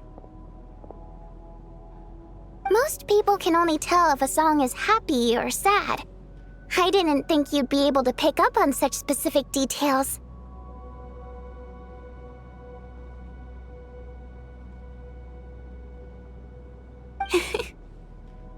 So, what's the song about then? Come on, tell me! I've actually never performed this song in the theater before, because it has more of a ceremonial purpose for our people. It's not meant for the stage. It means something like, "May those we have lost watch over us, and follow this song back home in the night, so that we might be reunited once more." No wonder I could hear that sense of longing. You sing it for loved ones who have passed away. I hope it's getting late, Tonya, and you're not well. We should all turn in early. I suppose there's no reason to keep watch tonight.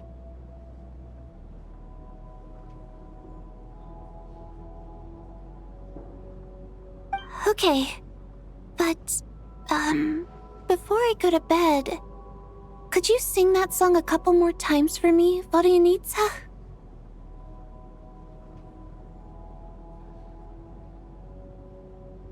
Of course. Anything for my #1 fan.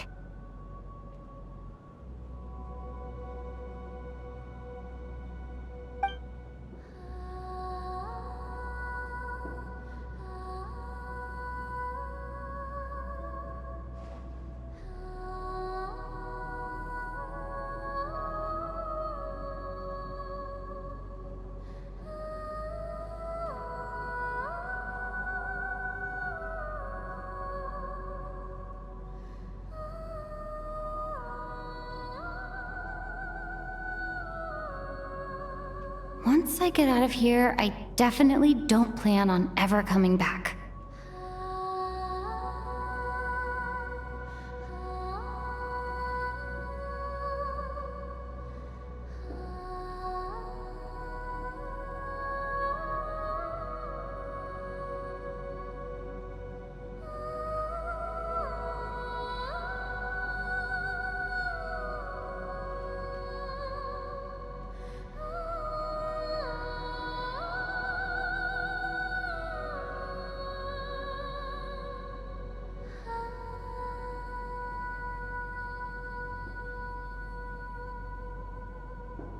But I guess that means I'll never get to hear Vodyanitsa sing again.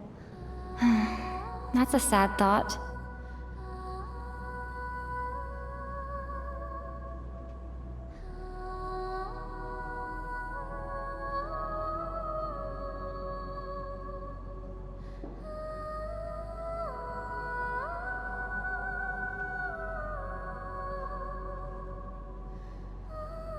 Before I fall asleep, I should cherish this moment of companionship while it lasts.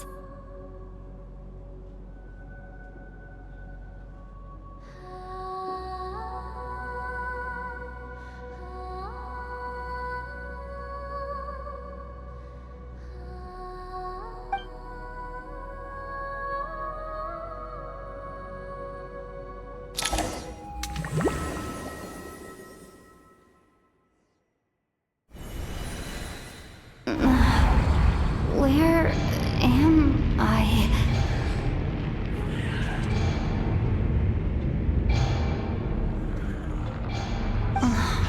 It's so dark in here, and I feel kind of dizzy.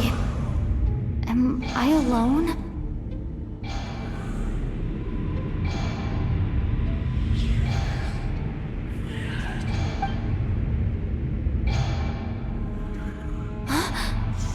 What was that noise?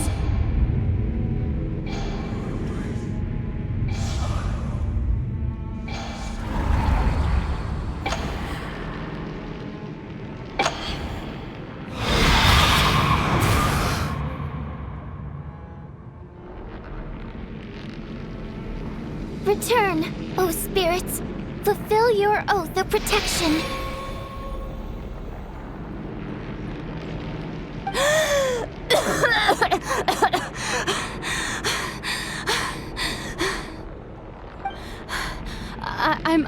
I'm alive? What just happened? No time for questions. Quick, over here. Turn on a switch. We need to bring back the light.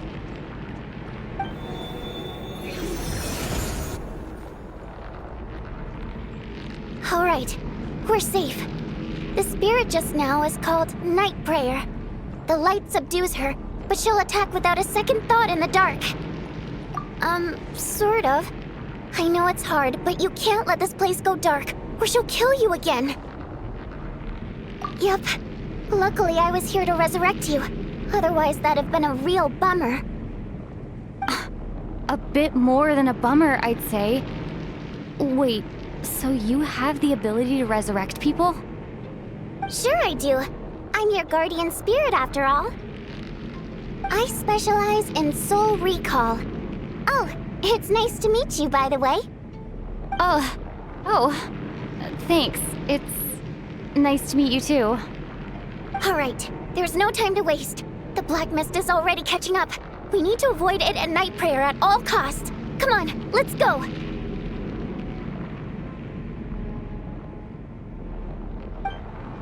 We need to reach the next switch before the place gets too dark. If we bring the light back, Night Prayer won't be able to get to us. Sweet, sweet light! It's back! Now that's a sec... Shh! It's Night Prayer. We need to move quick, but don't let her notice you. Look out!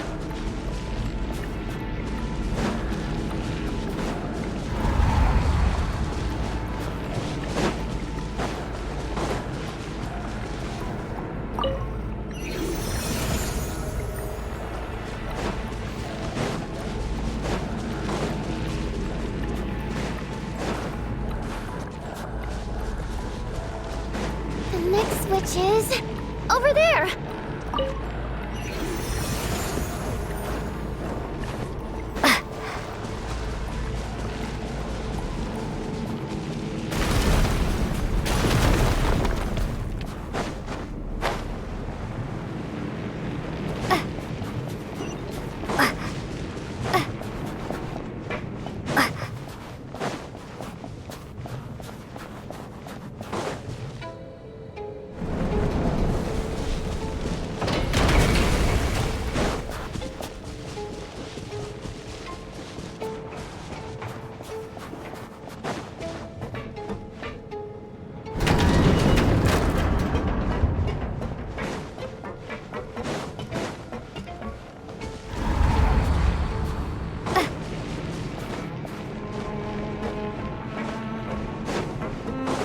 The switch is just up ahead! Hurry!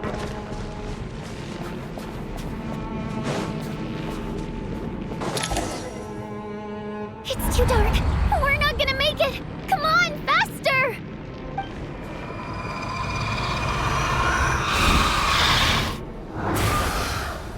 Traveler! I won't let you die like this! Not on my watch!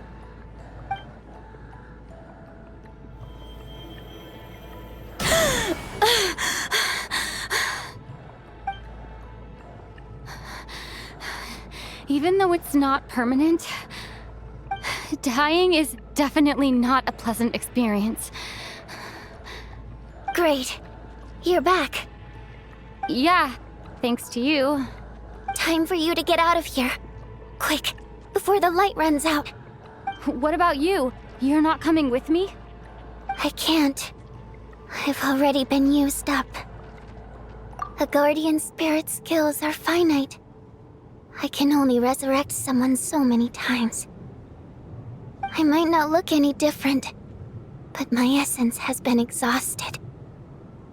Now, I will slowly start to fade away. I can go no further. The black mist is where I belong. Why didn't you tell me sooner? Because it wouldn't have changed anything. That knowledge would have just burdened you. And a guardian spirit's role is to protect. But... Go. Now, before it's too late. I already hear night prayer approaching.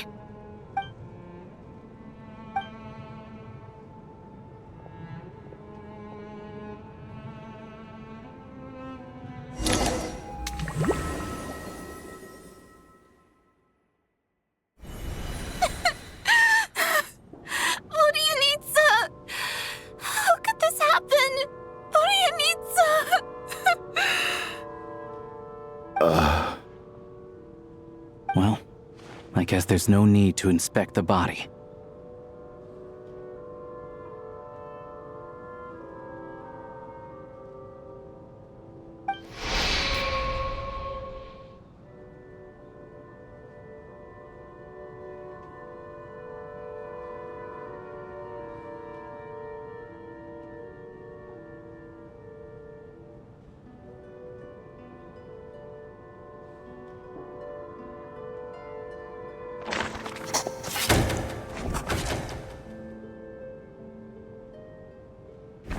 Wasn't supposed to happen. You lied to us, didn't you, Chuganov? You've been lying from the start.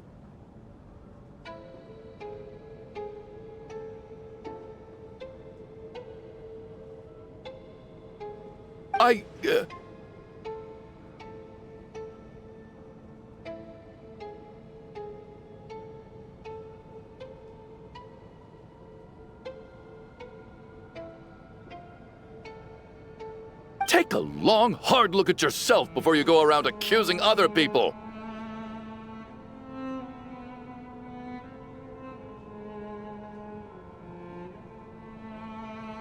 I suspected you on day one, Lelik, and now look where we are. By some strange coincidence, you've never been targeted. You just happen to have survived this long? No, you should be the prime suspect. And you, little hunter, ever so content with staying on the sidelines. Yet you were the one who stopped us from leaving from the start! Why are you trying to keep us here? Now you're just lashing out indiscriminately. That's either a sign of anxiety or a guilty conscience. Where was all this passion and bravado before? Decided to fight until the bitter end. Is that it? Is that a threat? Fine, bring it on. You think I'm afraid to die after all this? You want to kill me? Go ahead. I'd like to see you try. After all the trauma of the past few days, everyone's been pushed to the breaking point. Valeri and Mitya aren't here anymore. Someone else needs to step up and take charge. But first, I need to think this through. Considering everyone left, who's the most likely candidate for the deceased?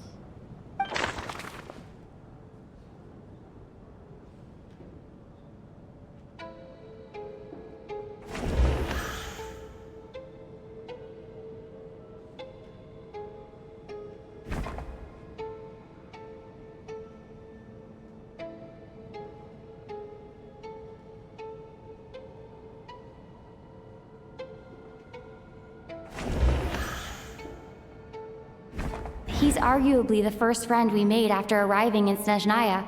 While he works at the theater, we've also met him outside of it, so he can't be the deceased.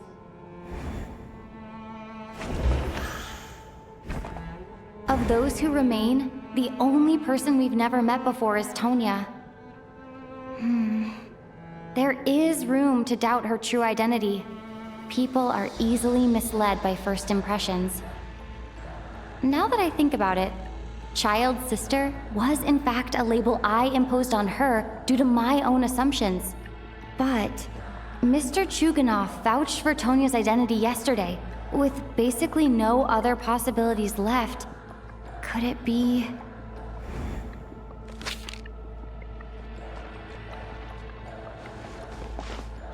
Tonya, how's Tusser been lately? Tusser? Your brother Ajax must have mentioned me in his letters home, right? Did he say anything about a blonde traveler? No. And my brother's name is Razik, not Ajax. Chuganov, looks like it's your turn to do some explaining. Yesterday you said you could vouch for Tonya. Why did you give us a false testimony? I knew you were behind this, Chuganov. You've been lying through your teeth from the start. Everything about you is fake, down to the wife and daughter you're always talking about. Your entire family man persona is a charade, isn't it? That night, when I infiltrated your place as Lelik, I noticed you were home alone. Didn't think much of it at the time, just thought everyone else was out. But thinking back on it now, that doesn't seem very likely. My guess is, you live alone, don't you? Even that was a lie? But why would he lie about having a family? Oh! Curses! Oh, why is there no end to this blasted snowstorm? If it would just stop! I think I remember now. I know how I ended up here. It feels like a distant memory. But at the same time, it's just like it was yesterday. The reason I'm always coughing is because I got sick with frostbite. The locals usually call it the snow cough. It's not a very common illness. It's partly genetic and partly caused by the cold climate, but it can be fatal. They sent me to the hospital as soon as they found out I had it. And I spent so long lying there in that hospital bed. After a while, I felt myself growing weaker and weaker. Nothing seemed to be working anymore. Neither the treatment that the doctors were giving me, nor the medicine my brother was brewing from frost fairy flower leaves. So one day, I told my brother that I wanted him to take me outside for once, so things could be like they used to, just for one day. I wanted to meet loads of friends, experience new things. He agreed. He snuck me out of the hospital, and we escaped. We got to the theater, bought tickets, and went inside. It was all so exciting. I remember the show very clearly. It was amazing. But I found myself getting sleepier and sleepier.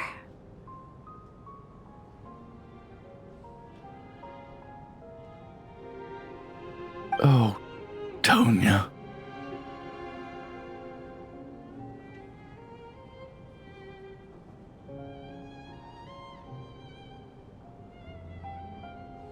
When I woke up, I couldn't find my brother anywhere, so I guessed he'd already left.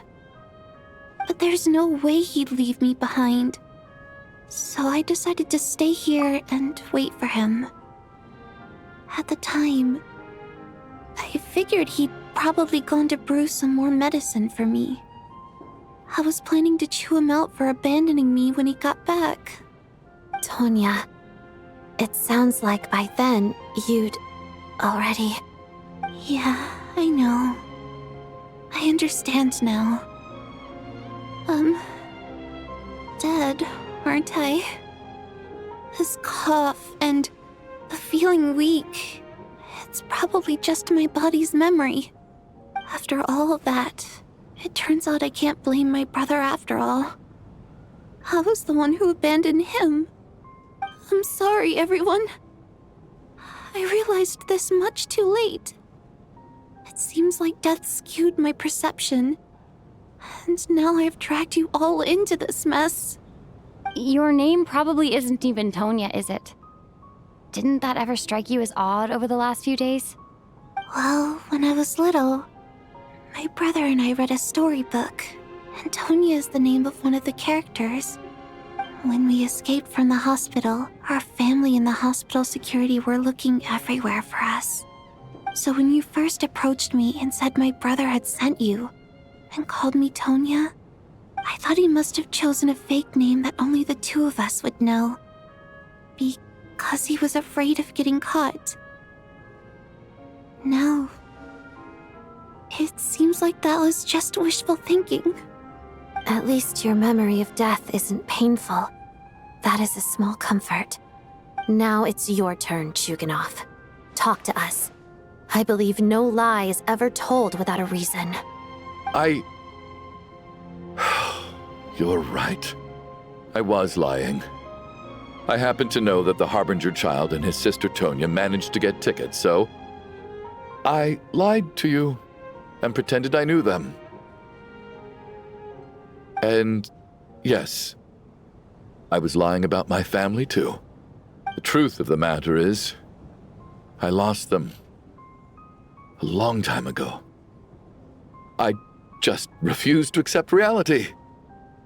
And now I've spent the second half of my life living a lie. I'm a joke. My daughter's name was Iskra. And before you ask, yes, Iskra, as in Iskra Manufacturing Plant. She also died from the snow cough. She was just 6 years old. If she were still alive today, she'd be around the same age as little Tonya here. After Iskra passed, my wife couldn't bear to face those memories either. So she chose to start a new life without me.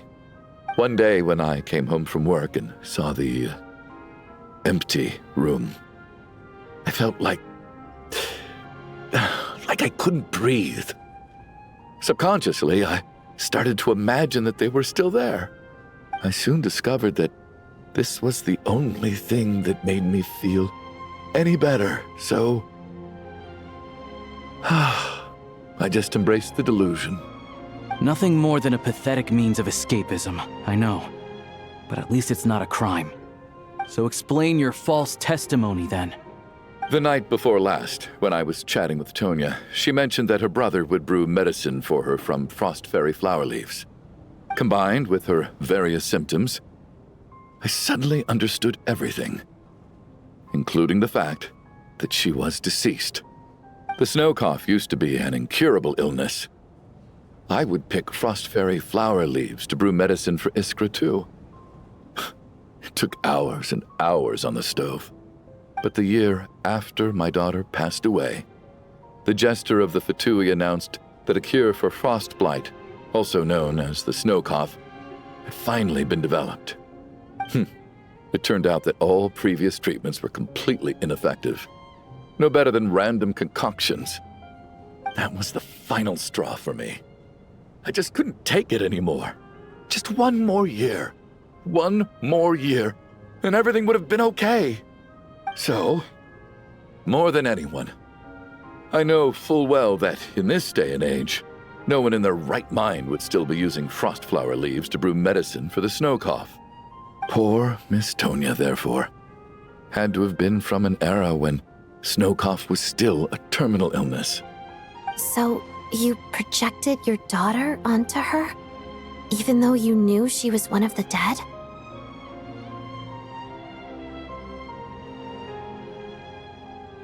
That doesn't make any sense. You knew she was already dead. What did you hope to achieve by protecting her? I just don't believe in your crackpot theories, nor do I approve of your actions. How can you just declare a living person dead and throw them out into that snowstorm? Nitia's gone. My good buddy Shram's gone. And now it's Tonya's turn, isn't it? The others I can make my peace with, but little Miss Tonya, here she is, standing right in front of us, alive and breathing, and fighting her own battles. Yet you're quite happy to say she's dead? I just want her to live. Once this snowstorm is over, the very moment it stops, I'm going to march out that door and find someone who can fetch the very best medicine for her snow cough. I'll be damned if I'm gonna let you cast her out into the snowstorm before I have the chance to cure her. Not again. Not this time. Not when the cure is right within our grasp. I'd never be able to forgive myself. Mr. Chuganov, stop. I can't let you do this. Tonya. By the sounds of it, you've known I was dead since the night before last, right? I really liked Mr. Valeri, Mr. Mitya, and Miss Vodyanitsa. And now they're all dead because of me. I'm not happy about that. The reality is, you've been trying to fight your own demons through me. But all you've really done is trap me inside your delusion along with you. No! Listen to me. I want to save you. I do. Well, at this point, I'm quite sure that I'm dead. I don't need to be saved. The time I got to spend with all of you is more than enough for me. Despite all the bad things that kept happening, I got to meet so many interesting people and spend so many days and nights by your side. Since the day I escaped that hospital until now, this has been an adventure I never even dared to dream of. I'm very fond of you all. If it were only possible, I'd trade my soul to bring back the ones who died. If it meant things didn't have to end like this. And that's why I'm not fond of you at all, Mr. Chuganov. I'm sorry. It's them that you owe an apology to, sir. Not me. Well then, I suppose this is it. It's time for my adventure to end. I've caused enough trouble. You're leaving already? It's still early. Don't you want to stay a little longer? No thank you. Oh, and by the way, my name is Patashka. It was nice meeting you all. Feels strange that we're only being properly introduced now that it's time to say goodbye. Patashka.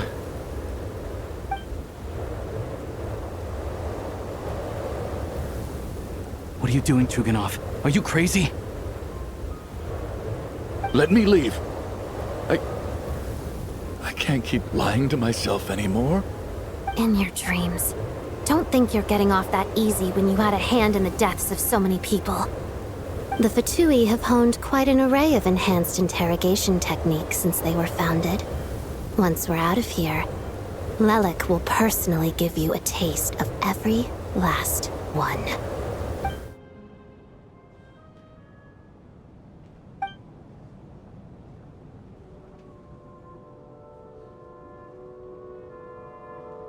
I think we should leave.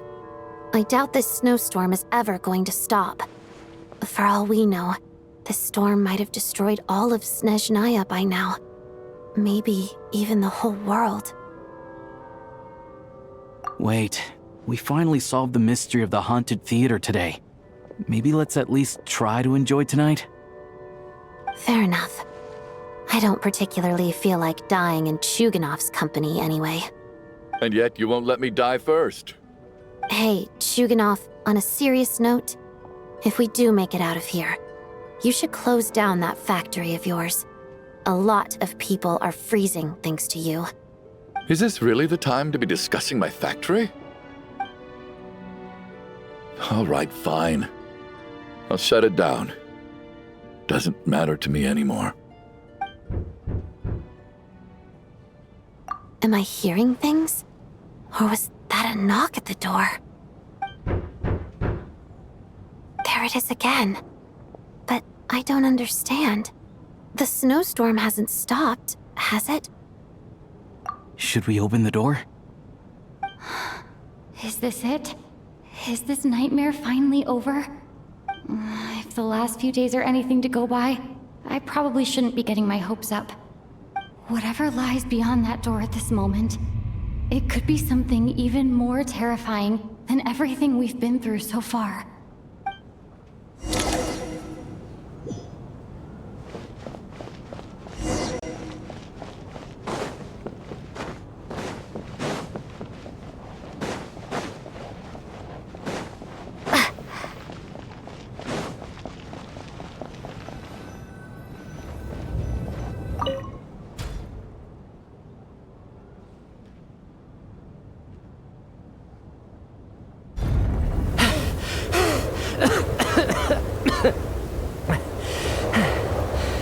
Hey everyone, I'm back.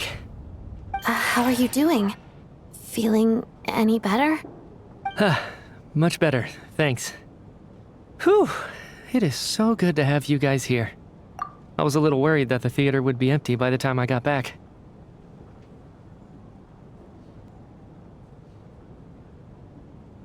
Let me see. Tonya and Vodyanitsa are missing, which means Vodyanitsa died last night. And then you discovered that Tonya was the other dead person. Am I right? Not Tonya. Pitashka. First, tell us how you made it back here. Given the conditions outside, no one should be able to return alive.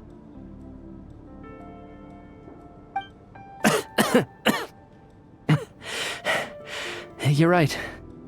The thing that got me back safely was a song. I heard someone singing. After walking into the snowstorm, my mind grew hazy. I don't know how long I walked through the storm before my mind completely slipped away. Then, suddenly, I heard the sound of singing. The voice instantly brought me back to my senses, and I regained consciousness. So I followed the voice, searching for the source of the singing. I searched and searched, until finally, just a few moments ago, there was the entrance to the theater, right in front of me. I've actually never performed this song in the theater before, because it has more of a ceremonial purpose for our people. It's not meant for the stage.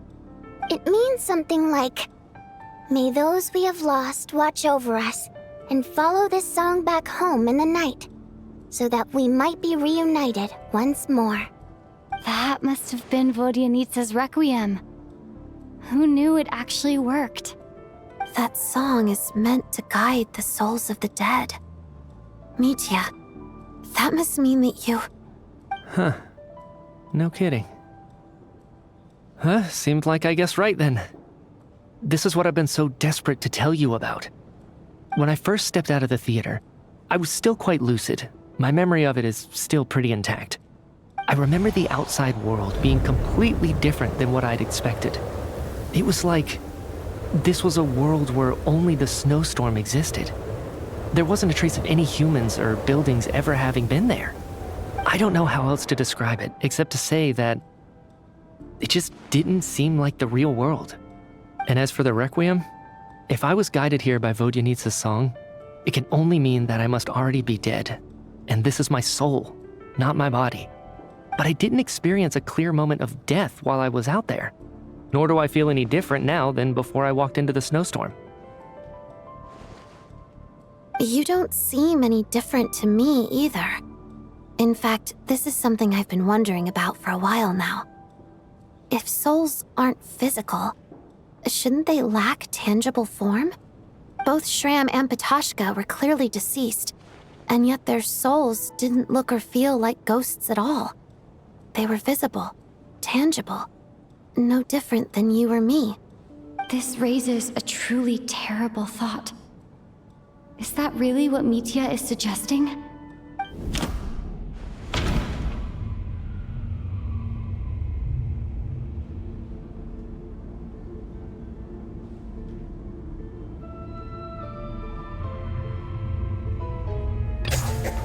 Mitya's soul was summoned back by the Requiem, confirming that he is indeed already dead. And yet, he looks no different from us. Of course, if even the long deceased like Mr. Shram can blend in with us undetected, then maybe we've all been dead from the very start. And all of us are now souls wandering the theater.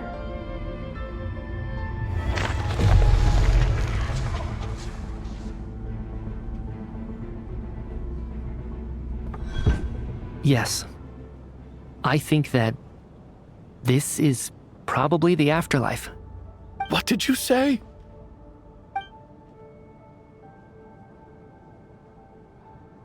You heard me. We died in the theater. All of us did. But due to an obstruction in the theater's ley lines, our souls are trapped here, while an endless, infinite snowstorm rages outside. It's ironic, really. All that time, we were working so hard to figure out who the deceased among us were, when the truth was, we were all deceased. The only difference being some of us died more recently than others. Do you remember that note, "Death is near"? Seems like we misunderstood what it meant after all. Death was nearer than we wanted to think all along. The note simply meant that all of us were already dead. So all our attempts to survive, our search for the deceased, it was all for nothing? Hard to say. At the very least, we hope 2 lost souls find clarity and go to where they belong. The presence of those 2 is probably what caused our souls to be drawn in by the ley lines. In which case, the deaths we've awoken to over the past few days were just souls returning to the ley lines for good. If what you're saying is true, doesn't that make us the lost souls now? Huh, no wonder. This afternoon, when I was moving Vodyanitsa's body, I noticed that the other bodies in the room hadn't decayed one bit after all these days. That's further proof that those aren't physical bodies at all, but merely our shells here in the afterlife. Am I really dead? This doesn't feel real to me at all. No, that's impossible. This cannot be how it all ends.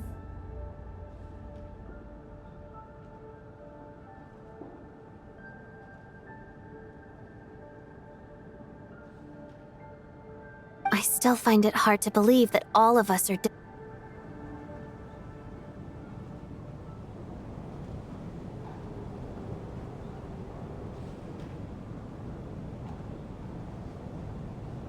of dying, right? Not even knowing how he died is preposterous. Good grief! Surely there has to be some reason. Exactly. It's hard to rest in peace when you don't even know how you died. It gave me lots to think about as I strode out into the snowstorm. I racked my brains trying to remember the cause of my death, the exact moment I died, the root of all of this, right up until my consciousness faded.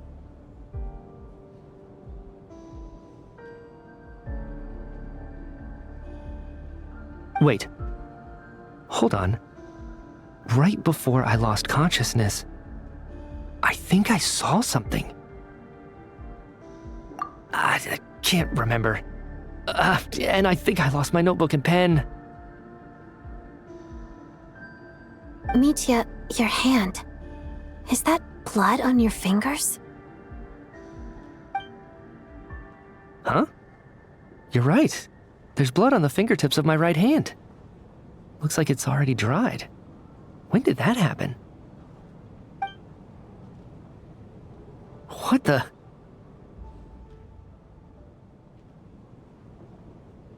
I guess this was what I saw.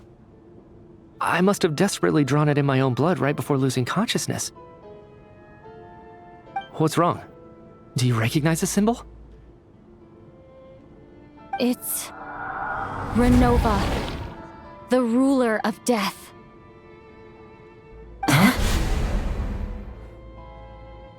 Alosha, do you still remember that Snezhnayan folktale you told me about?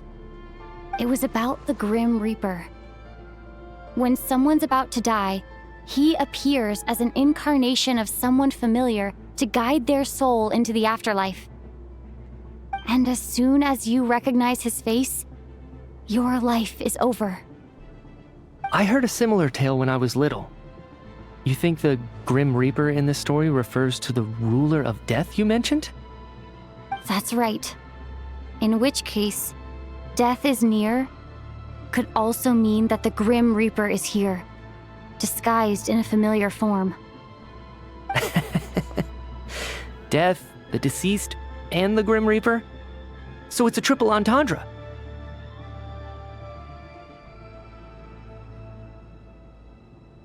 When I first saw this note, I thought it contradicted the investigation report.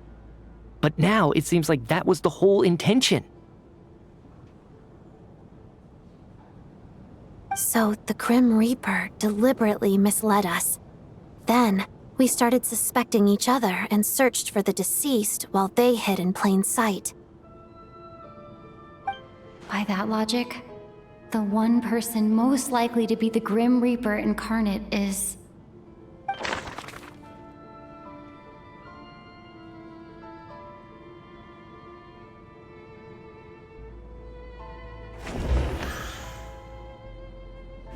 Identifying the Grim Reaper is a major decision to make. I should think it over carefully.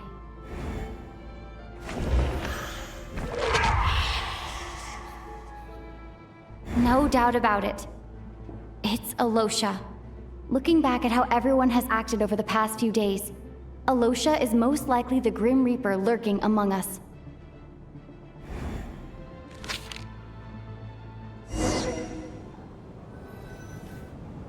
Is it you, Alosha? You were the first to discover the investigation report, and you had plenty of time to slip the note inside to mislead us. So? Surely you can't suspect me based on that alone. What if someone else found the investigation report first, slipped the note inside, and then put it back without telling anyone? There's no denying it. The note could easily have been slipped in much earlier than it was discovered. That's not all.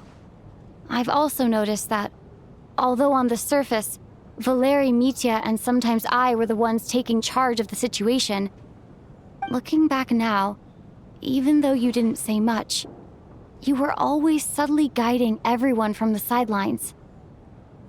What do you mean? You were the one who emphasized how dangerous it was outside and insisted we all stay here. It was also you who suggested that we all sleep in the same place. And earlier today, you tried to convince Patoshka to stay. I don't understand why. but it was out of character. So, you didn't understand my intentions, and now you're assuming the worst. Seems pretty unreasonable if you ask me. He still won't admit it? Fine. Let's see how he responds to the most damning evidence of all. The biggest question I have right now is, if the Grim Reaper is impersonating Alosha, then where's the real Alosha? When did they switch?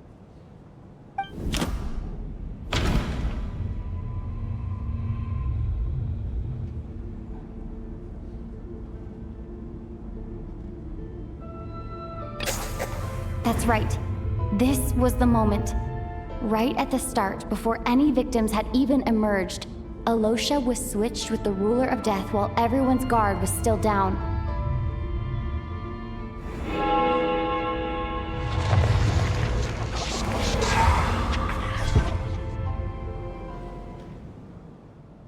When all this began, right after the performance ended and the snowstorm began to pick up, no one suspected anything unusual. We just assumed we were snowed in. It wasn't until we discovered the bodies the morning after that we realized something out of the ordinary was going on. But it's clear now that the oddities actually started earlier than that, when Dimov walked into the snowstorm and never came back. Right. So Mr. Dimov was the first victim, not Sobolova and Torgov. And if we pinpoint that moment as the beginning of this incident, then one thing becomes clear. Alosha, you are the only person who walked into the snowstorm and came back without the help of Vojanitsa's Requiem. More precisely, Alosha never came back at all. The one who came back was the Grim Reaper. Not bad. Well, since you've backed me into a corner, I suppose there's no point in keeping up the act anymore.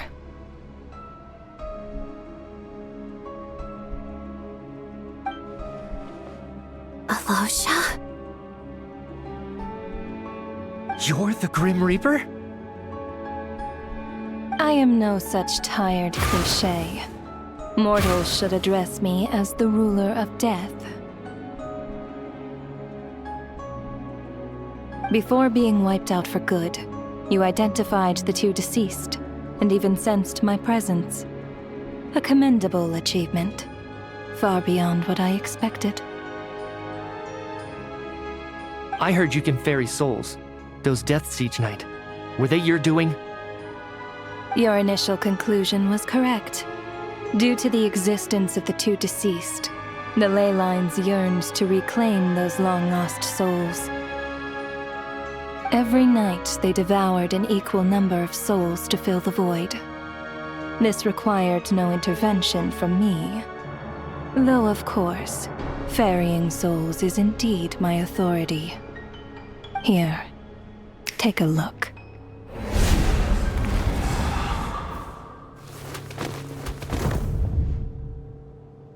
What are you doing? That takes care of today's too.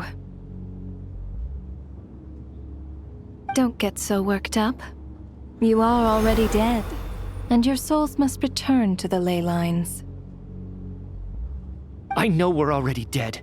You murdered us, didn't you? Murdered? No. Murder is when mortals usurp my authority. Death is my jurisdiction. If I require someone to die, I need not resort to such laborious methods as murder.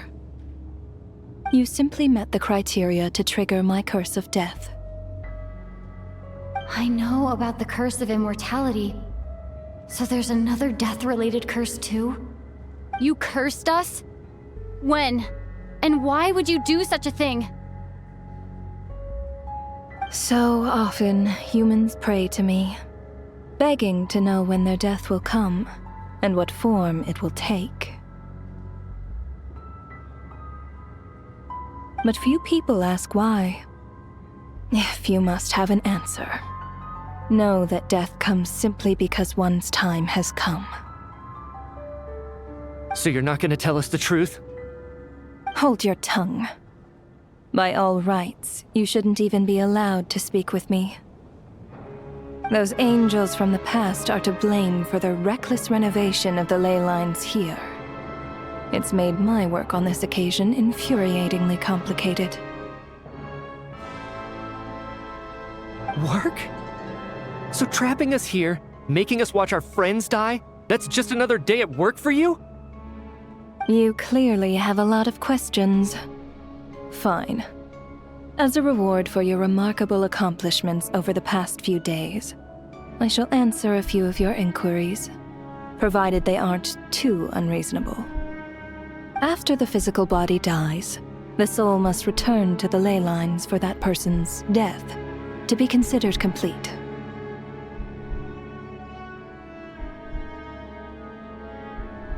My work encompasses the entire process of death, including, naturally, the guiding of souls into the ley lines, with which you are now so familiar. You must also be rather familiar with Natlan's Night Kingdom, I presume? It was I who supported the creation of the Night Kingdom. It provided a convenient means of guiding the souls of Natlan.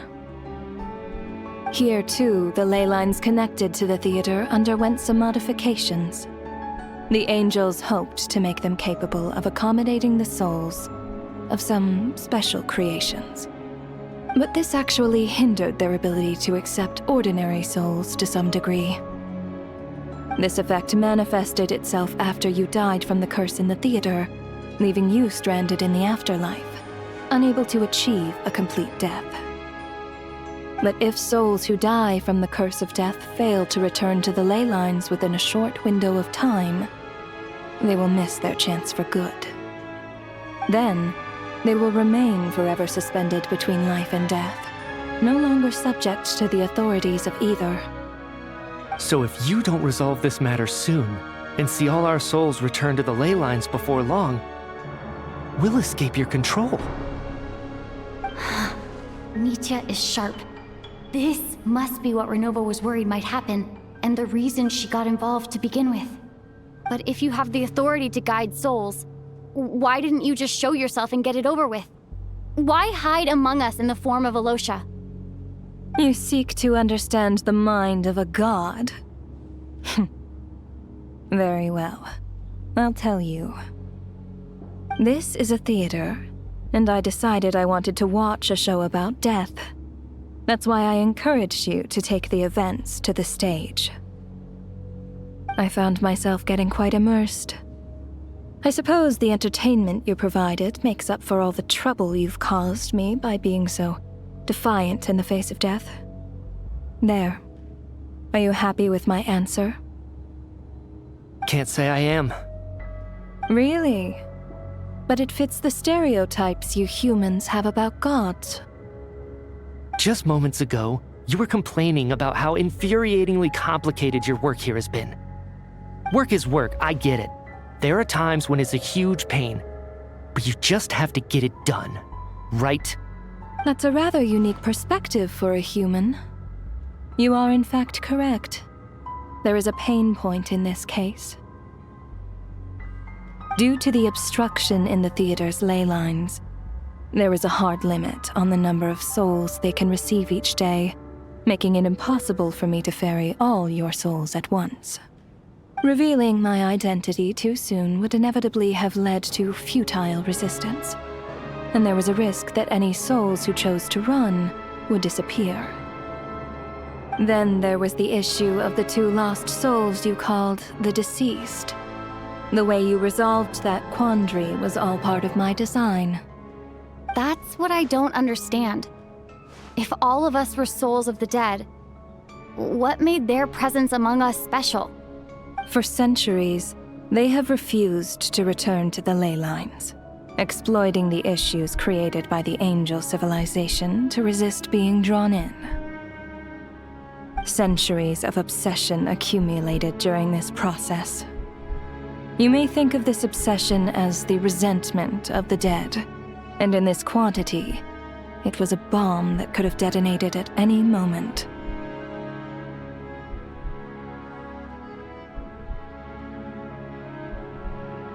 It reached the point where I could not afford to leave it unchecked. But the only way to fix it was to help them acknowledge their own deaths, make peace with their regrets, and willingly walk into the snowstorm. Only then, with my guidance, could they finally return to the ley lines. Otherwise, you would not like to know what the consequences would have been.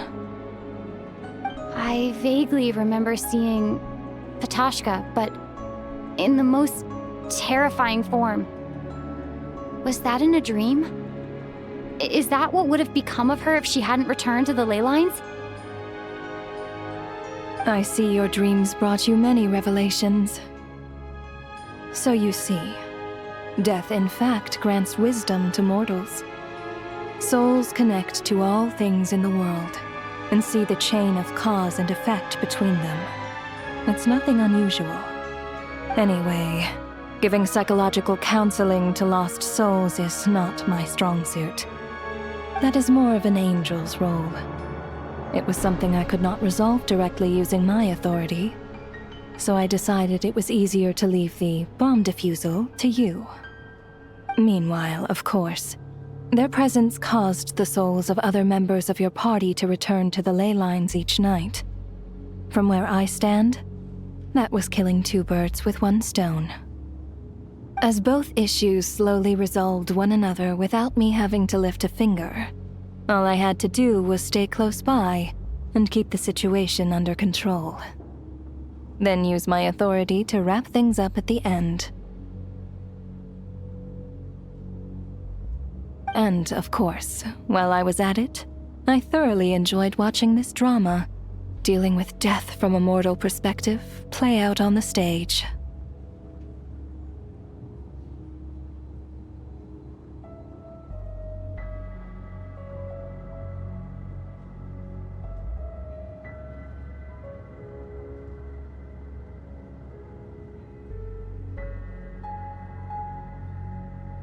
Sounds like you had it all figured out, Grim Reaper.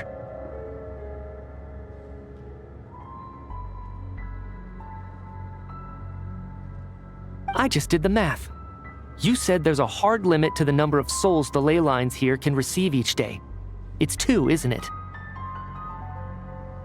That much is obvious, even to a fool. It's time to review this whole affair. If the ley lines can only take in 2 people per day, I need to go over the deaths from these past few days again.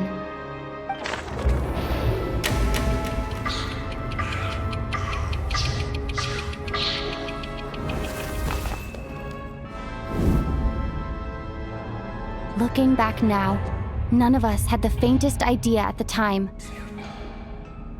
From the moment the staff member named Dimov walked into the snowstorm, the incident had already begun.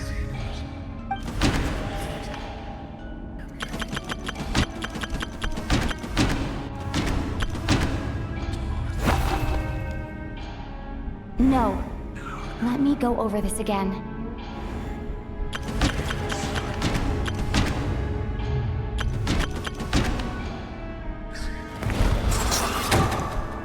Alosha was the second to walk into the snowstorm after Dimov to investigate. During this process, the ruler of death assumed his identity, making him one of the victims.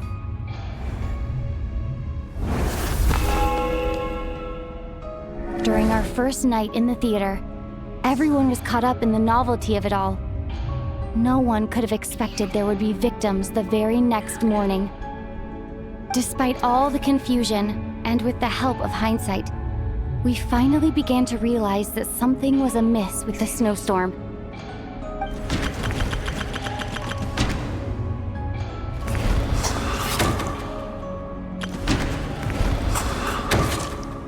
The ley lines devoured Torgov and Sobolova on the first night. At the time, we thought this might be a murder case connected to Lelek.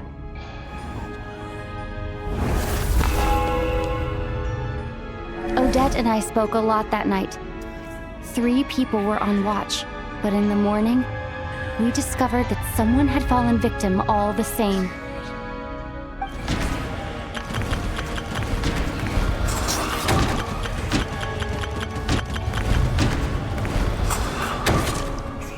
deaths of Coolish and Ranpana caused everyone to stop suspecting Lelek.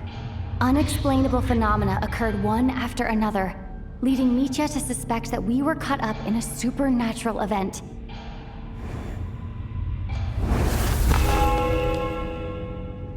Later, we discovered that there seemed to be an extra person among us, and subsequently discovered the existence of the deceased.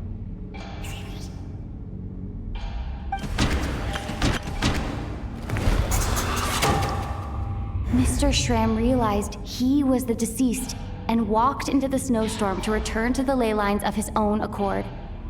It turns out there really was a dead person among us.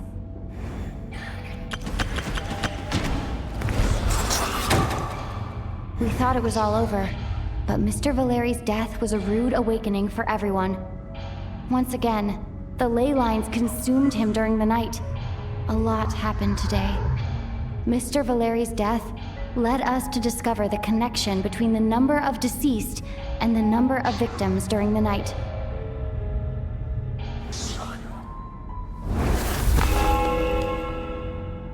The fact that there was more than one deceased seemed to bring us back to square one. Odette revealed some information she had been keeping to herself.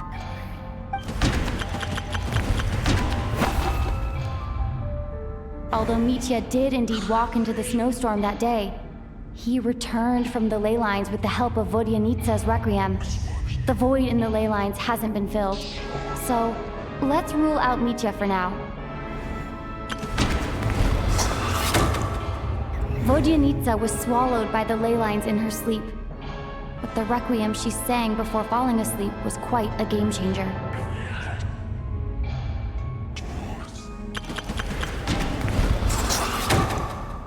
As it happened, Patashka filled the void left by Mitya's return from the ley lines by walking into the snowstorm this morning.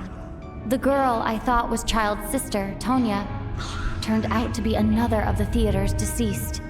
Come to think of it, Patashka was about to walk into the snowstorm at that time, and Renova, unaware that Mitya would return, was concerned that her soul would overflow from the ley lines.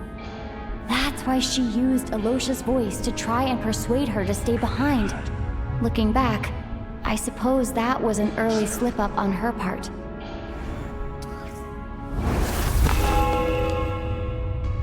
No one could have expected anyone who walked into the snowstorm to return. But just after nightfall, Mitya returned, bringing crucial information with him.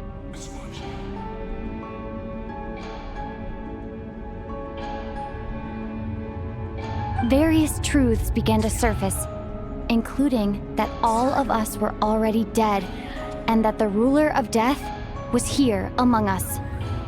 Then, after revealing her true form, Renova callously claimed 2 souls.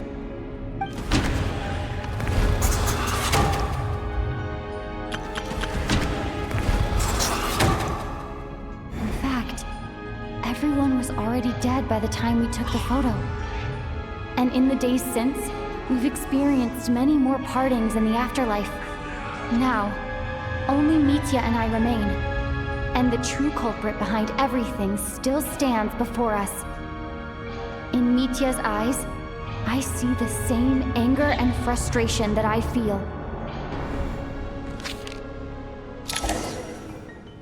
That covers everything. It's all clear now. Your work isn't finished here yet, is it? The Traveler and I are still standing here, safe and sound. The Water Imp's song threw things off a little, but it is of no consequence. The ley lines have already anchored your soul, and the first ray of light tomorrow morning will take you back. I, meanwhile, need to review my attitude towards the Water Imp race. So the reunion in the night that Vodyanitsa mentioned, I suppose that was never meant to be a permanent reunion. That just leaves you, Traveler. My power only allows me to temporarily separate your soul from your body. The ley lines of Tevat would not accept you. And your soul is firmly anchored to your body by your will. for a descender like you, who is not bound by Tevat's rules. Your death can only be brought through the most violent of means, such as directly destroying either your body or soul. I have no interest in involving myself with descenders, for now. Although, this may change if Asmodee remains missing, or you insist on interfering with our affairs. One last question then. All our struggles and sacrifices here, they were meaningless from the very beginning, weren't they? Death abides no reason. Besides, what you call sacrifice is merely a concept created by humanity. To me, it is nothing more than a self-indulgent charade in the face of death. Mere mortals fantasizing that their actions could reclaim something from my grasp. A truly laughable idea.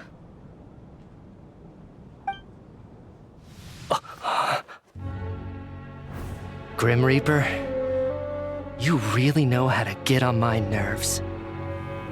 I'm not here to ingratiate myself with you.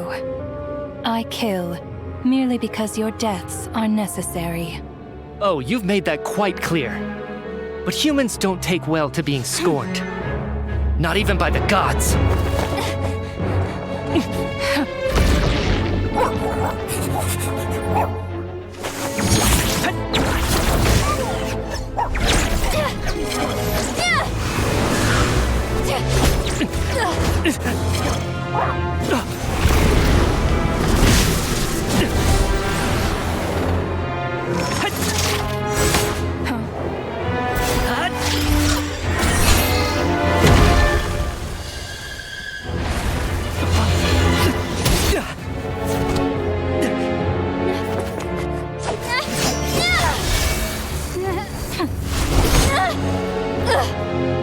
This is futile. You must know that you are powerless against me in my own domain. I suggest that you save your strength. For what? Maybe we can't change anything. But if nothing else, we can at least teach you to have some respect for the dead. Audacious.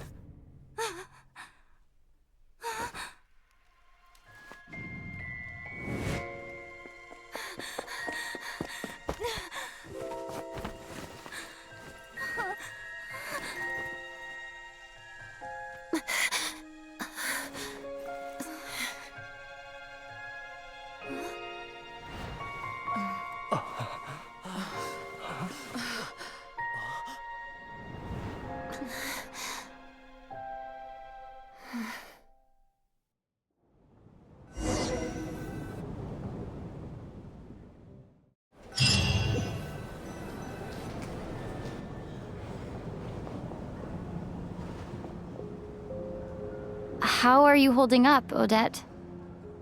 What happened to me? How much do you remember? What do you mean? Is the performance over? I can't seem to recall what happened. Has Odette already forgotten?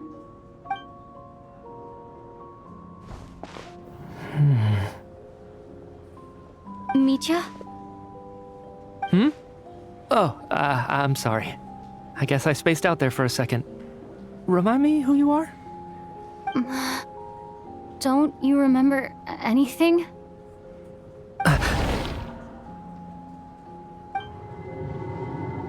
Yeah, I remember now, comrade. Looks like we guessed right. Just like me when Odette found me at the Armory Palace, for some reason, everyone killed by the Ruler of Death eventually came back to life. Just with one catch. They forgot what happened while they were dead. Odette and the others have already forgotten everything. Why were you able to remember this time? Could this be the reason? You said this is the Ruler of Death's symbol, right? I don't see anything there.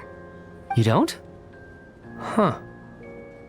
Okay, I guess that makes sense. I carved this into my hand in the afterlife, so it's not visible in the physical world.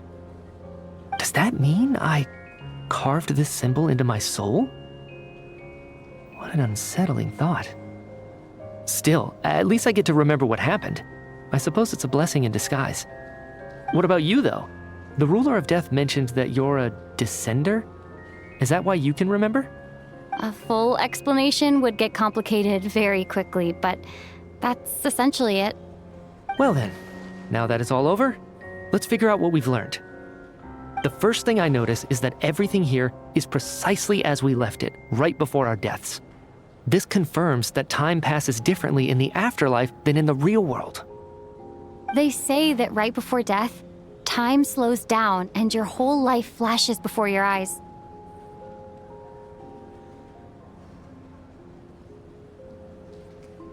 That must be how you know you have one foot in the afterlife by that point. Anyway, clearly the few days we spent in the afterlife probably only amounted to a few short minutes in the real world. This also aligns with previous reports of widespread temporary memory loss among the Armory Palace personnel. Now it seems likely that those were all brief deaths caused by the Grim Reaper's so-called curse of death. To those unaware of the truth, dying and coming back to life must feel similar to a short bout of catatonia. This leaves me with a couple big questions. What are the conditions that trigger this so-called curse of death? And why are we resurrected after we die? If nothing else, I think it shows that killing us wasn't her ultimate goal. We still don't know her true reasons for subjecting us to death. Right. This time only got complicated because of the situation with the theater's ley lines. That's why she had to approach it differently. If the previous incidents of amnesia among the researchers are anything to go by, killing us is usually a pretty routine matter.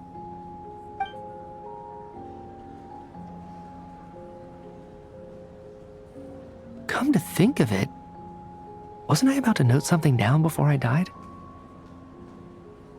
I can't remember what it was, but I think it was something related to my research project. Sorry, Traveler. I'll catch up with you again later. Right now, I have to make a trip back to the Armory Palace. Ma'am, if I may, no one of your description has ever shown up in my investigations into Mr. Mitya's friends. Yet, you two seem very familiar with each other. Could you perhaps tell me where he was in such a rush to get to? And, by the way, have we ever crossed paths? Forgive the presumptuousness, but I feel a vague and indescribable sense of familiarity about you. I can explain everything. Could you help me gather everyone in the theater in one place?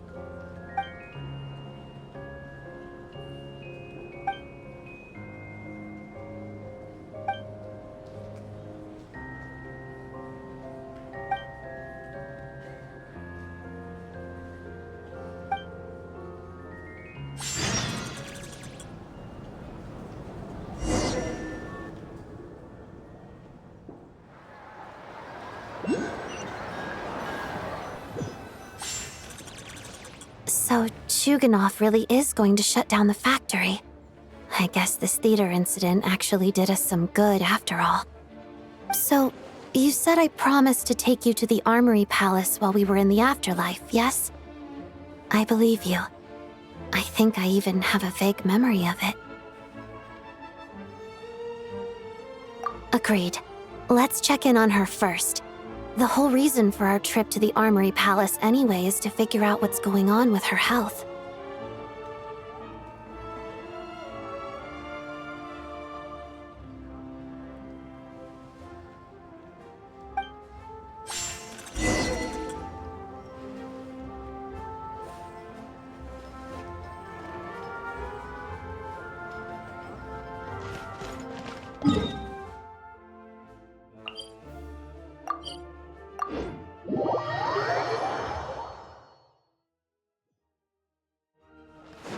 How tiresome.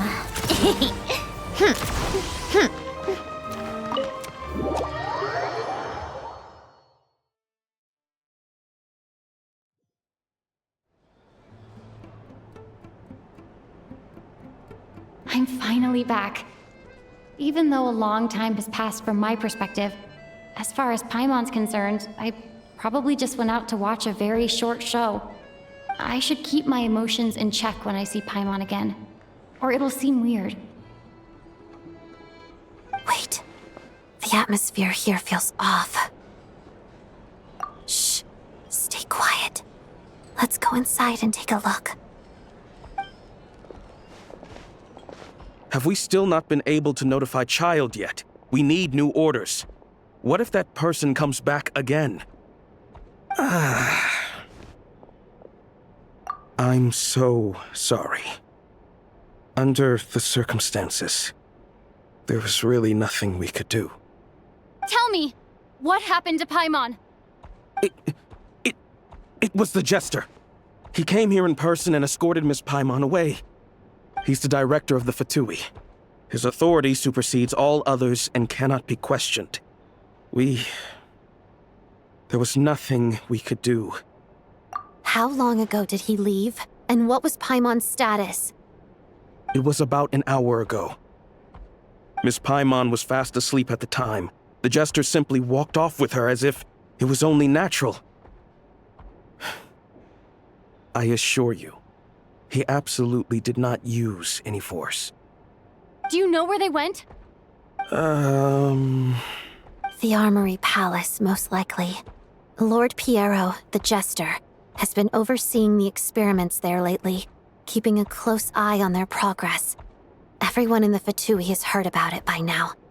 I'm surprised he came in person. Whatever his reason for taking Paimon, he'll most likely return to the Armory Palace first, which is exactly where we were headed anyway. Then lead the way, Odette. Okay, let's go.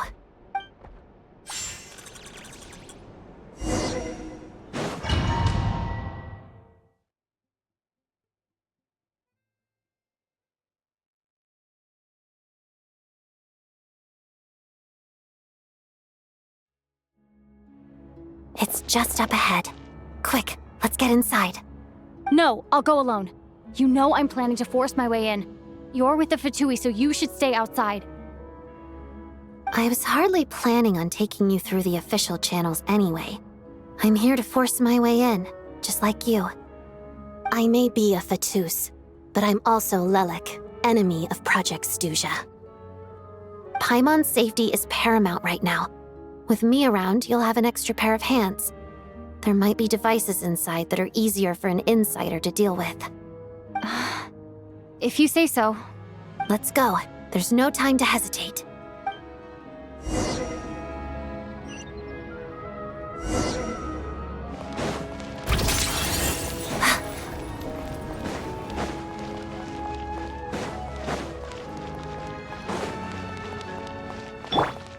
Hey, who are you? This part of the Armory Palace is under restricted access. What do you think you're doing? No questions, please. We're short on time.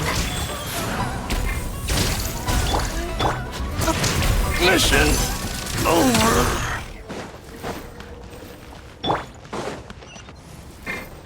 I'll make short work. Emerge. Potted duck.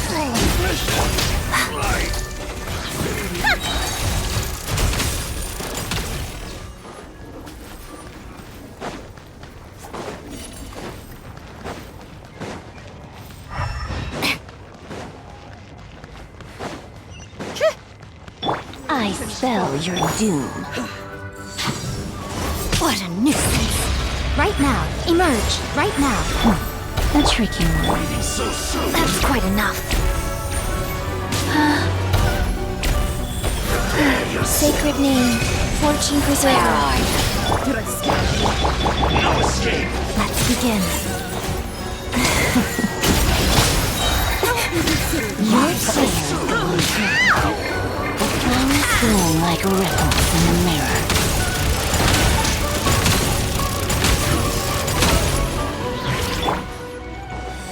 Right here, right now.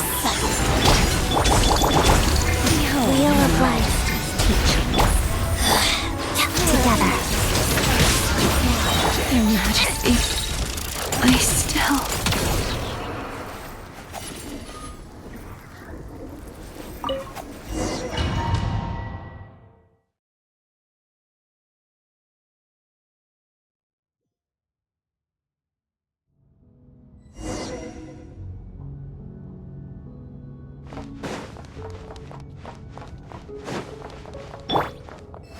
Right here. Now it's your time. Do you have a pass? Where are you coming from? So, you're intruders, huh? Then don't blame me for what happens next!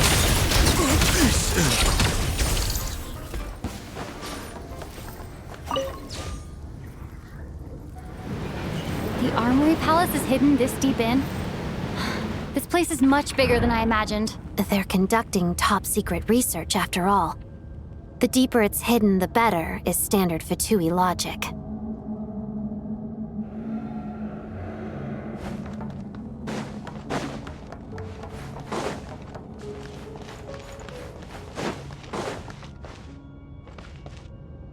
Come on, keep up. Pick up the pace. The style doesn't really look like the Fatui's handiwork, though. They must have requisitioned some structures from a past civilization. Looks like we're in for a Intruders! Stay alert!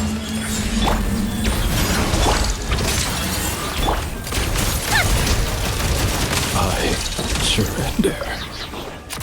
Pick up the pace.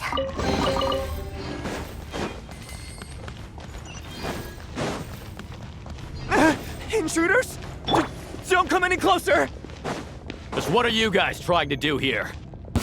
Make short work of your skull! Right here. Let's begin. Witness the snow swan's grave. Take a break. Mission armor. Don't interfere with the jester's work. Fix it.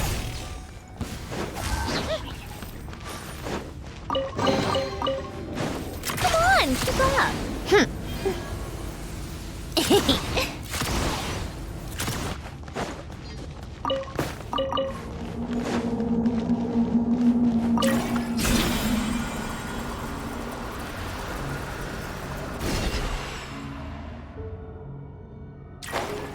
Yeah.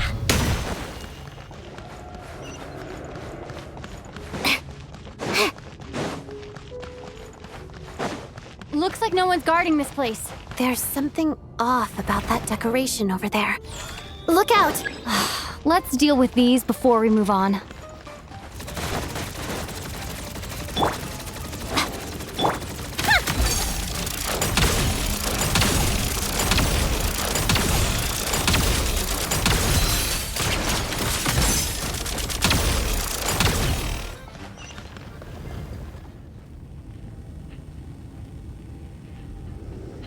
Take a break. Pick up the pace.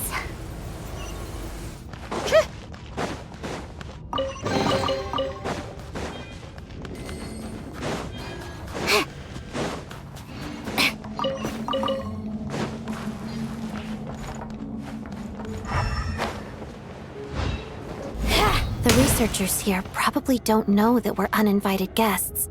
Let's try not to hurt them. What's the big star from the theater doing here? That's Miss Odette. She's a member of the Fatui. Don't tell me you didn't know that. How tiresome.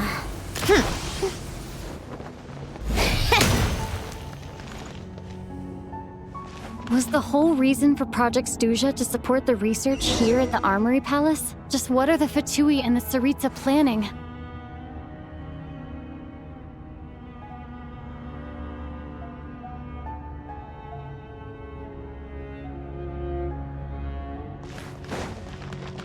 take a break?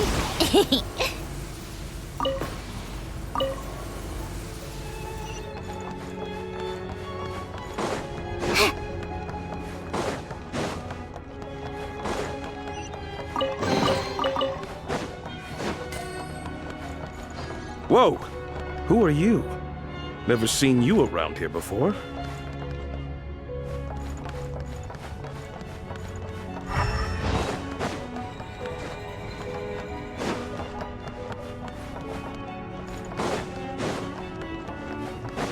Looks like there's no way through here. Maybe using the power of this prism could help? Pick up the pace.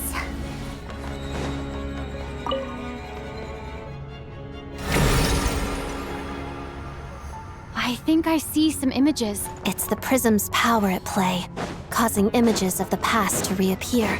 I'll be... Paimon and the Jester? Is this another scene from the past? Yes. It looks quite old, though. I don't think it happened in the recent past.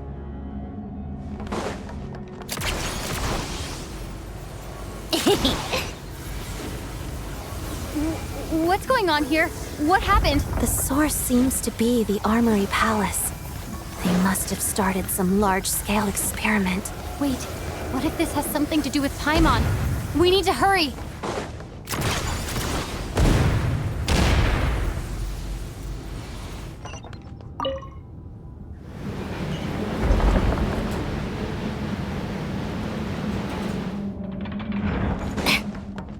We're almost there. The Armory Palace is just up ahead. Paimon, please be okay. Emerge! Right now! Emerge! Guys... Silhouette! Mission! Walls of the snowflakes!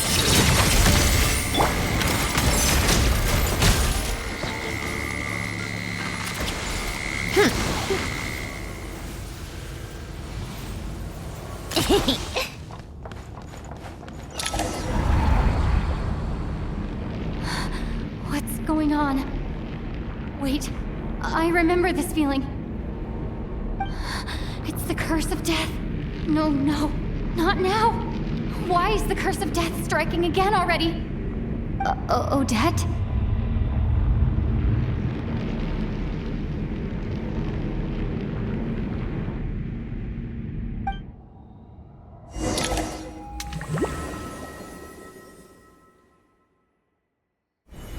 Is this the afterlife again? I need to find a way back to reality. Is that Odette's core Ignis? Could that be what just woke me up?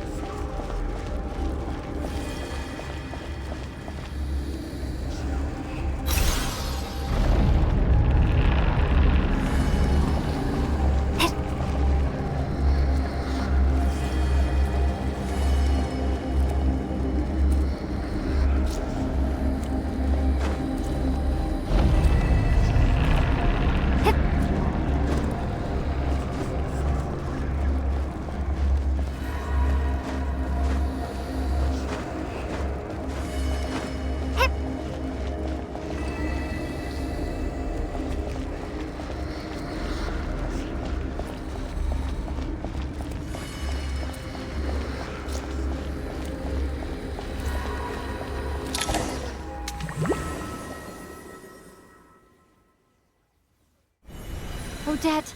Odette! No signs of life, but past experience says that she should be resurrected before too long. Right?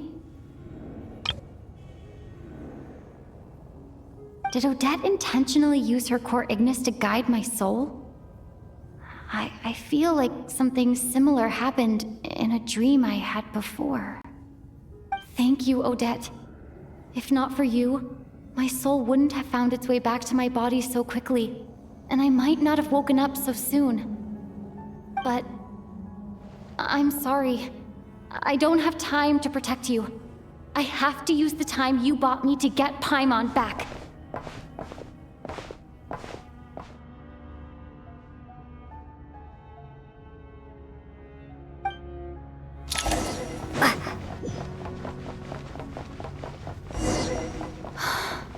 Sure enough, everyone here has been affected by the curse of death. Paimon! Paimon! No, wait. Paimon probably didn't escape Renova's curse either. She won't be able to respond to me right now. I'll have to find her myself.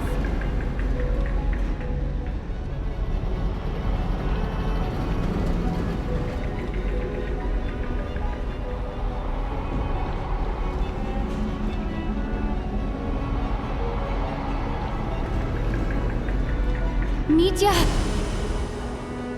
Is this the laboratory he works in? What happened here to trigger the curse of death again so soon? I'll have to ask him when he wakes up. Finding Paimon has to take priority now.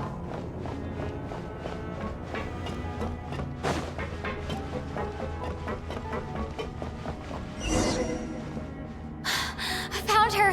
Paimon really is here!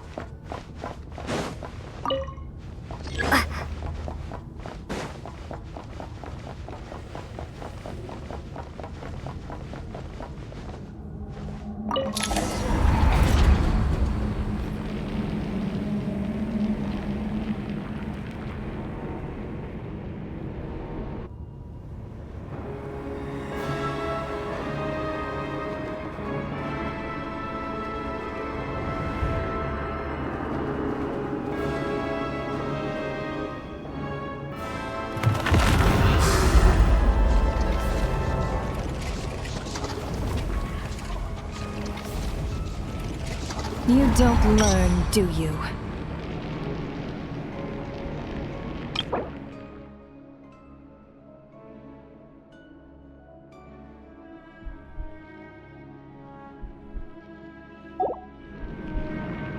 You've already been involved in one mass death, and now you show up at the scene of another.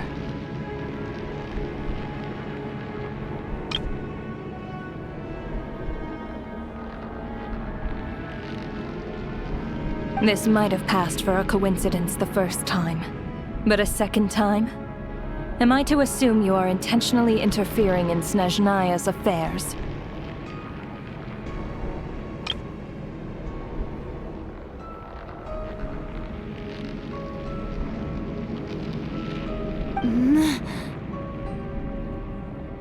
Judging by your expression, it seems that you understand little of what is going on here. In that case, a word to the wise. Do not interfere in Snezhnaya's affairs.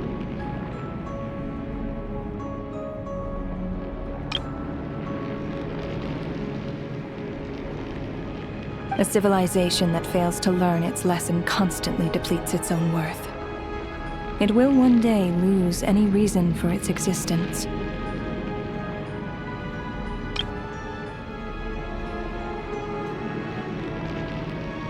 And as a descender, you are perfectly suited to be the lifeline to which a dying civilization might desperately cling. Consider your position carefully.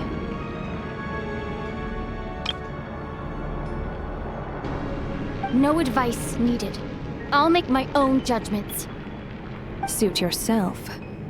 When the day of reckoning arrives, not even a descender can hope to escape unscathed.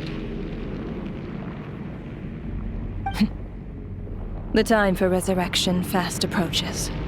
The mortals here are not yet worthy to behold my form. So that will be all for today.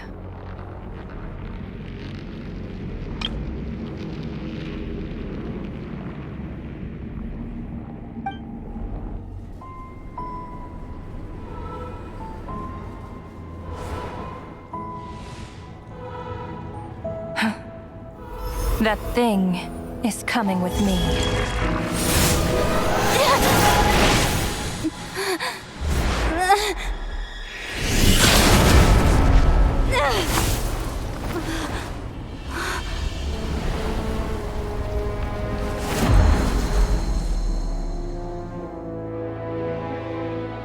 You awoke sooner than I thought. The curse of immortality is stubborn, unable to enter the ley lines, yet not content to remain a spirit. Ruler of death, what do you want? You perplex me. Both you and you. That thing may be a creation of Celestia, but it possesses none of Celestia's power, let alone authority.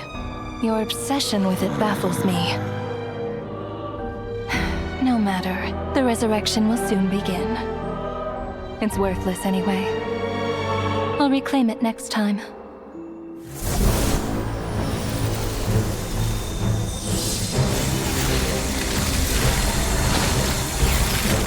Hey, who says there'll be a next time?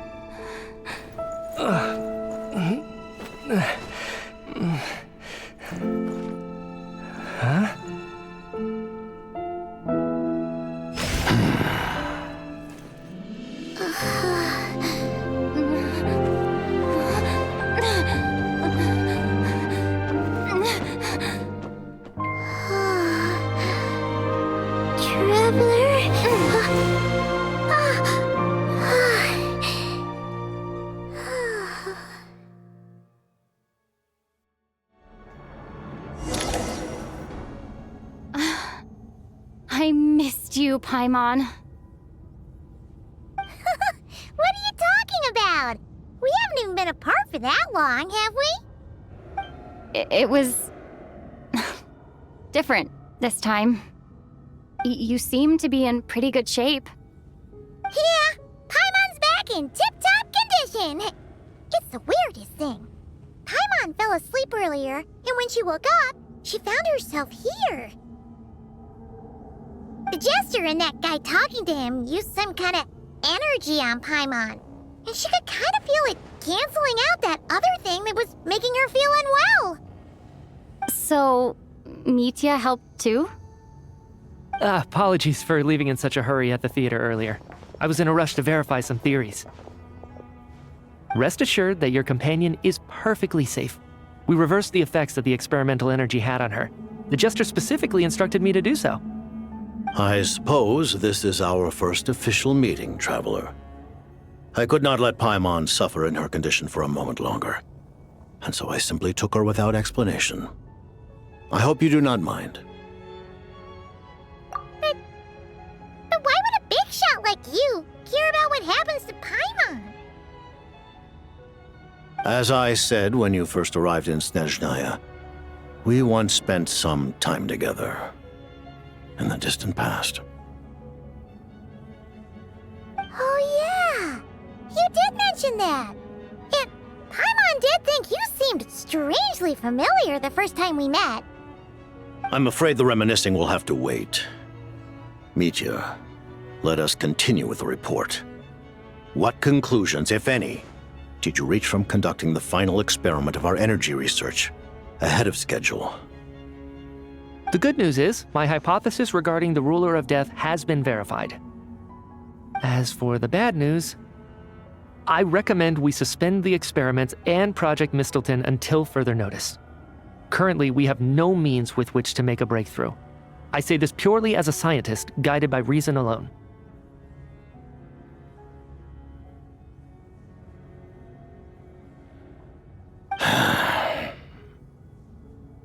I will trust your judgment. We shall put the project on hold until the Ruler of Death has been eliminated. Wait, what are you guys talking about? You want to get rid of Renova? Like, how? By killing her? By whatever means necessary, so long as it removes the threat she poses to us. Until then, everything we do will be in vain. After what just happened, I've ascertained Renova's goal, or rather, the trigger condition for the Curse of Death. Okay, let's hear it. What she's doing is blocking Snezhnaya's technological progress, preventing us from possessing any means with which to threaten the heavenly principles. Just like the little lapdog she is. So, any ideas, research, or experiments that lead to technological progress can trigger the curse. Just now, for instance, I was set to launch a final phase energy experiment ahead of schedule. If the experiment was successful, we could have achieved a crucial breakthrough.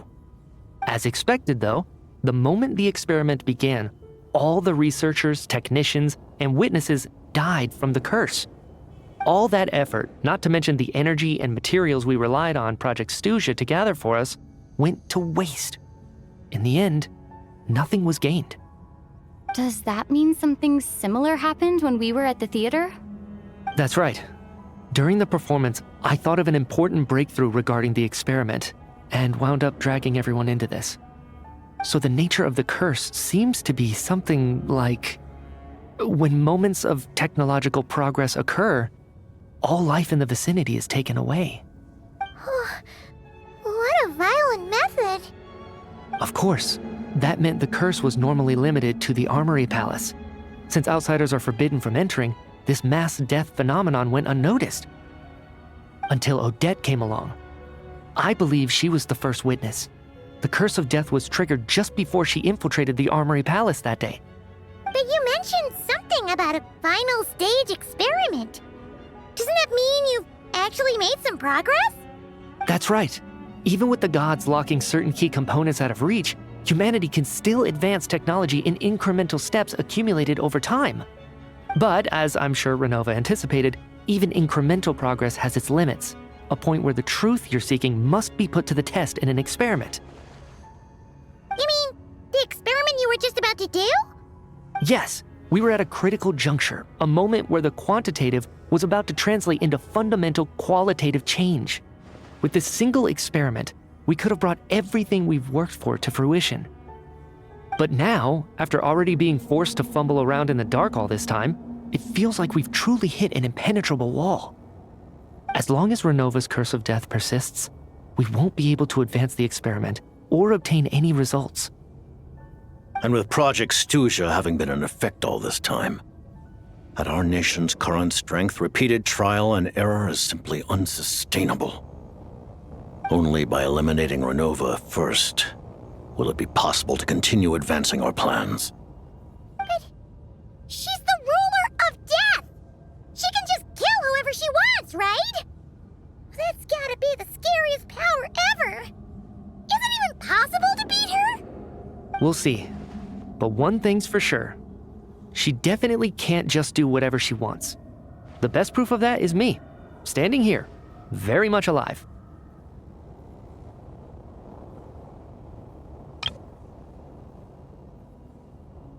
You're saying...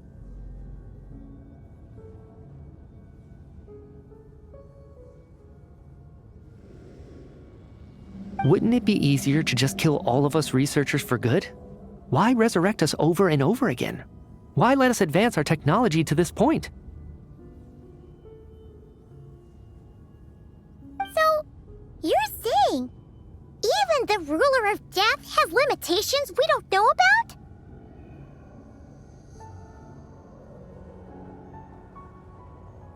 Exactly. And I think that's where the key to our breakthrough lies.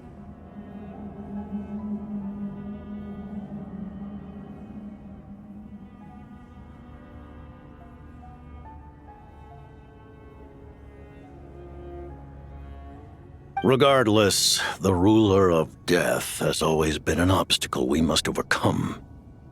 Indeed, we must face life, death, time, and space. After all, our goal is the heavenly principles. The Fatui want to challenge the heavenly principles? For a long time, I've had a vague suspicion the Fatui and the Tsaritsa were targeting the heavenly principles. But hearing the Jester admit it is still a shock. No wonder that Tsaritsa's goal has always been kept a secret from the people.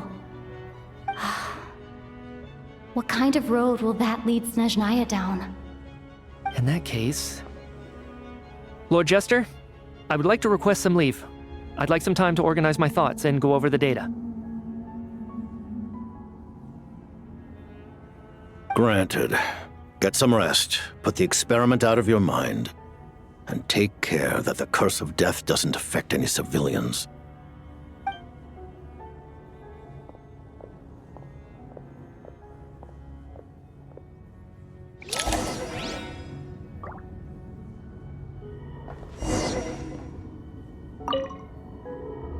While there is yet time, allow me to offer you my hospitality, honored guest of Snezhnaya. Is there anything you wish to know? I remember hearing the term Mistleton from Columbina. Yeah! Paimon wanted to ask about that when the name came up just now. What is it? Paimon's heard of Project Stuja, but not this one. As you know, Project Stuja is a series of measures enacted to consolidate our nation's resources, the greater purpose of which is to serve Project Mistleton. Many of the things you have encountered thus far are essentially for the advancement of that project. This includes the Kuvaki Experimental Design Bureau in Nocturne. Researching Kuvaki was merely a facade. Its core objective was to use local resources and research findings to build Mistleton itself. And that's a weapon built for the final battle against the Heavenly Principles, isn't it? Huh? How did you know that? I was given some intel, and I made some deductions. Wait. You must mean that thing over there. Oh, Paimon's gotta take a closer look at this thing. Especially after you guys sent so many people to Nocturne to work on it. Kuvaki alone will not break through Celestia's defenses, let alone challenge the Heavenly Principles. The Heavenly Principles are no doubt accustomed to combating the power of the Light Realm, and elemental energy is simply the power of the human realm, converted to that form by the Heavenly Principles themselves. Any attempt to use this power against its creator would be a futile endeavor. For now, therefore, we have set our sights on the form of energy associated with the Third Descender and the Stellar Linchpins. This may hold the potential to allow Mistleton to contend with the Heavenly Principles. You could say that by reverse engineering the Stellar Linchpins to extract the energy within, we have obtained a source of anti-Celestia energy. Experimental Design Bureau, Project Stuja, and the new energy experiments. Huh. So, Project Mistleton is what ties it all together. And it looks like your plan is almost complete. No wonder the Ruler of Death came after you! Her Majesty the Tsaritsa has embarked upon an expedition to vanquish a monster. Were it not for this, I imagine she would have been delighted to grant you an audience. Seems like the powers that be in Snezhnaya don't intend to hold my past conflicts with the Fatui against me. The Harbingers have been granted significant autonomy in retrieving the Gnosis. But by the same token, they do not completely represent Snezhnaya's official stance. You read my mind. Speaking of the Gnosis, Paimon's been dying to ask this question since forever. Why exactly does the Tsaritsa want to collect them? Is it something to do with the fight against the Heavenly Principles? The Gnosis will undoubtedly serve as a key bargaining chip when she confronts the Heavenly Principles. Beyond that, you had best ask the Tsaritsa herself. I am not sure if this information is mine to disclose. What do you mean, not sure? Don't you make the rules? You're the highest-ranking Harbinger! Ugh, never mind. Taking on the Heavenly Principles is something most people wouldn't even entertain in their wildest fantasies. Why is the Tsaritsa so fixated on this? In Tevat today, civilization is nothing but an illusion. Something whose very existence can be negated at any moment. Our civilization may very well be destroyed in the struggle, but as things stand, the Heavenly Principles could choose to negate our existence on a passing whim. And we must not sit back and accept that fate. Only by changing the state of affairs, only by overthrowing the Heavenly Principles, can our civilization truly be said to have taken root. Otherwise, the fate of the people of Conria and Hyperborea is a cycle doomed to repeat itself. Accepting potential destruction in return for getting to control your own fate. Furthermore, perhaps this is still somewhat difficult for you to understand. Are you aware that all the rules of this world are made up of curses? Huh? All of them? Paimon knows about the curse of death you mentioned, and the curse of immortality that you and Dainsleif have. Then, the birth of the Hilly Churls, the rules of Natlan's Ode of Resurrection, those are curses too? Farina's long life seems to stem from a curse placed on her by Focalor as well. Yes. Even a god's love for humanity is a curse the Heavenly Principles inflicted upon the gods. What? The Tsaritsa has always had ample reason to hate the Heavenly Principles. If she can seize their authority, she will reconstruct the entire world, and when that time comes, humanity will be completely liberated from curses and lies. Look forward to it. It will be a world beyond your imagination. Though the ordinary people of Snezhnaya may not understand these details, in this frigid land locked in a ceaseless struggle against the environment, in this nation to which the gods have never shown favor,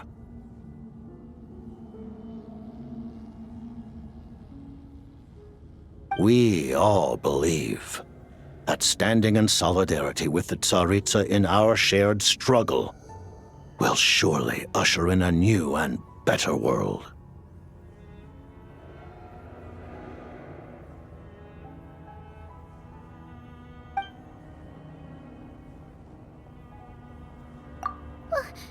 Paimon really doesn't remember! He's basically a stranger! You've gotta believe Paimon!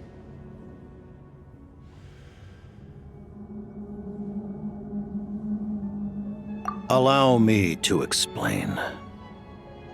The reason Paimon reacted to the anti-Celestia energy developed by the Armory Palace is because she comes from Celestia herself. More specifically, she is one of its creations. Paimon? A creation of Celestia? Oh, right. I was blinded by anger earlier, but thinking back on it, Renova also said that Paimon is a creation of Celestia, but she lacks Celestia's power or authority. As you know, the lunar fragments in Nocturne were pulled down from the sky using Fatui technology. But the first application of this technology was in Conria over 500 years ago. I used this technology upon the heavens, and the response I received was none other than Paimon descending from Celestia. I presented her to the Vinster King, but he took no interest in this gift, nor did it satisfy him. Paimon then took up temporary residence in my palace until, of course, the arrival of the Cataclysm. Wait, Paimon's a little confused. You're talking about things that happened in Conria 500 years ago. You're saying Paimon was there for that? But Paimon doesn't remember any of that. Falling from the sky? Being given away as a gift? None of it!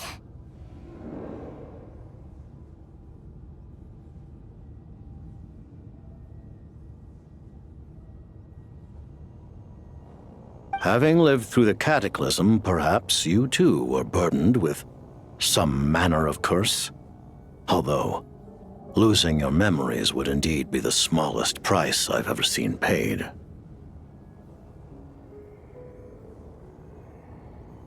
But it's not just her memories from Conria. Paimon doesn't even know how she spent the last 500 years. She only has memories from the past few years.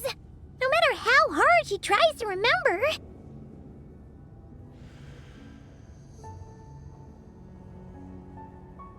What was Paimon like back in Conria?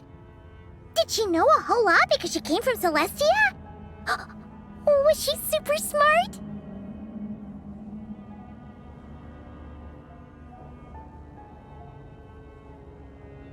Unfortunately, when you arrived in Conria, your consciousness was like that of a newborn infant.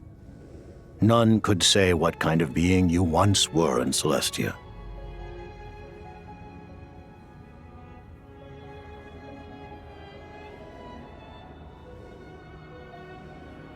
During the time you lived in Conria, your personality was no different from how it is now. Aw, man! Paimon's plan to get her memories back and become super smart is ruined before it could even start. You know, even though Paimon lost her memories, she still feels weirdly close to you for some reason. That must mean you took pretty good care of Paimon back then, huh? On the contrary, I completely ignored your existence. I was entirely focused on my struggle against Troptatir the Wise. But now, as I see it, it is as if you are the only sane thing that survived that era of insanity, and thus are worthy of protection. Noted. Man, Paimon's gotta stop projecting friendship on everyone she meets. But, Traveler? Even though you know Paimon's some creation of Celestia now, you still want her, right? you're not going to abandon her? Oh, phew! That's a relief. Paimon's just learning about this too. She's barely even processed it.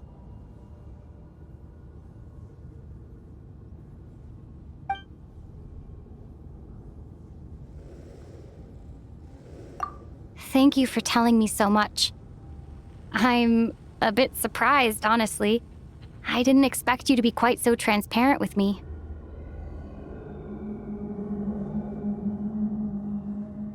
Given the circumstances, the Fatui need not hide anything from our allies.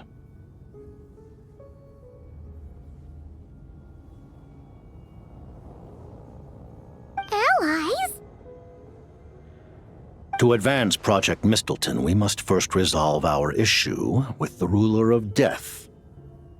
And, if I presume correctly, you have no intention of letting her actions go unpunished either, do you? That's right. Ever since she said she intends to reclaim Paimon when we next meet, I figured reconciliation was out of the question. Against an opponent of this caliber, deliberating over our allegiances would waste time we do not have. We must join forces unreservedly with whomever we can. If You're going to challenge the Ruler of Death? Just for Paimon? But Paimon's only...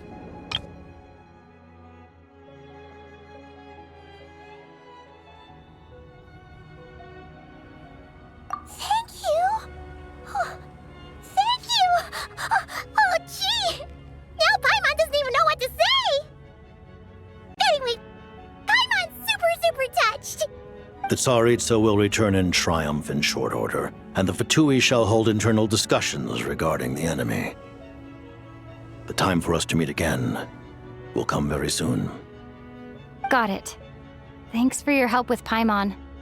I'll be sure to look after her for you. There was just one other thing. Well, just a request, really. Paimon really wants to see what this Mistleton thingy you're gonna use against the Heavenly Principles looks like. Of course, Paimon knows it's top secret and stuff, but she just had to ask. It's okay if the answer's no. Certainly you may. Whoa! For real?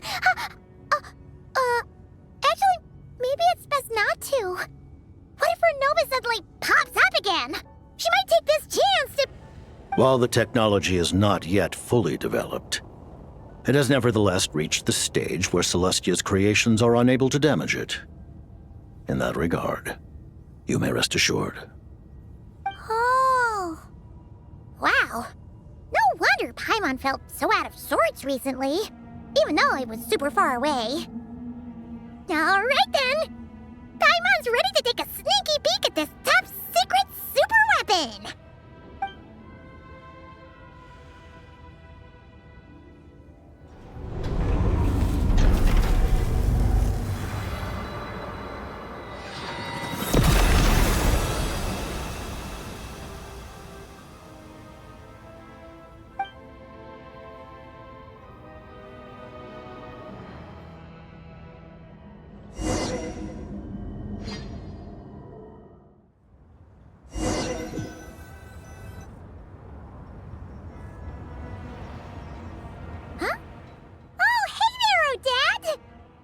Paimon? You're okay. Thank goodness. You look well. Have you recovered?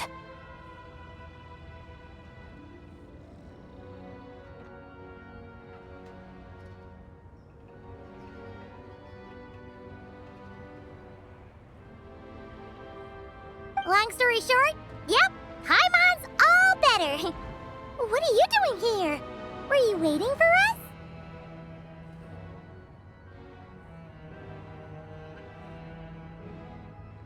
That's right. When I woke up, I wanted to go in after you, but the guards had woken up as well. It would have been tough to take them on alone, and there was no easy way to sneak past them. So I returned the way I came and waited for you here. It was thanks to you that my soul found its way back to my body so quickly. Thank you. Huh. That actually worked? Nice. I just figured I'd try my luck when that ominous feeling struck me. Really, you should be thanking this thing instead. Anyway, and now that things here are all taken care of, I have other things I should get back to.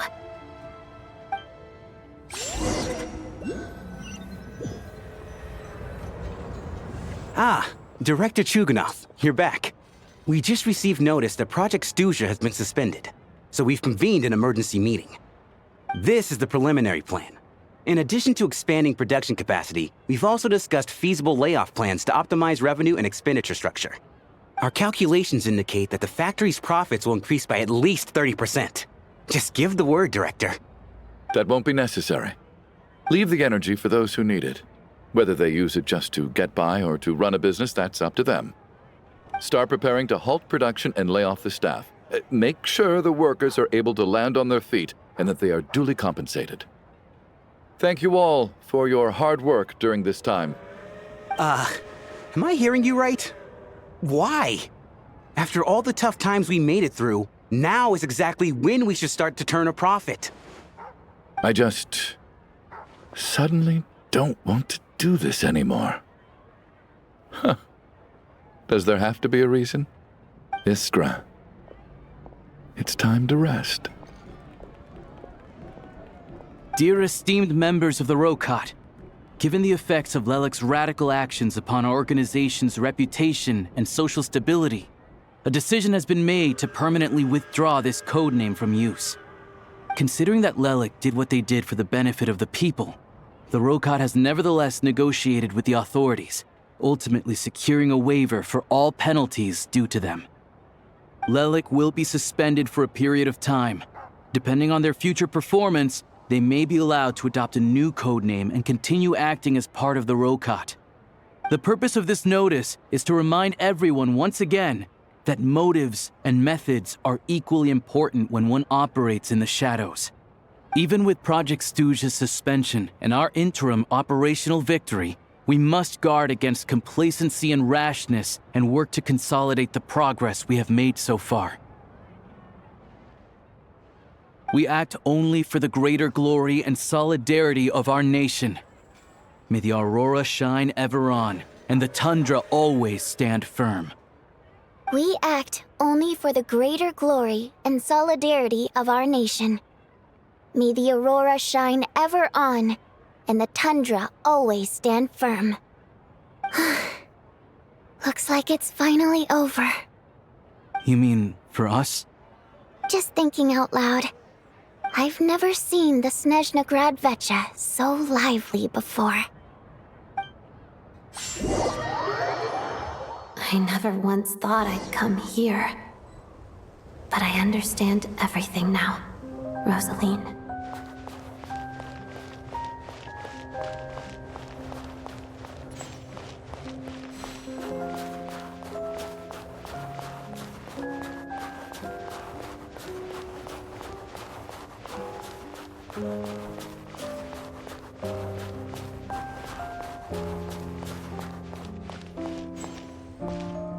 I've seen Spirit Seeker performed many times, including by your mother. Why do you bring that up all of a sudden? Even though the choreography is always identical, every dancer finds a way to make it her own.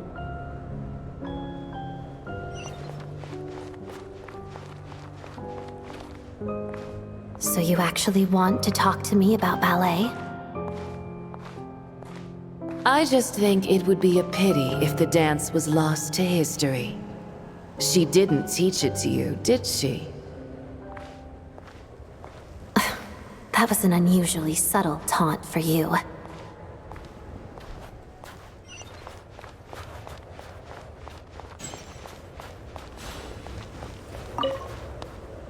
We embraced one another on the snow-swept plains, melting the ruthlessness of time.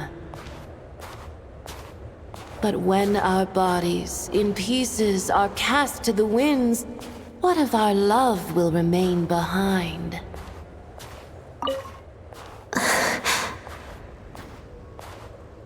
Don't tell me you can't sing.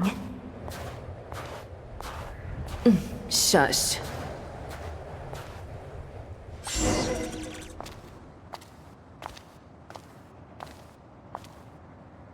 I understand her hatred. The Fatui robbed her of the life she should have had. I never opposed her dancing. Yet still I became an enemy of her ballet. I'll just keep my distance. Many despise me. I'm used to it. You're certainly not one to shy away from confrontation. But children, they need a different approach.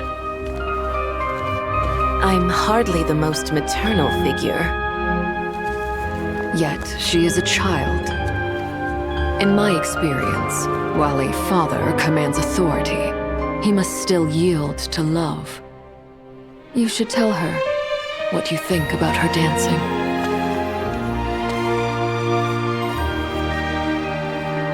Odette will soon take the stage at the Korolyevsky Theater. This could be your chance. Geonosis secured. It went smoothly. I'll be there. Have them send me an invitation.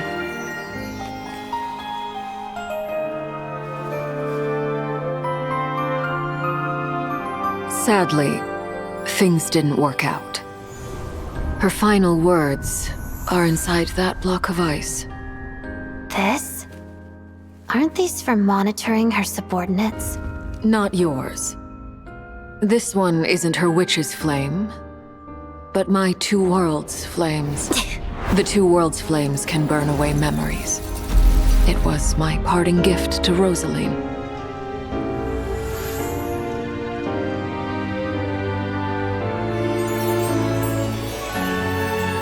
If all goes to plan, she and I will both live to see the Tsaritsa succeed. I believe she'll find peace. But if anything happens to me, she needn't follow in my footsteps. The cryo-energy will fade away in time. Then the two worlds' flames will burn away all memories of the Fatui. She'll be free to dance. She deserves this. I will handle the aftermath. The choice is yours, child.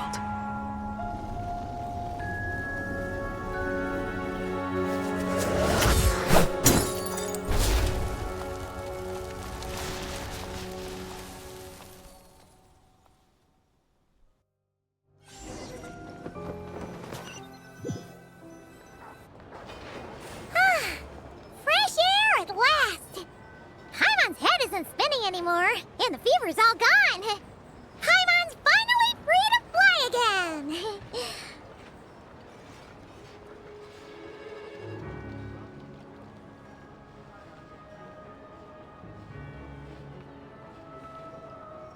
Oh, it's nice to finally know where Paimon came from, too. It did make Paimon a little nervous at first, but it's such a relief now.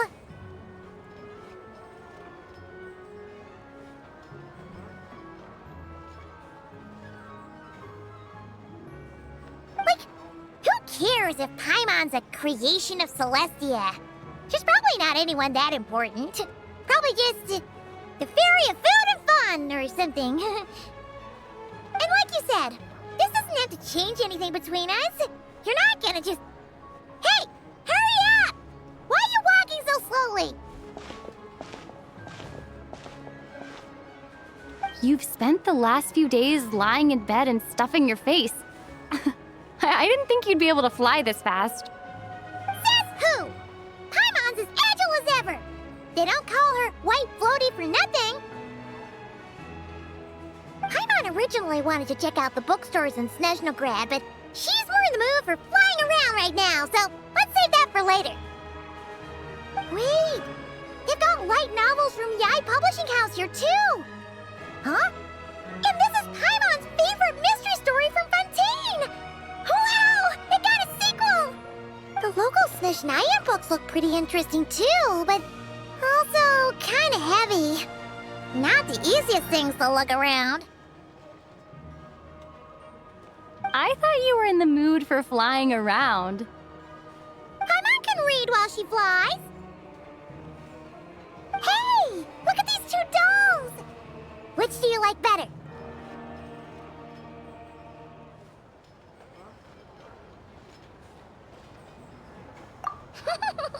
All right, boss, we'll take both. Paimon will have the other one. Oh, I thought we were only getting one. All right, fine, I'll pay. There you are. Thanks for visiting. Paimon will grab this and then... Huh? Huh? Huh?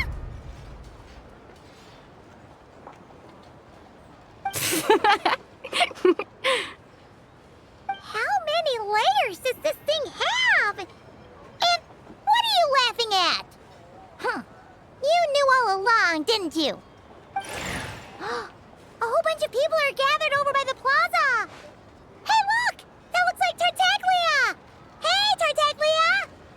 I know that voice. Of course. If it isn't Paimon and my old comrade. You're looking well, Paimon. All better? Yeah! The jester knew I was wrong and fixed Paimon right up! Thanks for sending someone to keep Paimon safe, too. Oh, yeah. About that. That was kind of embarrassing. Who could have known that our director would go looking for you in person? So sorry for the misunderstanding. Oh, right. Let me introduce you. This is my little sister, Tonya.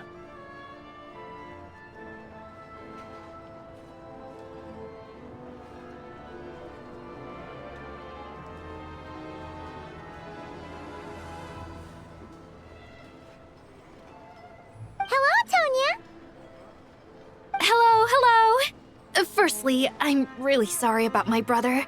Sounds like he's caused you no end of trouble.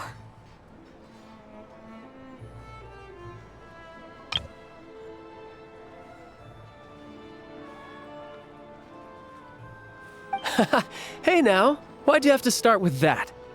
Not that it isn't true, of course. So she's the real Tonya. She said you two didn't manage to meet up at the theater. She waited ages for me, and when I didn't show, she got a little worried and went outside.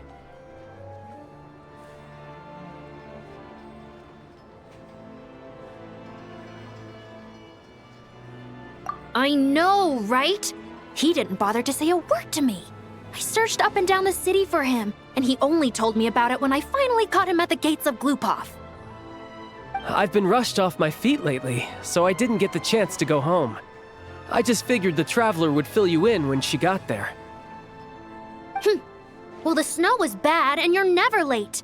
So I was really worried about you. How was I supposed to know that you'd stood me up? I'm sorry, Tonya. I really am. I'll make it up to you somehow. Just... please don't tell Mom and Dad.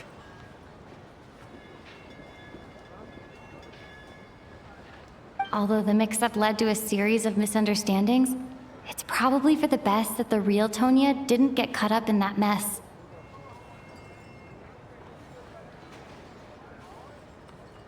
Besides, it's obvious that Tartaglia isn't usually one to break a promise. He only gave his ticket to me because he had to look into Lelek. No, it's fine. It just meant I didn't get to see the show in the end. By the way, what did you think? You were one of the first people to see it, you know? I would say... the best is yet to come. Huh? What kind of review is that? Hey, look!